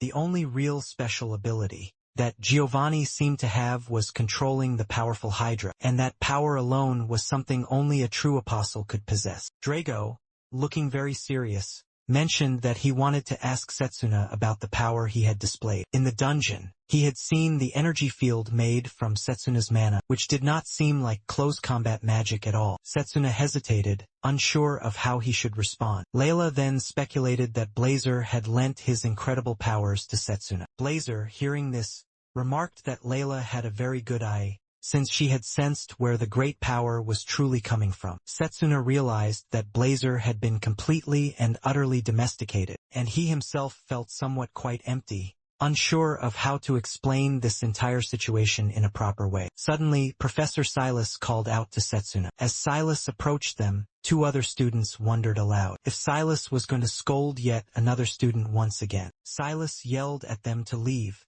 and they quickly complied with him. He then pointed at Blazer and asked what kind of strange animal he was, as he had never seen such a strange magical beast before in his life. He noted that it did not appear to be one of the banned magical beasts. Setsuna thought to himself that this was now a very bad situation. Silas continued to scold him, saying that did he not know he needed to register his pet at the academy? Blazer, hearing Silas call him a pet, bristled with pure, unrestrained anger. Silas, noticing the strange reaction, wondered if there was a legitimate reason for Blazer's very presence. If not, he would have to make arrangements to remove the strange animal. Blazer, now absolutely furious, was ready to finally retaliate. But before anything could escalate further, Zachary appeared, apologizing for the terrible oversight. He explained that he had received the registration form, but that he had carelessly forgotten all about it. He bowed to Silas in a sincere apology. Setsuna understood that Professor Zachary was now covering up for him. Silas, visibly surprised, remarked that a professor was lowering his head for a single student, especially for one just like Setsuna, who had been the top and the most honored student in the entire close combat department. Silas found the whole situation to be quite embarrassing. Zachary, still bowing low, acknowledged that it was just as Silas had said. Drago, frustrated by this, slammed a nearby table and then stood up. Walking towards Zachary, he then turned to Zachary, and with a grin, he said that it was all thanks to him. The entire reason the close combat department finished first during the hard joint training was because of the great Professor Zachary. Setsuna and Layla approached Zachary to thank him. Setsuna thanked the professor very sincerely, while Layla, despite his very unconventional methods, expressed her deep gratitude, saying that everything he had done was for their own sake. Zachary, touched by their kind and sincere words, acted very emotional, but he also seemed to enjoy all the attention from the three of them. Silas, visibly annoyed, wondered aloud what kind of foolishness they were all involved in, and whether they truly believed that such a thing was even believable. The girl turned to a boy and whispered that the close combat department was currently ranked much higher than Silas' department. The boy then added that it was no wonder at all that Silas was acting so high and mighty. Angered by all of their comments, Silas simply snapped, telling them to just submit the important document by the next morning. Without any further delay, Setsuna, relieved that he had been saved from a much worse situation, realized that Blazer was just on the very edge of losing his own temper, but that it had not gone that far. He then thanked Zachary for all of his help, even though Zachary did not know all of the full details, and he appreciated that Zachary had come through for them. Zachary, with a warm smile, replied that he should be the one who was thanking Setsuna. He added that, considering all the strange circumstances, he was sure there was a good reason behind bringing the magical beast. Drago, with great admiration, said that Zachary was a true role model for the other professors. Layla agreed with him, but Blazer, uninterested, dismissed the entire conversation as being useless. After that, Blazer and Setsuna left the entire area. As they walked, a bird flew directly toward them, carrying a small scroll. Setsuna read it, and he found that it was a personal letter, congratulating him on his amazing success with the spirit magic. The letter also expressed some deep concern, warning that the principal was very worried that Setsuna might struggle to control the difficult magic. While he was still recovering from his many injuries, the principal, wishing to teach him personally, was currently unavailable, and he had arranged for someone else to instruct him in his absence. Setsuna wondered who this mysterious person could possibly be, and how they would help him to control his new spirit magic. The letter continued on, stating that Lionel would be introducing this new individual to him. The principal concluded by wishing Setsuna the best of good luck. Setsuna felt very grateful to the principal for all of his support. The scene then shifts to an old, wooden house, where an old lady was busy reading a long letter. She scoffed loudly, muttering about how nonsensical the contents were. A girl was sweeping the floor nearby, with a bucket full of water beside her. The old lady complained about having to teach someone else how to use spirit magic. She was very upset that the principal had exposed her secret methods. Without her express permission, she added that even though the boy, Setsuna, was recommended by the principal himself, she would not forgive him if he turned out to be completely incompetent. If that were the case, she would deal with him personally. As a parting gift for the underworld, with that dark promise, he prepared to unleash his final attack, proclaiming that his grim mission was now complete. But just before he could land the fatal strike, a flash of movement, Setsuna charged forward, delivering a thunderous punch. In that instant, Morgan understood. Setsuna had triumphed over the spirit. Lanol watched in awe as Setsuna was wreathed in a vortex of intense flames, yet he controlled them with masterful skill, preventing the inferno from scorching the surrounding forest. Zagon, sensing this new power, remarked that Setsuna was nothing like Leo. Blazer questioned if these new foes were even worthy of his flames, given the gravity of the current situation. But Setsuna, his eyes burning with resolve, declared that they were indeed formidable opponents. However, he had no intention of underestimating them. Blazer recalled the visceral intensity of their previous duel, conceding that Setsuna had emerged victorious then. But this newfound humble attitude of his, it was a demeanor that simply didn't suit the warrior. Setsuna reminded Blazer of their epic clash within the spirit realm, recalling the brutal punch Blazer had landed, a blow that had sent him reeling backward. Both warriors were utterly spent, pushed to their limits, and Blazer couldn't help but admire Setsuna's unbelievable willpower. He observed that even while trembling from exhaustion, a defiant smile remained plastered on Setsuna's face. Though Setsuna's features were contorted with immense strain, his spirit was unbroken, convinced of his ultimate victory. Blazer, gathering his power for another assault, sneered that Setsuna possessed astounding confidence for such a frail human. Setsuna countered that Blazer's power was truly immense, which clearly explained his legendary undefeated streak. But that same overwhelming strength was also his greatest vulnerability. Bahu countered that Blazer's power was truly immense, which clearly explained his legendary undefeated streak. But that same overwhelming strength was also his greatest vulnerability. Blazer was baffled, questioning what Setsuna could possibly mean. Setsuna then revealed that he had faced crushing defeat and utter despair countless times in his dark past. However, having hit the absolute bottom, he now knew how to rise again. No matter how dire the circumstances became, his spirit would never shatter,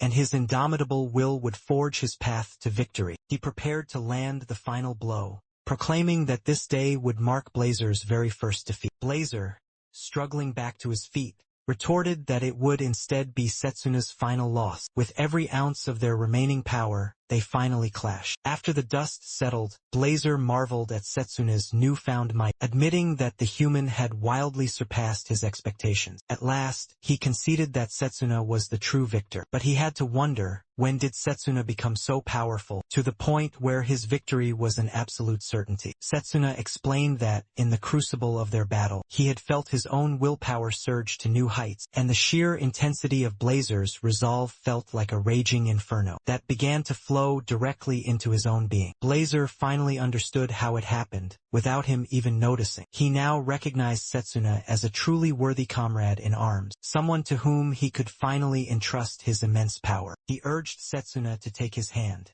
The two warriors clasped fists in a pact, and Setsuna thanked the spirit for entrusting him with such might. Blazer dismissed the gratitude, stating there was no need, and urged him to go. Setsuna nodded, and with no more words needed, he turned and stood to face the apostle, Zagon. Lagano shouted a warning, telling Setsuna to beware of Zagon's claws. Setsuna acknowledged the threat, stating they drain the magic from all they touch. Zagon was the one apostle he had fought before his regression, and his terrifying authority was the devourer of all. Not only could Zagon nullify any offensive magic, but he could also siphon the mana of anyone his claws slashed. This was the monstrous entity who had single-handedly brought the entire northern kingdom to ruin, a nation renowned for its sophisticated alchemical armaments. He had done it all by consuming their magical power. Zagon, astonished by Setsuna's knowledge of his authority, remarked that he had no idea how Setsuna knew his secret. But regardless, a mere human could never defeat him. Leo, attempting to gather his shattered composure, winced in agony, noting that Setsuna's speed was now on another level. Setsuna himself was surprised that Leo was even capable of standing. He deduced Leo must have used magic integration to lessen the impact. It seemed his old rival had grown even stronger than before. Zagon ordered Leo to stand down, proclaiming he would handle Setsuna. He commanded him to fall back and simply bear witness. Leo obeyed, retreating to the sidelines to observe the clash. Setsuna recalled his past life. Before his return, he had eventually managed to vanquish Zagon. He had exploited his advantage in long-range magical assaults. But now, facing Zagon, whose expertise was close-quarters combat, a single misstep, a single scratch could prove fatal. However, Setsuna was no longer the man he used to be. He expertly parried Zagon's lunge and landed a vicious side punch, forcing the monstrous apostle to stumble backward. But Setsuna gave him no quarter, pressing his relentless assault once more. Zagon was in utter shock, He roared that it was impossible for a human like Setsuna to be faster than him. A silent thought flashed through Setsuna's mind. By fusing Blazer's explosive power with his own physical enhancements, he could now move with supernatural celerity. Lionel realized with a jolt that Setsuna was now seamlessly blending close combat martial arts with devastating spirit magic. This fusion allowed him to move even faster, landing a barrage of strikes on Zagon. Morgana, watching from afar, marveled at how Setsuna could command the range of his fire attacks so perfectly after such a short amount of time. It was a truly staggering display. Zagon let out a deafening roar, unleashing immense spiritual pressure on everyone in the vicinity. He then taunted Setsuna, snarling that, shrouding his body in flames, was practically begging to be devoured. He bellowed that he could feel the overwhelming power now, for he was the great devourer of all things. Setsuna merely smirked. He thought to himself that this was the very thing he was curious about. Zagon lunged, landing a solid blow on Setsuna. However, this was a ploy to get closer to the tree, and as Zagon unleashed his true attack, Setsuna deftly evaded. Suddenly, Zagon felt an agonizing sensation, as if his body was igniting. He screamed for Morgana, begging her to douse him with her water magic, but his body was locked in place, paralyzed. He roared, demanding to know what was happening to him. Setsuna calmly laid out the horrifying truth. Just as he suspected, Zagon could not fully digest the spirit's magic. Even if his authority allowed him to absorb it, it was utterly useless if he couldn't control it properly. Instead, the raw power was consuming him from the inside out. The might of a spirit was not something that Zagon, or any creature like him, could ever hope to devour so easily. Zagon shrieked at Setsuna, accusing him of orchestrating this entire trap on purpose. He then desperately turned his gaze to Leo, demanding that he use his power to disintegrate the magic inside his body. Leo replied with a cold, sarcastic tone, reminding Zagon that he had just been told to stand back and watch. And now, suddenly, he was perfectly fine with Leo intervening. In a shocking twist, Leo attacked Zagon, leaving the apostle baffled. Zagon couldn't comprehend what Leo was possibly doing. The devastating attack even struck Morgana in the chaos. The horrifying realization finally dawned on Zagon. Leo had betrayed them. Leo responded with chilling pragmatism, stating he simply prioritized the mission and eliminated Morgana because his so-called superior had proven to be useless. He added with a sneer that Zagon's keen sense of smell had been useful for tracking Morgana, but his feral, beastly nature had become a liability. Leo had simply done what was necessary for the mission. Consumed by fury, Zagon bellowed that he would never forgive Leo, vowing to drag them all down into oblivion with him. For the glory of his master, he would slaughter them all. As Zagon gathered his chaotic energy for a final, desperate attack, Setsuna unleashed his own spirit flame magic, carving through the air with an inferno of blazing slashes. Zagon responded by spitting a cursed stone from his maw, but it was instantly vaporized in the attack, and Zagon was finally slain. His monstrous body crumbled into nothing but ash. Setsuna's gaze fell upon the black gemstone left in the dust. Then he called out for Leo, only to realize the traitor had already vanished. He muttered Leo's name, carving it into his memory with a vow. No matter where on this earth Leo chose to hide, Setsuna would hunt him down and defeat him without a shred of mercy. The very next time their paths were fated to cross. At that moment, Morgana collapsed and Setsuna rushed to her side, urging her to hold on and promising to heal her wounds immediately. But she weakly explained that their foe had used disintegration magic. Her physical body could no longer be saved. Both Lionel and Setsuna were struck with profound sorrow at the news. Morgana, with a faint, bittersweet smile, told them not to be sad. She acknowledged Setsuna as the legendary close combat mage, who had earned the recognition of the great flame spirit, and she had one final thing to entrust to him. She handed him a relic that contained a fragment of her spirit, explaining that if he were to use it, it would be immensely helpful for him to comprehend the fluid speed of water in the vast ocean. She entrusted her legacy to him. Setsuna, shaken, begged her not to speak, as if she were leaving behind her last will and testament. He refused to accept that there was truly no way to save her. But Morgana's life had already faded away. Setsuna gently laid her still form upon the ground, his heart laden with a heavy grief. He whispered to himself, questioning no matter how powerful he became, if he still couldn't protect the ones most important to him, then what was the point of it all? Lionel approached, attempting to offer some solace. He explained that life is a fragile thing, and no one can ever truly know what the future holds. No matter how overwhelmingly strong one becomes, all mortals are ultimately imperfect. The most crucial thing is to continue to face every challenge, without ever surrendering, and as long as they draw breath, they have a duty to continue the fight. Lionel expressed his hope that Setsuna could understand this truth. Just then, a young girl approached and playfully patted Setsuna on the head. She teased him, declaring that he had been completely fooled, and she warned him never to say things like, keepsake, because speaking such words brings terrible luck. To his absolute shock, she declared that she was the real Morgana. Both Setsuna and Lionel were completely and utterly stunned. Morgana explained that the elderly woman he had just seen perish was, in fact, an advanced alchemical doll, just like all of her other servants.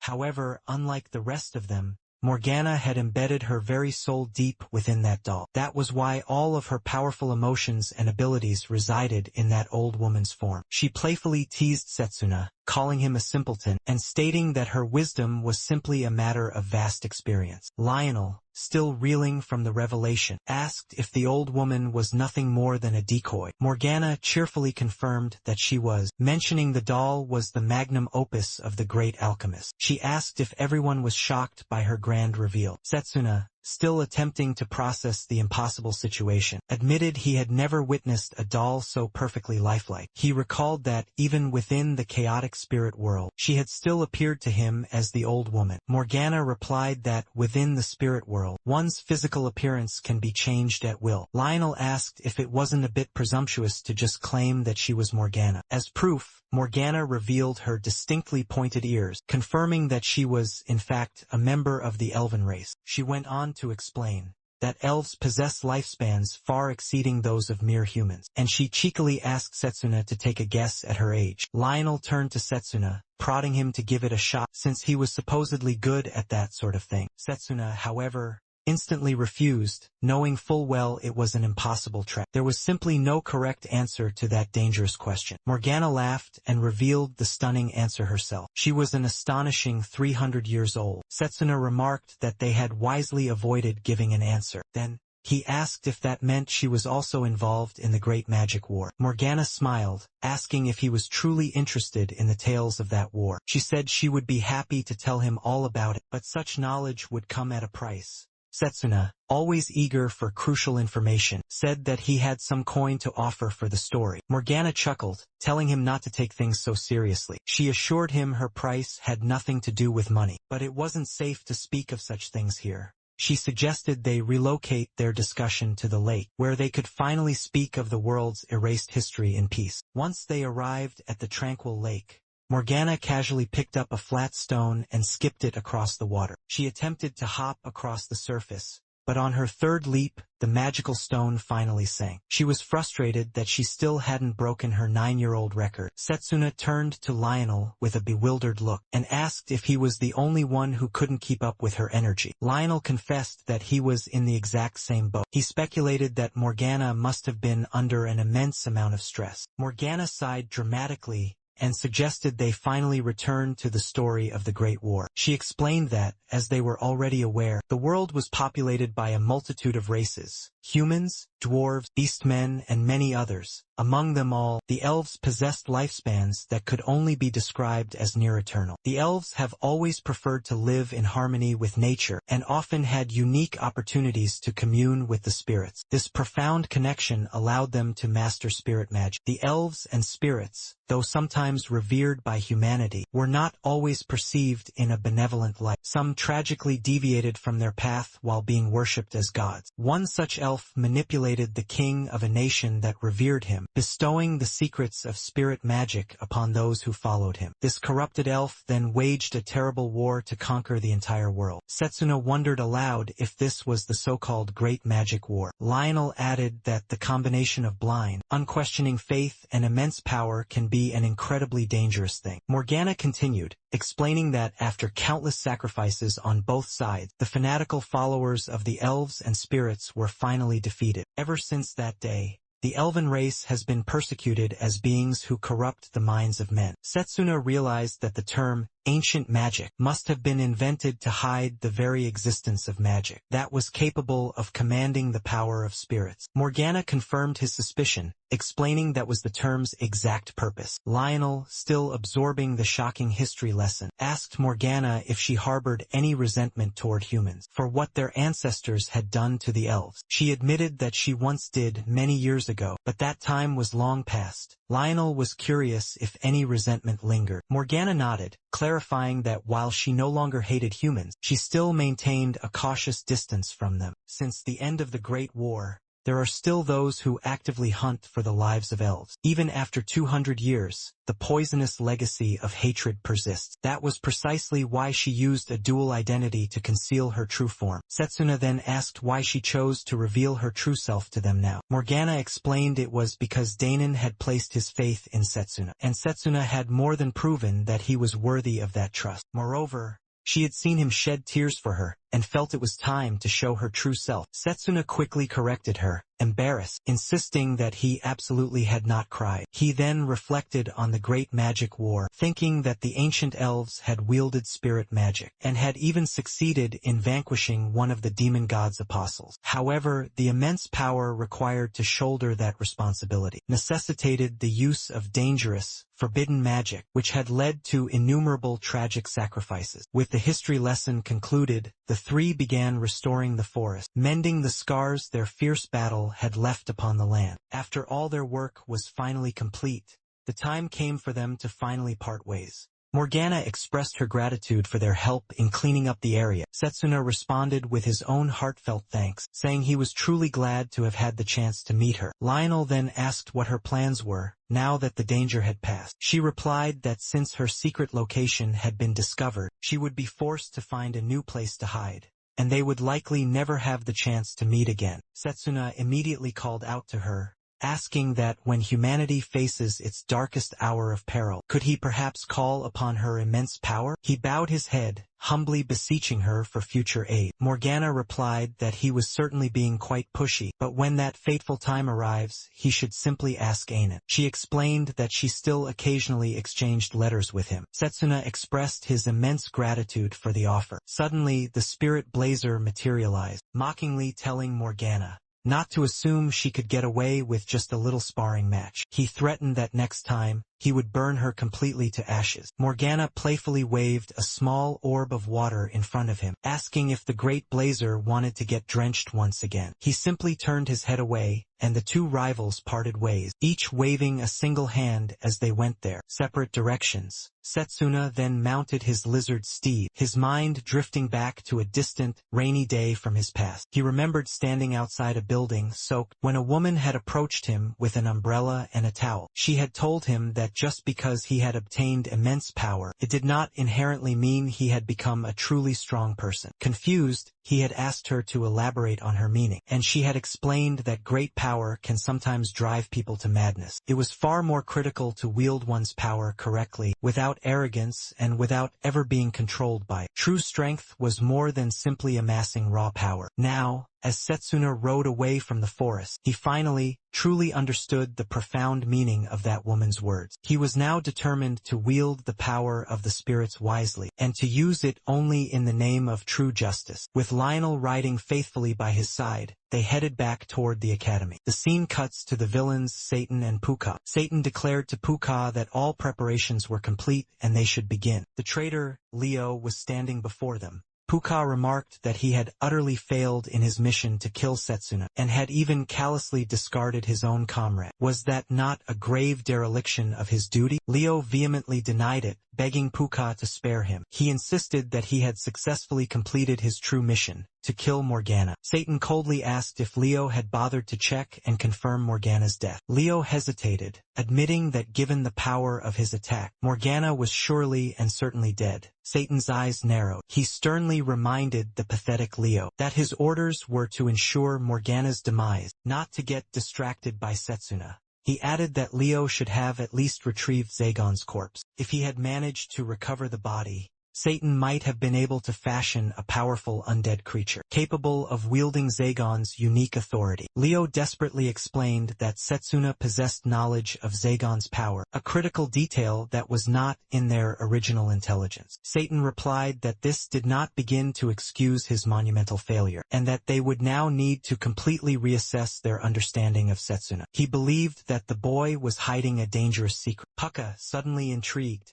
wondered if Leo's little undead toy had been destroyed in the chaos as well. He then recognized a mysterious figure approaching in the distance. Giovanni. Satan then called out to the shadowy figure, Tsukuyami, asking if she was capable of handling the delicate situation. She replied with cold certainty that she had no other choice. It was now almost the perfect time. Tsukiyomi, the eighth apostle of the demon god, possessed the terrifying power to resurrect the dead. Meanwhile, Setsuna and Lionel were traveling beneath a brilliant blue sky. Lionel mentioned that they were only about half a day's journey from the academy. Setsuna found himself wondering how everyone back home was doing. Lionel, with a concerned tone, remarked that Drago was probably pushing himself to his limits with excessive training, and Setsuna couldn't help but agree. He wondered to himself when he had started to care so much about those around him. Lionel asked if things were somehow different for him before. Setsuna confirmed, saying that in his past, he had only focused on training himself. He used to believe that by pursuing the absolute pinnacle of long-range magic, he could single-handedly win every battle without needing anyone else's help. Those around him had only served as a distant encouragement, and he had very few friends. But everything was completely different for him now. He now had dependable and trustworthy comrades by his side. Furthermore, he had come to learn that there were many different forms of strength and entire other magical systems to master beyond the solitary pursuit of long-range magic. The incredible magical control he had cultivated before his regression had also proven to be immensely useful for close-quarters combat. Lionel explained that such precise magic control was a skill that could only be mastered through relentless training, not simply through raw talent or natural aptitude. He believed that Setsuna's incredible level of mastery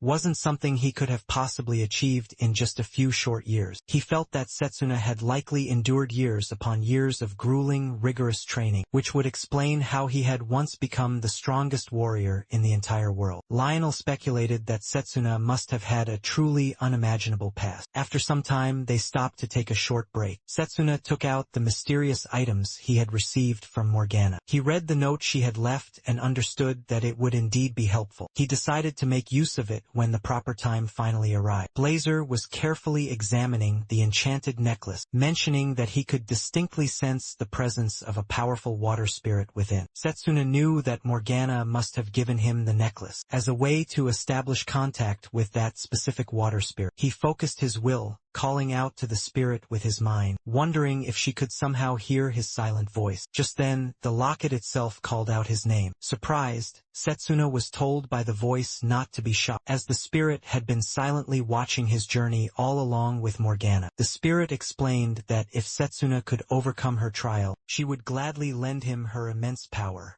Setsuna couldn't believe it. Was this really happening? But the spirit warned him not to start celebrating just yet. Her trial was not one that would take place in the heat of battle, which was a relief, given his recent battle with Blazer. The water spirit reassured him that there was no need to be tense. Her trial was designed to challenge him in a different way and help him grow. Setsuna wondered what he possibly needed to do to move her. The spirit explained that she was growing weary of the monotonous spiritual world, and she yearned to experience an entirely new perspective. Blazer, surprised by this, remarked on how surprisingly lenient this particular spirit was. He added that it was typical for him not to get along with her kind. The spirit cheerfully responded that she didn't dislike Blazer at all. Setsuna thought it was a relief that, unlike the fiery Blazer, this new spirit seemed quite friendly and approachable. But he still wondered what she could possibly mean by moving someone. Lionel suddenly placed a hand on Setsuna's shoulder, telling him that he was incredibly lucky today. He then said that, to be perfectly honest, he had an absolutely fantastic story that would surely move Setsuna, a legendary tale of fiery friendship that would bring tears to their very eyes. The spirit wondered aloud about this supposed old story. Lionel nodded eagerly and began to explain that it was the epic tale of the heroes who had saved their country. Decades ago, the great Orduina, wielder of the indestructible blade, and his comrade Wallace, the impenetrable iron wall, A truly magnificent story indeed. As Lionel continued to passionately tell his grand story, the night turned into morning, and Setsuna had long since fallen asleep. When he finally awoke, he saw that Lionel was still enthusiastically talking to the water spirit. Setsuna decided it was best to discuss the matter further. Once they had all finally returned to the academy. Back at the academy, Setsuna was chatting with Carol, Drago, and Layla. Layla was curious about something that had moved him. Drago asked Setsuna if anything significant had happened during their break. Setsuna simply explained that it had been just a bit of extra training. Layla then suggested they all visit an art museum together sometime soon, mentioning that she had a close friend who knew a great deal about art. Setsuna readily agreed, saying that such an outing would surely be helpful. Drago chimed in that they should all go, and Carol enthusiastically agreed, saying, "Just leave all the planning to me." Later on, they all arrived at the Grand Museum to explore its wonders. Afterward, as they were all heading back to campus,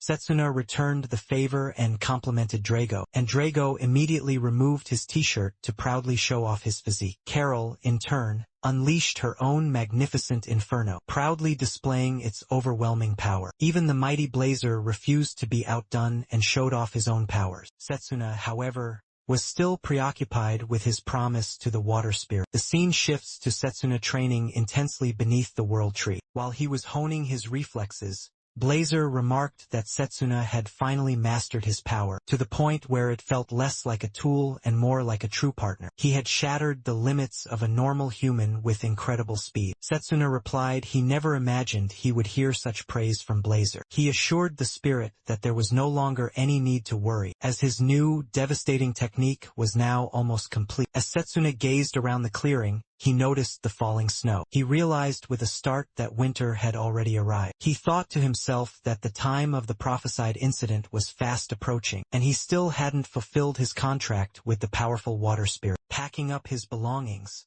Setsuna muttered that they would have to put the spirit's trial on hold for a while, since he had a far more pressing matter to attend to. Blazer asked if he was certain that he was truly done with his training. Setsuna replied that while the timing was far from ideal, he could no longer afford to drain the power of the sacred tree. They had already used a vast and dangerous amount of its mana in their training, and it would take the tree several years to fully recharge. Setsuna bowed respectfully toward the ancient tree, thanking it for helping him master Blazer's incredible power so effectively. With the end of the year rapidly approaching, Setsuna realized there was simply no more time left to rest. Blazer wondered if this meant a major battle was on the horizon. Setsuna gravely confirmed, explaining that, before his regression, humanity had been utterly defeated by the forces of the evil god, and there were 4 primary catalysts that led to that tragic defeat. One of these cataclysmic events would occur in the next 7 days. Blazer asked what these so-called 4 great causes of defeat were. Setsuna replied that among the many invasions by the evil god, there were 4 events that proved to be particularly fatal: the Great Pledge of the Dragon Silence,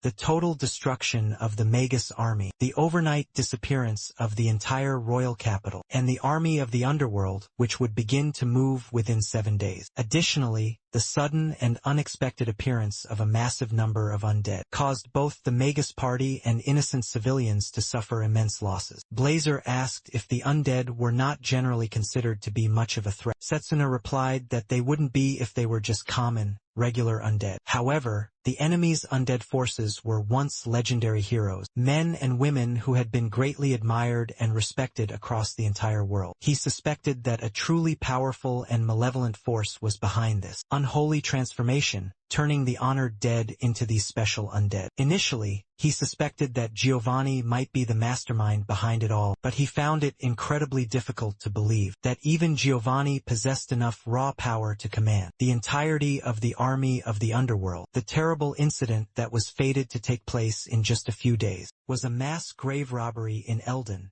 which was Setsuna's own hometown, a desecration where bodies were stolen from the hallowed graves of heroes. It was widely believed that the heroes' priceless treasures were the original target. Blazer added that the true, sinister goal was the corpses themselves. Setsuna stated his plan: he would head to the royal cemetery before the fateful night of the incident, to prevent the tragedy from ever happening. While they were sharing a meal with friends, Layla asked Drago if he planned on going home during the upcoming winter break. Drago agreed, explaining that his father was planning to teach him the secret, ancient techniques of close-quarters combat that had been passed down through his family for generations. Carol said she would be playing with her companion Fenrir in the vast ice plains, located on her family's vast territory, and she cheekily asked if Blazer would care to join her. Blazer immediately declined the offer. Layla was amazed to hear that Carol's family actually owned territory, and admitted she couldn't even begin to imagine. Layla then turned to Setsuna, asking how he planned to spend his vacation. He appeared to be lost deep in his own thoughts, and when she called out to him again, he seemed startled, asking what they had been talking about. Layla worried that he had become lost in thought yet again, and wondered if he was hiding some dangerous secret from them that he felt he couldn't share.